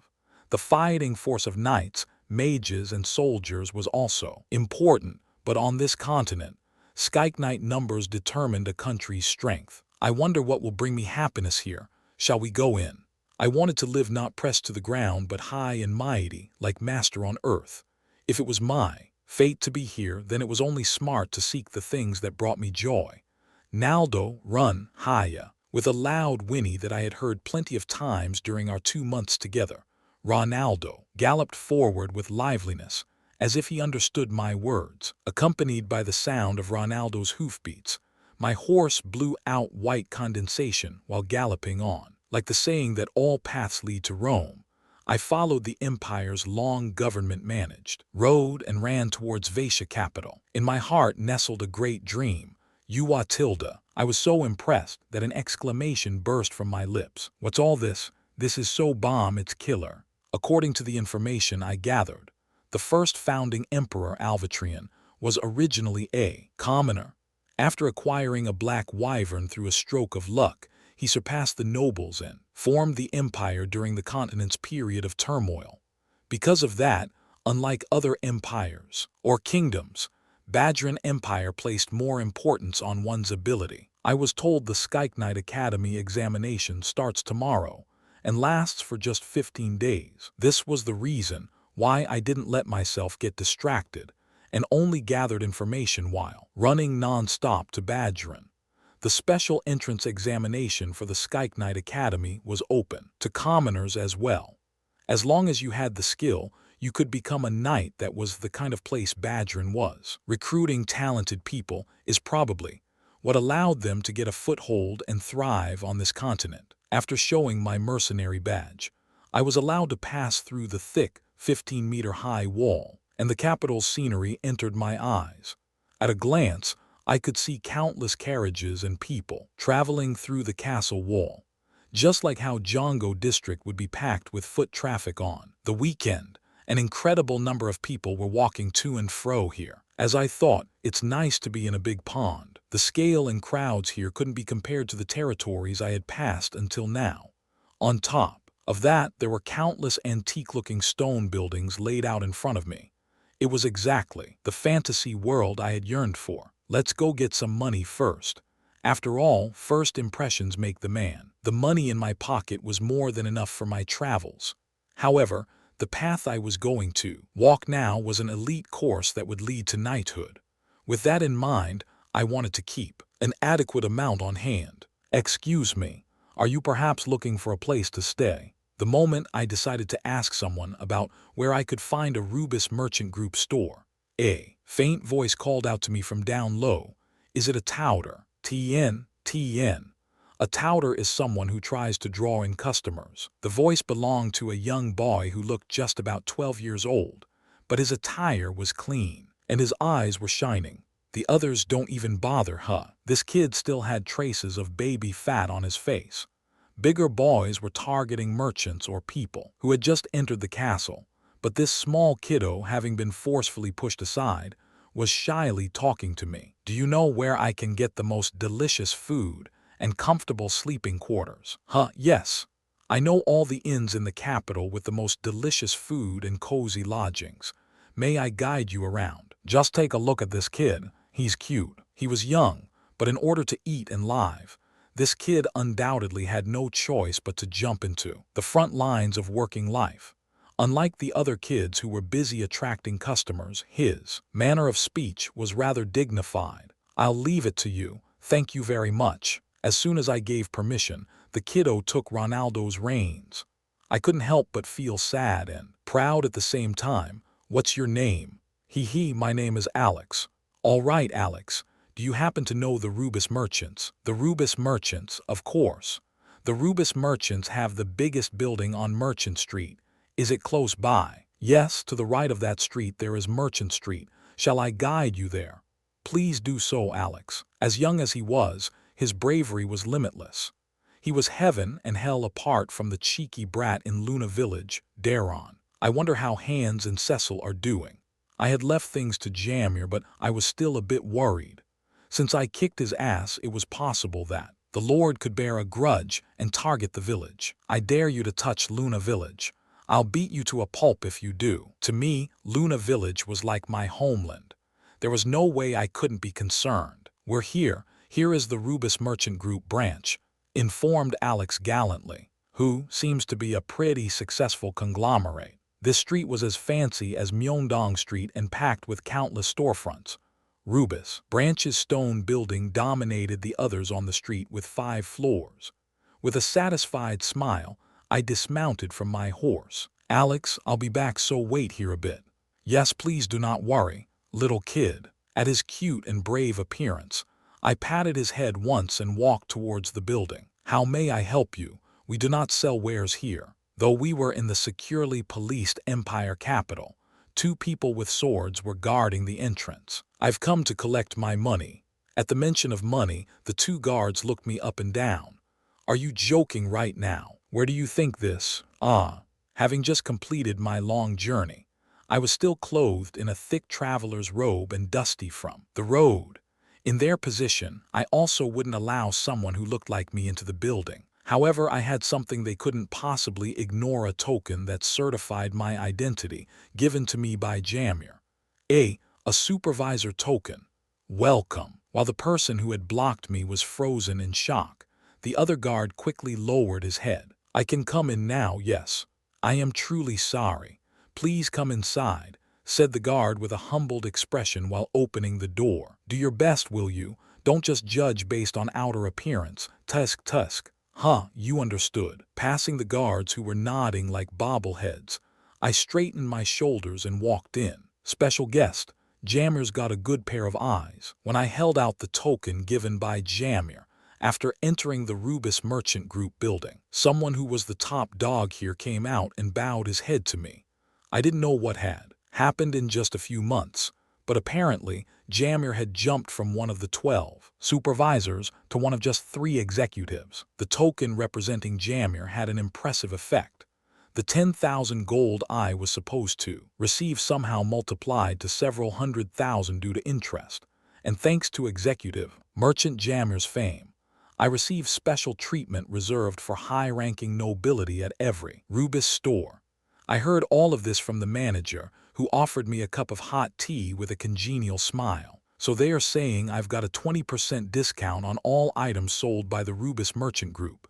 I can even take a credit loan of 100,000 gold. The large-scale merchant groups operated similarly to the banks in the 21st century. My mood grew cheerful upon receiving Jamir's extreme favor. Keep it up. I'll be your driving force in the future. There was no need to withdraw too much, so I only took out 1,000 gold. Though our deal had been in Dappy's kingdom currency, the same amount applied here in the Empire, probably because gold coins were minted with gold metal. While on Merchant Street, I purchased and put on a set of clothes that were currently trendy: a white medieval tunic and a black leather mantle suitable for the winter weather. The comfort level fell a bit short of modern standards, but perhaps because it was made with natural materials, the fabric felt amazing to the touch. Here is Elmer's Rest House, which I highly recommend. It is one of the top-level accommodations in the city. Even nobles who wish to rest well frequently come here, said Alex while guiding me. Yup, this looks about right. In front of me was a large 5-story building. Adorning its entrance was a golden sign with the words Elmer's Rest House. It was obvious at a single glance that this was a luxury inn. Welcome. As I stopped my horse in front of the building, 2 neatly clothed employees who were watching the entrance came over and bowed their heads. Alex, thanks for the trouble. No trouble at all. Thanks to you, cool mister. Night, I was able to earn enough food for the whole day. Thank you very much. With the grace of the goddess of blessings, Semire, may peace be upon you, brat. Despite his age, Alex showed a dignified and cool appearance. Go to the kitchen in the back. Yes. The employees looked at Alex with piercing eyes that clearly said he should make himself scarce. It seemed that if he brought customers like me over to the inn, he would be given food. Wait a moment, Alex. You still haven't received your commission. Hug commission. About to turn around, Alex looked quizzically at my face. Ting. I grasped 1 gold from my breast pocket and threw it towards Alex. Alex caught the coin by reflex. Holy is this. Rather than showing gratefulness, the blood drained from Alex's face. It's gold. Not just Alex, but the employees also looked shocked. In the future, live just as you are doing now. If you do so, the future you dream of will open up. I saw my past self in him, so I gave Alex a few words of encouragement. Thank you so much. Holding the gold carefully with both hands, Alex bowed low with a trembling body. It was only a small amount to me, but it was most certainly an amount Alex had never seen in his life. I firmly believed that even if he received a large amount, Alex wouldn't waste it carelessly. That's right, money should be used like this. There was an ancient saying, one makes money like a dog and spends it like a minister. I dismounted from my horse and walked towards the inn. May I ask your name? Please tell me, Alex beseeched, his voice full of tears. Kyer, my name is Kyer. Kyer. Alex repeated my name quietly, as if to engrave it in his heart. While patting the kiddo's soft hair, I walked into the inn. Now I wanted to rest quietly. It had been fun, but traveling was a tiring business. Feels great. I washed my body with clear magic every morning, so there wasn't any dirt, but the feeling of submerging my body in hot water was truly a pleasure. Is it because magic has developed? I rented a top suite that cost 3 gold per day. Then I went into a tub that seemed to be crafted out of marble and let my fatigue be washed away. Reclining in the tub, I looked at my room. The room was huge, almost as big as the 150 SQ. 1600 SQ. FT. Apartment I'd lived in on Earth. A plushy, clean, wide bed occupied the room, along with antique-style furniture that my mother would surely like. All in all, it was as nice as the luxury suite my parents had booked for their wedding anniversary. La la tilde la la la la tilde. As I lay in the spacious tub, I began to hum involuntarily. I closed my eyes and let myself be submerged in my thoughts. The Skype selection exam. Hoo-hoo. It feels like I'm taking a school test. My thoughts drifted to the Skype selections that were starting tomorrow. That I would pass was a sure thing, but pre-test nerves tingled through my body. Suddenly, I heard someone knocking at the door. Who is it? Who's there? I was so comfy, though. I wanted to enjoy this sensation of utter relaxation longer, but I was startled awake by the sound of knocking. It is the manager. I recalled a birthmarked face, belonging to a man rubbing his hands and smiling ingratiatingly at me as soon as I walked in. Is there a problem? That is, dear guest, I am very sorry, but would it be possible to exchange rooms? My room? Is this old dude crazy? I refuse, I said, closing my eyes while soaking in the tub. From my door came the manager's low voice. Dear guest, I beg you. Your stay will be free of charge, so please move to another room. His voice was full of urgency. I said, I refuse. Dear guest, it's not just me that will get hurt, but you might get hurt too. There are nobles who wish to rest in our top suite. Please switch to a different room, tilde. I beg of you. Noble, I've run into some nasty scum. The hell is going on? Has the room not been cleared yet? The young master said he wanted the room, so why haven't you cleared it yet? Oh gods, please spare me, Sir Knights. While I was filled with ominous feelings regarding nobles, a very harmonious conversation was going on outside the door. Bam, ack. As the conversation went on, I heard proof that physical action had been taken. Another heavy thump sounded in the hallway. Oi, who the hell is in there? If we say to take the room, then it will be taken. Say Wyatt, get a load of these guys. I only wanted to prime myself with a good mood for the exam ahead. But what greeted my eyes next were 2 knights with blue mantles atop thick magic plate armor. The knights roughly opened the door and rushed in. These rude little bastards. The 2 knights opened the door without my permission and came in without compunction. How bold! How dare you refuse when a noble wishes to use this room? This is your last warning. Put on your clothes and scram. The 2 knights spat out arrogant words.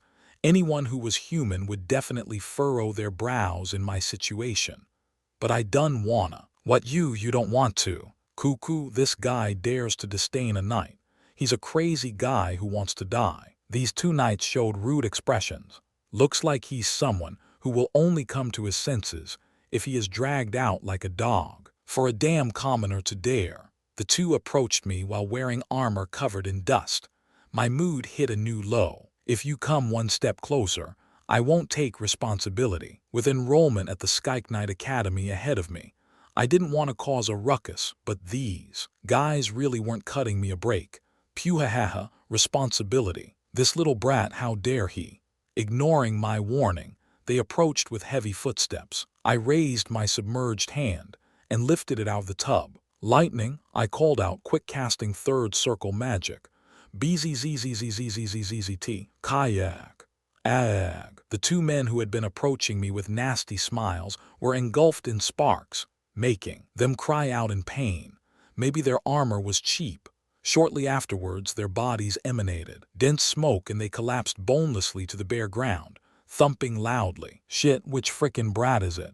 The problem was, of course, not the hunting dogs, but the person who had set the hunting dogs loose. I rose from the water, dripping.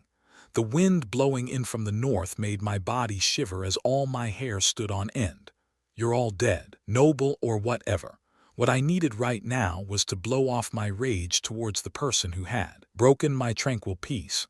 I ground my teeth as I put on my clothes. I really wanted to see what kind of expression the noble who destroyed my mood was wearing. Ho ho, it is truly a relief. If I hadn't met you, Alfonso Nim, I wouldn't have been able to get the room. Haha, well, I didn't do anything. Even if I wasn't around, your knights would have saved you, Miss Luciella. Rumor has it that the heir of Lyphon Viscounty is a noble faithful to the code of chivalry. And it seems to be true. In the name of the Timon barony, allow me to express my thanks once again. I left the room, passing the unconscious knights and the limp-in manager, and came down to the dining area on the ground floor. There, I heard a blushing conversation between two nobles. They sure are having fun, receiving an escort of around 10 knights. Two people who looked like nobles were busy flattering each other. It's quite embarrassing. I can only express my thanks to His Most Sagacious Royal Majesty and the God of Fate, Romero, for allowing our paths to cross and for enabling me to take part in the Sky Knight selection exam. Ho ho, I must also thank His Royal Majesty and the Goddess of Blessings, Semire, for this honorable meeting where I can meet you again, Alfonso Nim. Gruz, I suddenly have goosebumps all over. While still on the stairs, the things I heard and saw gave me goose flesh. I was also someone who could say greasy things with a straight face, but these guys were on a different level. It was as bad as Charles Ponzi, the famous scammer, and Henry Ass Kissinger, a world-class sycophant. But it's strange, the knights haven't come down yet. I would like to rest after traveling such a long distance. The speaker was a woman wearing a white mage robe rather than a dress normally worn by women here. Her face was pretty good-looking, but her sharply slanted eyes gave her the impression that she was a fox about to catch and eat up her prey. Sir Pete, why aren't the knights coming down? As the female mage wrinkled her brow, the man next to her scolded one of the knights standing nearby. They looked exactly like a match made in heaven, two stereotypically shitty nobles who would do something like this to an innocent bystander. I shall go see what is going on, because the top suite of this inn was on the 5th floor. Nobody here had heard the pained cries of the knights I had knocked out. The knight in his early 40s named Pete briskly nodded and turned around to face the stairs. At that moment, his eyes met mine, which were looking on from the stairs. A natural smile appeared on my lips. Puzzled by my smile, a doubtful look appeared in Pete's eyes. "Ha, who are the kind folks looking for me? Where is the owner of the crazy knights who didn't receive proper knight education and barged into the room of a person enjoying their bath tilde?" I called out very loudly with a bright laugh. As soon as my words fell, the sound of swords being unsheathed rang throughout the dining hall. At least they weren't completely stupid. My sarcasm didn't fall on deaf ears. Who are you? Where are my knights?" said Alfonso, his face red with anger as he leapt from his seat. It was clear that the master himself hadn't received a proper education either. Damn you, I'll get my revenge today. Tomorrow's events are a problem for tomorrow. Today, I really wanted to make these guys responsible for completely ruining my mood. The knights, those guys are nicely laid out and going to the gates of hell and back. Would you also like to go? I made a nasty smile and gently provoked him. A person who had disturbed my first taste of relaxation in 2 months without good reason was bound to become my eternal enemy. You dare to speak down to a noble, you're asking for death, cried out Pete, scolding me with his eyes. Speaking down my ass. Would you like it if you were taking a nice bath and then someone barged in on you to steal your room?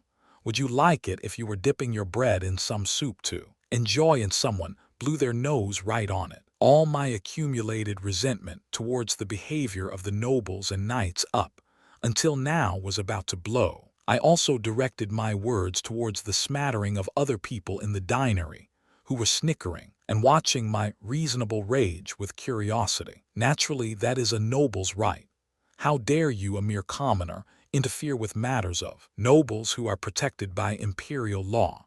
It seems you will only admit your wrongs after seeing your own blood. These nobles really didn't see their own faults. This isn't the only night school around. If a man is truly angered, he needs to vent it somehow.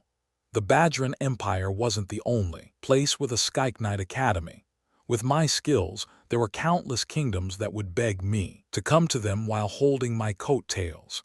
I was determined to give these people an unforgettable taste of my 21st century commoner fist. You're right, you sure are talking out of an ogre's ass.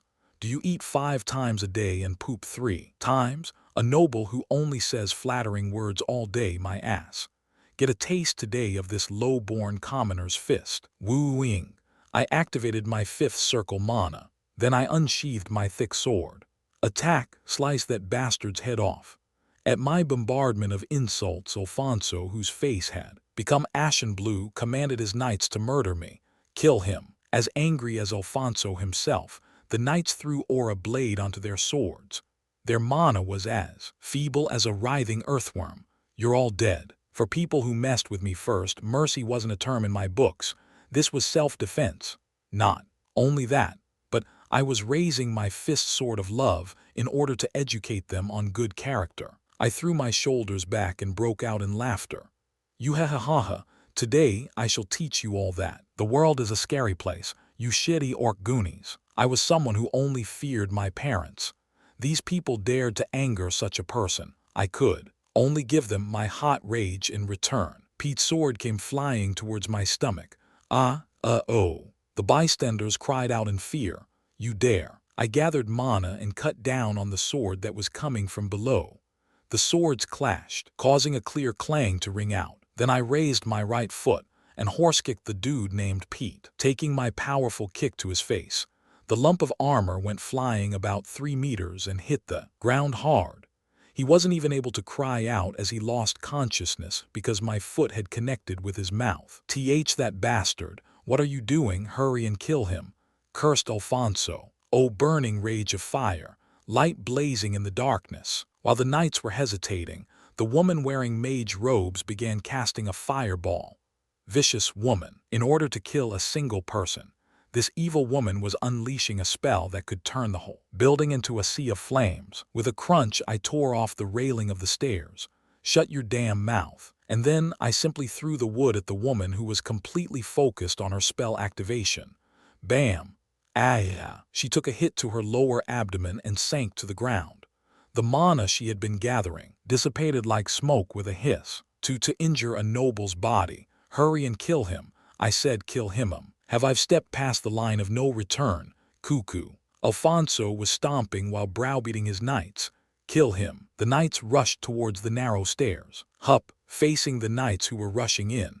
I put mana into the blunt of my sword, not the blade. Then I held it like a baseball bat and crashed it into the knight at the very front. It was only the blunt side of my sword hitting his metal armor, but there was the sound of ripping leather. Then I struck the ground hard, sending a powerful wave of force to the 5 or 6 knights clumped together. You won't die, you guys. For better or for worse, I didn't want to go as far as to commit murder. Therefore, I controlled my strength to the appropriate level, which allowed the force to be dispersed through their armor. Why, you bastard, have you no fear? Empire law. Left with only a few knights, Alfonso spoke a few words that exposed his fear. He appeared to have lost all his bluster. Let's take care of this real fast and skedaddle. I wasn't stupid, so I knew beating up nobles and knights in the Empire capital would soon send Capitol Police running over. I approached the worst one of them all, the man named Alfonso. You need to take a hit or two. Staring at the man's trembling eyes, I stalked forward. Every time I took a step forward, he took a hesitant step back. Holding their swords, his knights stood before their master, blocking my path. Smiling evilly, I raised my sword. Then I gathered mana into a blue aura blade that shone brilliantly. A aura blade knight. The knights finally discerned my level. Grunting, I swung my sword and flung the trembling knights aside left and right. Halt! At that moment, a short command suddenly entered my ears. With a tingle, I felt an energy as sharp as a blade from behind me. Whoa! Whirling around, I saw some very astonishing people. The first person I saw was wearing a mantle as red as blood. The second person had on a black muffler around their neck, and the last person was equipping a unique silver armor under a red mantle. Skike Knight. From someone's mouth came the word Skike Knight. Holy! Even I was surprised. The three people who entered the inn gave off an intense air of nobility. They were Skike Knights. Only, among them, the one at the front had incredible silver hair that contrasted with her red mantle, and she was biting her long, plump lips with a troubled look as she stared at me. Female Skike Knight. Surprisingly enough, despite having told me to halt, this person was a female Skike Knight who made my heart thump wildly the moment I saw her. Skike Knights of the Empire Royal Guard. Someone whispered in a fit. The heck, you're telling me these are the masters of legendary black wyverns? Chapter 19. Anyone who moves without permission from this point onwards will be terminated. Quietly, warned a man with indigo blue hair. He was standing behind the woman on her right side, his hand resting lightly on the sword at his hip. In a single breath, the inn became silent as a mouse. A single sentence from the Skike Knight brought total peace to the battlefield.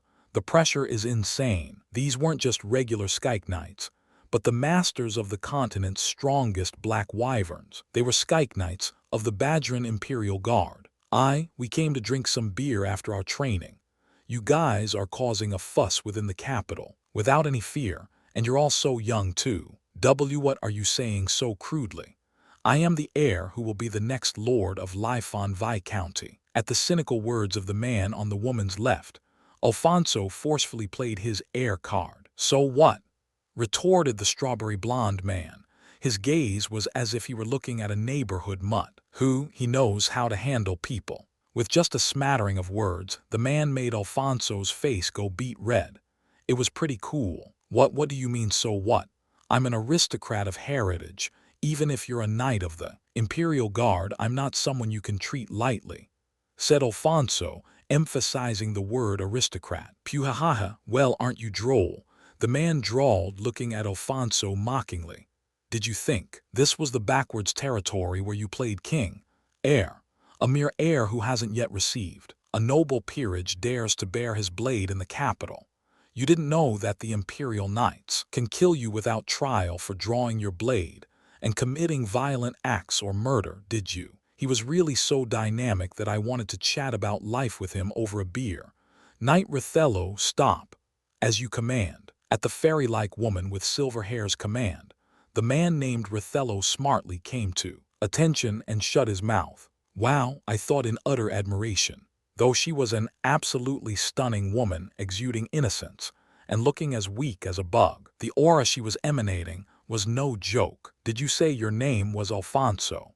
I indeed, replied Alfonso cautiously, his face having gone white after hearing Rithello's threat. Even a brick would know that the woman standing before us held a remarkable status. I am Countess Irene, Skike Knight of the Imperial Guard, a apostle of the skies, Countess Irene. From somebody's mouth came a surprised exclamation. Apostle of the skies, it really suits her. The woman named Irene gave off such a strong air of purity that I could believe it if someone told me she was a priestess. It wouldn't be unfair to call this woman wearing a red mantle a goddess. If you are an heir of nobility, then you should know this much. The rule in all places that fall under His Imperial Majesty's jurisdiction is that imperial law takes precedence over the common law managed by nobles, and this is the capital where the emperor and the imperial family reside, no matter who it is. Anyone who disdains His Imperial Majesty or the imperial family will die by my hands, for I am a Skyke Knight of the great Badgeran Empire's Imperial Guard, a Skyke Knight who lives by the Emperor's command, even if that person is a noble. Each and every word from Countess Irene was quiet but firm. So cool, I couldn't help but cheer inside. Now speak. Why have you taken arms and fought on the sacred land of His Imperial Majesty? Maybe I'm looking forward to it. I began to hope that she could show impartiality and be on my side. That man. Crushed by Irene's sharp aura, Alfonso started his stumbling testimony. He really didn't seem to be able to come up with any excuses. With his aristocrat air position, he was a man who had lived his whole life with a silver spoon in his mouth. There was no way he could give a valid reason. I am Luciella of Barony Timon. I am so very grateful for this opportunity to see the sword and shield guarding the Empire, the Imperial Guard Skyke Knights. The cheap bitch who started the whole incident bowed slightly and wagged her fox tail. You seem to be a mage. Are you a Skyke Knight applicant? Yes, Countess Irene, said the evil woman, smiling wide at Irene's interest. You may report if you know about this incident. Only, you must take responsibility for it. Of course. How could I possibly lie to people of such nobility? Even as a noble herself, Luciella was careful with her words in front of the Skyke Knights. It was a scene that revealed the status of the capital's Imperial Guard Skyke Knights. To be honest, my fault in the matter is quite large. For the sake of the Skyke Knight selection exam, starting tomorrow, I departed from my territory early, but we were attacked on the way to the capital and delayed for a moment. In my moment of crisis, the heir of the Lyphon Viscount family, Alfonso Nim, and his attending knights appeared and slayed the monsters, allowing me to safely arrive in the capital. However, my poor luck continued, and I was unable to find luxury accommodations suitable for a person of noble heritage. It was then that we found this place. I'm dumbfounded. This fox, Luciella, began telling lies from the very beginning, not even stopping to breathe. I had definitely heard her say that she was able to acquire a room thanks to meeting Alfonso, but somehow the cheap-ass Alfonso was painted as a dashing knight she met much earlier today. As soon as we entered this inn with our tired bodies, I requested the top suite, in accordance with the teaching that states that nobles should always seek the very best formalities that suit their status. However, someone was already occupying the top suite, and we, being in a tight spot, asked the person to yield the room to us, but that ignorant commoner put faith in his abilities and sowed discord, so to uphold our noble honor we were forced to draw swords. And so, the situation became like this. Does she want to be some kind of author in the future? Anyone who heard this without knowing the truth would believe it. That's how sincere Luciella appeared as she spouted her 100% fantasy. Even I was immersed in her story. Please allow me to once again apologize for drawing our swords and causing a fuss in the capital. However, according to common law, if a noble incurs an affront, one is permitted to draw one's swords for the sake of one's honor, no matter who or what the other party is. Alfonso Nim and his attending knights simply did their utmost in order to preserve their noble's honor. Her viciousness was deeply rooted in her words. I didn't know where she received her education, but this evil woman, Luciella, was spitting out lies with great fluency. I made sure to engrave her face into my memory. The next time we meet, know you're dead meat. Shit. I locked my deep resentment towards her in my long-term memory. Noble's honor, you say? Is what she says the truth? Countess Irene turned to me, her thoughts indiscernible. The sight of her lively, beautiful eyes put a light smile on my face. Haha, those words of hers. I would rather believe that an orc prefers to eat grass over meat. I said, adapting the phrase to Callian standards. So you're saying it's a lie, right? Do you have a way to prove your words? Countess Irene was rather rational. Her intelligent and mysterious appearance warmed my heart. I wonder. I am telling the truth, but who here would take my side over the nobles and corroborate me? Even I wouldn't do so. By taking the nobles' side, you wouldn't be living in moral wealth and prosperity, but at least you would preserve your life. Are you also a Skyke Knight applicant? Asked Countess Irene, suddenly changing the subject. I am, because I heard that the Badgeran Empire values one's ability over exterior appearances. I came to offer my support. Offer your support, as if shocked by my speech and behavior, which were shaped by a world where even the president could be cursed at. Countess Irene's eyes widened slightly as she repeated my words. I couldn't help but think that her slightly furrowed brows were cute. But now I'm really thinking about changing my mind. Seriously, what kind of person barges into the room of someone taking a bath in broad daylight? The law is there to protect, not to tyrannize, right? Just because they are nobles, they committed the crime of trespassing. They verbally assaulted me and even gave an order to have me killed. How can I believe that such a place is one that truly upholds the law? To think that the imperial city, where His Imperial Majesty of the Great Badgeran Empire resides, is a lawless area. I put great emphasis on His Imperial Majesty and lawless area. Why you? At my words, Alfonso and Luciella's faces became frighteningly pale. They obviously didn't expect me to speak out like this. You shitheads, a commoner has his own way of fighting. How dare you? How could I, someone who received higher education in the 21st century, be the same as these subdued commoners? I straightened my shoulders and looked at Irene's blue eyes with a confident expression. Silver hair with pale blue eyes. She's totally my type. Even I had to admit that my ideal type was a fickle creature. But what can you do? I was a free spirit that wasn't tied to anyone yet. Can you take responsibility for your words just now? A man's words are as heavy as gold. How could I spew a mouthful of lies like a certain someone else? Ho, you are an interesting young man. For the first time, Irene showed off a set of white teeth as she laughed. The mere sight of it refreshed my mood. He's lying. Don't believe his words. Sensing that the mood was turning strange, Alfonso screamed with panic. You dense brick. You panic, you lose. Cuckoo. Irene looked as if she had made her judgment. Ere Alfonso and Lady Luciella. Irene's clear voice rang out quietly in the inn. Yes, spoke the wolf and fox, their eyes carefully scanning Irene's. Do you wish to pursue the truth of this matter by interrogating these people here? Said Irene, her finger pointing towards the people watching on in curiosity. In an instant, the two were trapped in a pot of sticky honey. Looks like all three of you seek to pass the Skyke Knight selections. Instead of entrusting the judgment of this quarrel to me, prove your innocence by passing the exam with your skills. Smart to boot, she is perfection. Even if I were telling the truth, a noble was a noble. Even a Skyke Knight of the Imperial Guard couldn't just do whatever to a noble. In such a situation, Irene stated that we should prove our innocence ourselves. She enlightened my eyes once again. You understood, we will do it like that. I will definitely become a Skyke Knight the matter today. A clear threat hung at the end of Alfonso's words.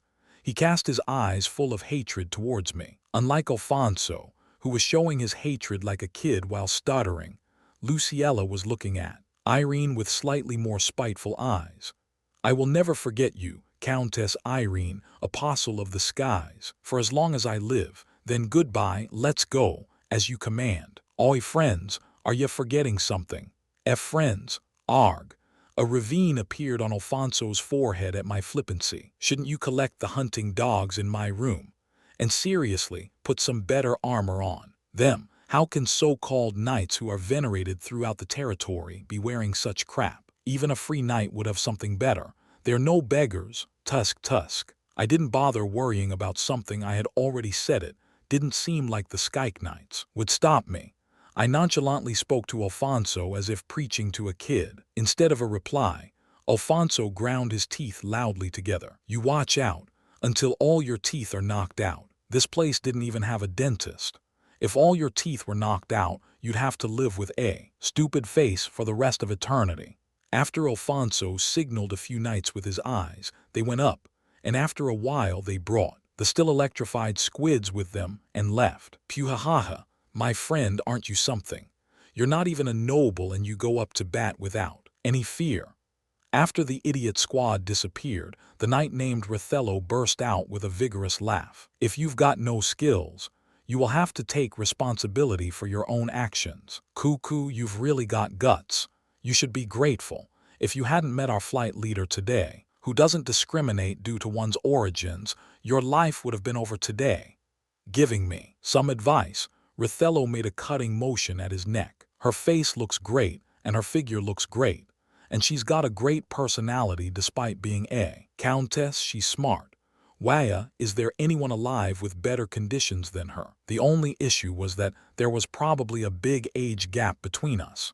She looked at least 25, but even so, her skin was as fair as a baby's. If it doesn't inconvenience you, my lady, I would like to buy you dinner. Is that all right with you? Truly a fearless person. You dare to ask for a meal with a noble of the empire and a countess at that. Do you have a death wish? The indigo-haired man who had uttered the threat of termination at the beginning sent waves of bloodthirst towards me. What's with him? It was true I was a commoner, but I had offered the meal with the greatest politeness I could muster. But the sharp-shinned man who looked to be in his late 20s was now emitting bloodthirst. Stop, it's fine. Knight Rothello, it's a shame, but I will honor your request next time. Oh well, it can't be helped.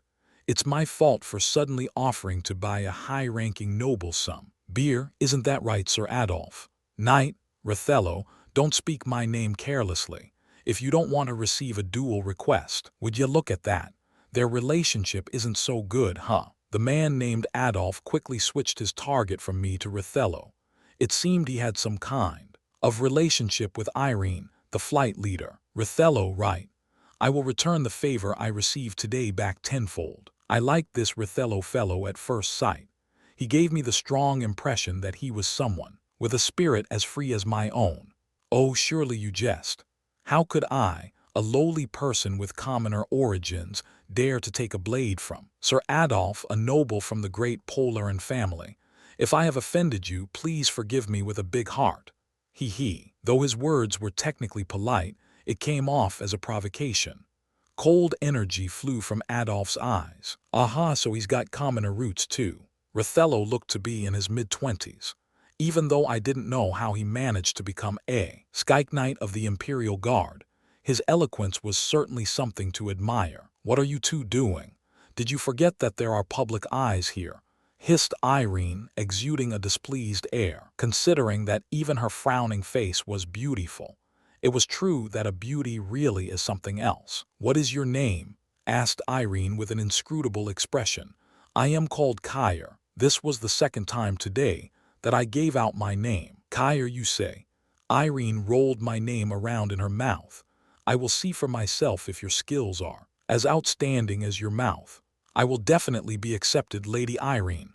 Only, besides the Skyke Knights, the events of today had seriously touched my pride. Like Irene said, I was going to pass no matter what with skills alone. Young man, do your best. If you pass, I'll buy you a drink. Rothello's eyes crinkled into a smile as he encouraged me. Then the three Skyke Knights turned around, opened the door, and left like a mirage in the desert. So this is an Imperial Guard Skyke Knight. These were the best Skyke Knights with the best wyverns on the continent.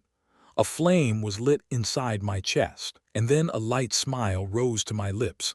Chapter 20. Wow. Badran Empire's capital city was no inferior than metropolises in the 21st century. After filling up my stomach in the inn with a good mood, I asked someone for directions and approached the Knight Academy building where the Skyke Knight selections were being held. Right, a city should be at least this level. This was a huge city, just without any skyscrapers. The stone buildings looked to be at most 5 floors tall. Statues that looked as if they could have been crafted by August Rodin adorned building exteriors. If we were in the 21st century, Such sculptures would have surely netted a huge sum of money. The city is clean and the air is fresh. Kaya tilde, I want it. The capital city of Badrin was awesome enough to make me want one just like it. Most of the people coming and going had bright expressions and the streets were clean, as if they were periodically cleaned. On top of that, there were squads of dozens of soldiers patrolling and keeping the peace. This is probably the work of magic. Size wasn't all that there was to a metropolis. From disposal of domestic waste to water and other necessary utilities, this city had all sorts of perfect functions. As soon as my thoughts turned to city management, several spell formulas came springing to mind. What the hell did Master shove into my brain? Master's freakish actions couldn't be understood. All I knew was that all the things in my brain were Master's creations. There aren't any preservatives, right? Master was fearless enough to use made-in-China products left and right in his magic circles. The knowledge engraved in my brain was indeed useful, but I couldn't stop imagining myself falling over while vomiting blood during a spellcast. Is it Imperial Palace territory from here onwards? The Skyke Knight selection exam was taking place in the huge inner palace within the outer castle walls. From what I heard, this large castle was once again partitioned into a proper imperial palace occupied by the emperor. It's bigger than any of the castles I passed on the way here. Though it was classified as an inner palace, the stone building before my eyes could very well be called its own castle.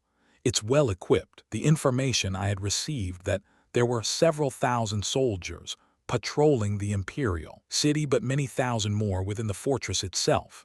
There were hundreds, no, thousands of soldiers wearing spotless black breastplates and helmets that gleamed in the sun. These soldiers stood like mannequins on the castle wall, standing guard with utter seriousness. You could feel the emperor's authority just by looking at them. Their red mantles, which signified that they were imperial soldiers in charge of the capital, flapped in the wind. Looks like those guys are the Imperial Guard Knights. I saw 5 knights wearing attire that sharply distinguished them from regular soldiers' crimson breastplates with sparkling golden pauldrons. The powerful aura coming from their bodies told me they were knights of the Imperial Royal Guard. Halt! As I came to the gate of the inner palace, the knight warily watching my approach called out.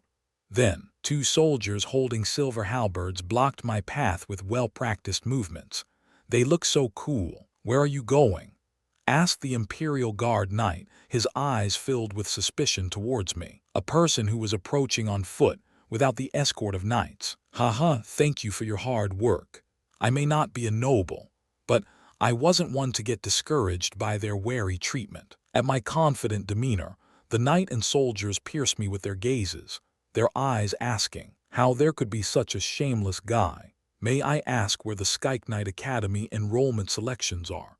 Even while saying that, I was thinking if I mess up, I could be turned into a pincushion without even being able to take the exam. Before I knew it, 100 archers had drawn their bows atop the castle walls. As expected of the imperial palace where the emperor resided, it seemed they didn't allow any nonsense here. While I was facing such guardedness, a carriage escorted by a dozen knights came running towards us. The horses whinnied as the carriage came to a stop in front of the gate. The esteemed Lady Hyneth from the Petrin Count family is here. She has come to take the Skyke Knight Academy entrance exam. Called out a knight at the front with a disciplined appearance. Understood. However, remember this. Calling His Imperial Majesty's name within the inner castle is forbidden, and anyone who isn't a titled noble must dismount from their carriage or horse. Though it is an inconvenience, please dismount from the carriage. Unlike when he addressed me this time, Imperial Knight spoke with courtesy. Arg, nobles be damned. I once again experienced the sadness of not having a peerage. Sir Ossis, please open the door. From within the carriage came a voice as fine as jade. As you command. The knight named Ossis dismounted from his horse and carefully opened the white 4-horse carriage door. Oh, I was happy. After all, the sudden voice was as sweet as a nightingale's chirp and clearly belonged to a woman. Then a woman's silhouette slowly became visible. Ah, gods above. God was playing tricks on me to keep making me a lustful man. Maybe because this land wasn't polluted or because the people here were pure, but most of the ladies here were V tilde fine. It wasn't enough to put celebrities on earth to shame, but they certainly were eye candy level. And among these ladies there were a few that truly stood out. She's so cute. The girl was so cute and petite that I would have believed it if she was a character from a shoujo manga, wearing a pink dress. Her long, golden hair was tied into twin tails. She was about 160 cm, tall, 2 feet. She looked to be 1 or 2 years younger than me. Within her large eyes were written the words "I'm so very innocent," and her skin was milky white. She totally looked like a shoujo manga heroine. "Welcome, Lady Hyneth." The Imperial Knight gave a quick nod to the girl who emerged. "It is my honor to meet the Imperial Knights guarding the Empire and Imperial City," said the girl, named Hyneth, curtsying lightly while holding the hem of her dress. "Please come inside. The soldiers will escort you to the Knight Academy." The inner castle was huge. After all, the heart of the Empire, the Imperial Palace as well as many other facilities, were located within. Oi, what about me? These jerks only allowed Hyneth inside and treated me like a piece of wood. "But this person here, where is he going?" Hyneth asked, looking at me while going inside the door, courteously opened by the Imperial Knight. "Please do not mind him. Only when the Knight Academy selections are ongoing do crazy commoners appear." "See crazy? Arg." The Imperial Knight's words were as impolite and disdainful as ones directed to a low-level character in the game. But what could I do? Even I couldn't cause a row in front of the Empire's inner castle. The moment I tried anything funny, these top-level Imperial Knights and thousands of soldiers would definitely swarm me. "Aha, so that's the case. He looked all right, but it's a shame. Wasn't there a saying that a gangster who was hitting you was still more likable than an onlooker?" With a regretful look, Hyneth looked me over from head to bottom, nodded, and turned to disappear within the inner castle. This BS. Right now I could only keep my curses contained. I took a deep breath to steady myself in preparation to speak to the Imperial Knights again. That's right, it wouldn't be any fun if any dog or cow could become a Skyke Knight. Grandpa told me that only by overcoming great hardship could one become a great person. I found my composure and consoled myself. It was said that a person could endure insults for years if it was for revenge. I harbored a strong commitment to rising past these affronts and getting the gold medal. No, the Skyke Knight title and a territory of my own. Gee, these guys are funny. When I quietly showed these Imperial Knights, who refused to budge my grade 1 mercenary badge, they revealed shocked expressions. Even an Imperial Knight had to recognize this badge, which I had received at the Mercenary Guild. It meant that I was at Aura Knight level. "You guys, geniuses descend from the sky above. Haha." The Imperial Knights stared at me with frowns on their faces for a long time, clearly conflicted by my young age. I could feel their despair upon seeing a genius like myself. But geez, it's huge in here. As soon as I entered the inner castle, a huge space opened up to my eyes. There were countless things to see within the capital itself, but what I saw now was on a different level. A long road that could easily fit 4 carriages snaked out throughout the grounds, dotted with gardens, and the buildings they were huge and numerous. I saw many buildings with their own unique charms in this area, which was larger than any college campus I had seen. That must be the Imperial Palace. Behind the building stood a real-life Imperial Palace. Maybe it was made with marble. The fairly large palace walls shone with a milky glow in the sun. Behind the walls I spotted countless spires. I could tell there was an entirely different world over there. This all belongs to the Emperor, right? Impressive. America's White House, Korea's Blue House, and China's highly touted Forbidden City couldn't even compare to the scale of the Badgeran Empire's Imperial Palace. I could clearly determine what kind of position the Emperor occupied. This is where the Skyke Knight Academy exam is held. Maybe thanks to my grade 1 mercenary badge, the soldiers didn't speak down to me. After walking about 20 minutes, we stopped in front of a building that looked to be 4 floors tall. Is this it? Why is it so small? I wondered. The Wyvern Skyke Knights rode were huge after all, Not only that, but there were Imperial Skyke Knights riding black wyverns within the capital. But the building in front of my eyes was only 4 floors high, and it looked like an elementary school building next to all the other ones. Is there a problem? With a disciplined tone, the red-caped Imperial soldier asked me if something was wrong. No, there's no problem, but aren't there wyverns at the Skyke Knight Academy? Doesn't that require more space? Huh, wyvern? The Imperial soldiers looked at me as if seeing an alien from outer space. Ha. One of them seemed to realize something and began to chuckle. No, is that not the case? Just because a hillbilly came to Seoul, they wouldn't automatically become a Seoulite. This is exactly what was happening to me now. Without the internet or search sites, I couldn't just look everything up, so I just blinked my eyes and waited for the soldiers' next words. Wyverns are not allowed into the Imperial Palace. Huh, what do you mean? Besides the few wyverns that are raised by members of the Imperial family, there is a separate base for wyverns outside the Imperial Castle due to security reasons. Damn, now I look like a total idiot. The reality was that I, a person who wanted to become a Skyke Knight, knew nothing about them. Even the soldiers were looking at me as if I were pathetic. Then what is this place for? It is the Skyke Knight Academy. The building in the shape of a spire over there is the Empire's Imperial Magic Academy, and that place with the spacious drill hall is the Empire's Imperial Knight Academy, and the forest behind those is the Summoner Academy. Oh, at the soldier's friendly explanation, my face stiffened with embarrassment. I looked like someone who knew absolutely nothing. I thought I had gathered enough info, but the path I must walk ventured all the way into the sky. Once you go inside, there should be an officer in charge. If you are accepted into the Skyke Knight Academy, you will receive various kinds of training for 2 years, and afterwards, you must be allocated a wyvern as well as a peerage in order to become a Skyke Knight, explained the Imperial soldier with a congenial air. Thank you. If we meet again, I will remember this favor.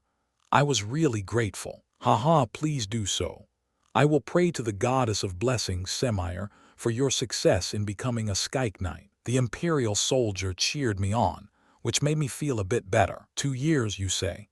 It really wasn't a short time, but since I was already so invested, I decided to simply enjoy my time here. Rather than wasting time by thinking about this and that like an idiot, I would gain more experiences by trying out new things. Let's just pass the test for now. The Skyke Knight instruction hall before me housed a drill hall as large as a school football field and a neatly manicured lawn. I headed for the door with powerful steps. Wow, the view from outside was worlds different from the view inside. Originally, I had been disappointed by the Skyke Knight instruction hall's size.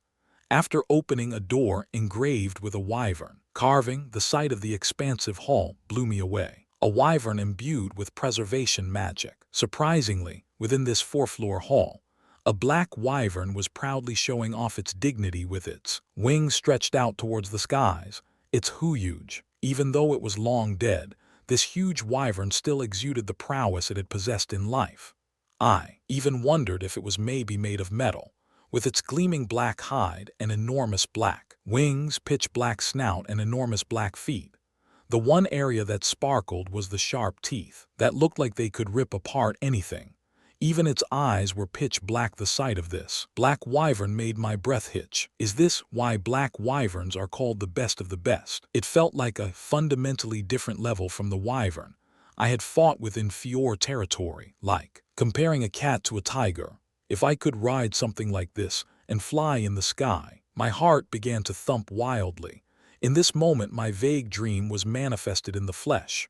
I imagined myself riding a black wyvern, unbridled in the skies. HMPH, so we meet again, you annoying commoner. Just as I was about to kiss a drop-dead gorgeous beauty in my daydreams, a sworn enemy of mine poured cold water all over my beautiful dreams. Alfonso, arg, you shitty bastard.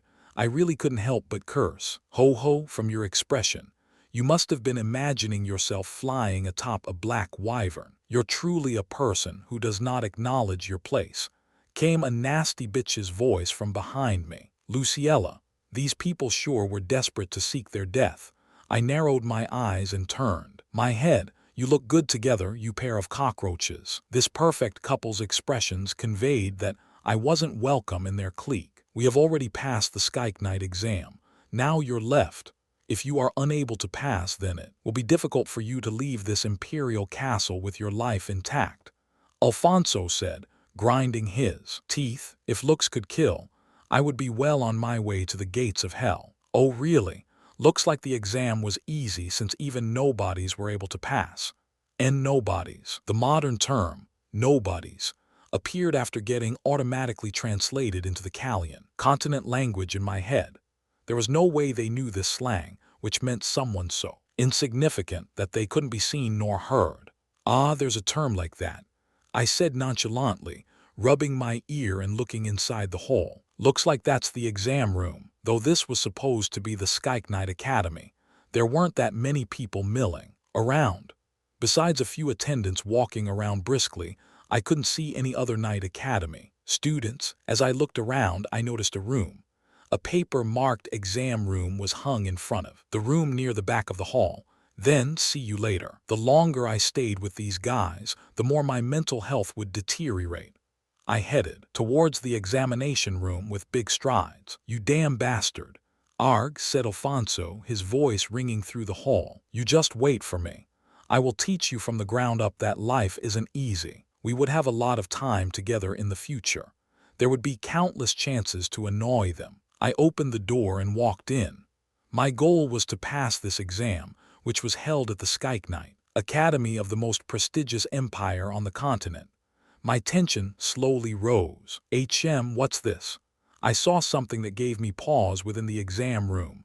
A defense magic circle. It was a considerably large space that could fit 5 or 6 classrooms. A defense magic circle that could protect against magic or physical harm was inscribed in the center. Behind that was an antique desk where 3 people sat. There was an old mage who looked like he had a prickly personality, a courteous-looking imperial knight, and a white-haired Skyke Knight with the same attire as Irene. Of course, it wasn't just them.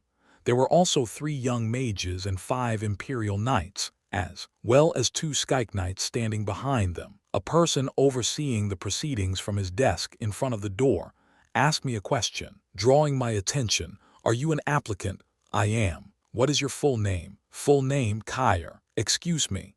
While writing down my short full name, the official stopped and stared at me. I am a commoner. At my words, he didn't even respond and just nodded.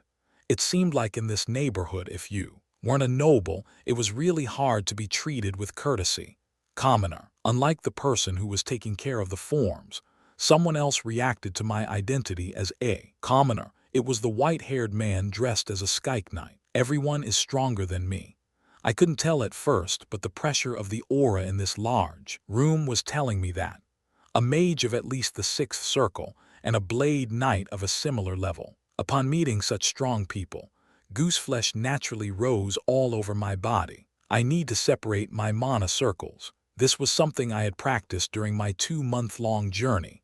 Originally, the upper, middle, and lower Dangian were combined to form my mana circles, creating a truly unique circle. In preparation for a day like today, I had practiced separating them. In this world, it was dangerous to live with all your cards exposed. I sent a little mana into the upper and middle Dangian, and gathered the rest in my lower Dangian, which would distinguish me as a knight. Magic is my last resort. I had used magic in the inn, but considering Alfonso didn't bring it up, it seemed his 2 dogs didn't tell him I was a mage. No, for someone so prideful, he probably just didn't believe it. Yes, I am Kyer from Luna Village in Dappy's Kingdom's Fior Viscounty, I said, preemptively answering the next question. I am the vice-captain of the Imperial Guard Skyke Knights, Marquis Mermos. A Marquis? Whoa, that's impressive. He was a Marquis of not just a kingdom, but an empire. Because I was able to discern what kind of lives nobles had from my travels, I knew what an incredible position a Marquis held. Be it barons or viscounts, as long as they were on their territory, they were no different from kings. A lord was the supreme commander, who held the absolute power of life and death over their residents and determined everything between taxes, laws, and military force. Moreover, a marquis was one of the top dogs, only under the emperor and dukes. It was an incredible position that received the title of Your Excellency. Then those people should be of a similar stature. The people sitting stoically next to the marquis were surely also at least marquis level. So I get to see 3 marquises, an existence most people never see even once in their lives. If not for this opportunity, how would a commoner ever have the opportunity to see such high-ranking nobles? In this world, it was law to prostrate yourself right away when a person of such high bearing was passing by. It is an honor to meet you, Marquis Mermos. If things went well, this person could even be my boss later. In the style of this world's aristocrats, I bowed with my left arm at my back, and my right arm folded in front of my chest. HNG, for a commoner to imitate nobles, how very fearless. Were you a noble as soon as you popped out of the womb? You old shriveled fish, you look like a skull wrapped in leather. I poured unspoken insults towards the grumbling mage. In such an exam room, where equality is sought after, how could I act with the mannerisms of a commoner? Though it may cause discomfort, please forgive this affront with a generous spirit. This 21st century commoner who feared no one wouldn't lose spirit just like that. Ha ha, aren't you a fun fellow? To be so bold towards the Marquis Kerman, the overseer of the Imperial Magic Tower. What? The Imperial Magic Tower. Even with my limited knowledge, I definitely knew about this existence. They say that the Empire's Imperial Magic Tower only permits 7th Circle Mages to join. Then that skullhead is a 7th Circle Mage. I felt like I had just stepped in horse poop. There was nothing good about getting noticed and targeted by this prickly old mage, but I'd already stepped on his foot in this exam room. My life wouldn't be easy going forward. I was perhaps one of the only people who had ever spoken so boldly to a marquis, a position which even I considered amazing. You had to be either crazy or eager to die to do so, or be like me and just not give a shit about anyone else. HMF, you're just a commoner. The mage snorted out of his nose like an ill-tempered girl. You prickly bald eagle, I'll remember you. I decided to remember this skullhead, who looked like a bald eagle with only a few pathetic strands of hair. I had the ominous foreboding that he would be the cause of many bad memories for me in the future. I will be in your care, Your Excellency Kerman. Despite my feelings, I bowed to the skull baldy as well. All right then, what is your speciality? Since you were able to participate in this exam even as a commoner, know this. If you came to sully this exam room with paltry skills, then you will have to take responsibility, said Marquis Mermos with elegant words befitting his stature. They said a 4th Circle Mage and Blade Knight are the minimum levels, right? There was one point that puzzled me. Skyke Knights were revered as the continent's best knights as soon as they were selected. However, not all Aura Blade users and mages chose to walk that path. The requirements are just Blade Knight and the 4th Circle. So why doesn't everyone at that level choose to become Skyke Knights? I wanted to ask, but it wasn't possible right now. It was also guaranteed to invite insults of stupidity from that skullhead mage. Faux show. Faux show. Oops, what should have come out of my mouth while nodding was of course, but the casual speech I'd become used to in school came spilling out instead. Excuse me, it is a habit of speech trending these days in the southern part of the continent, meaning of course.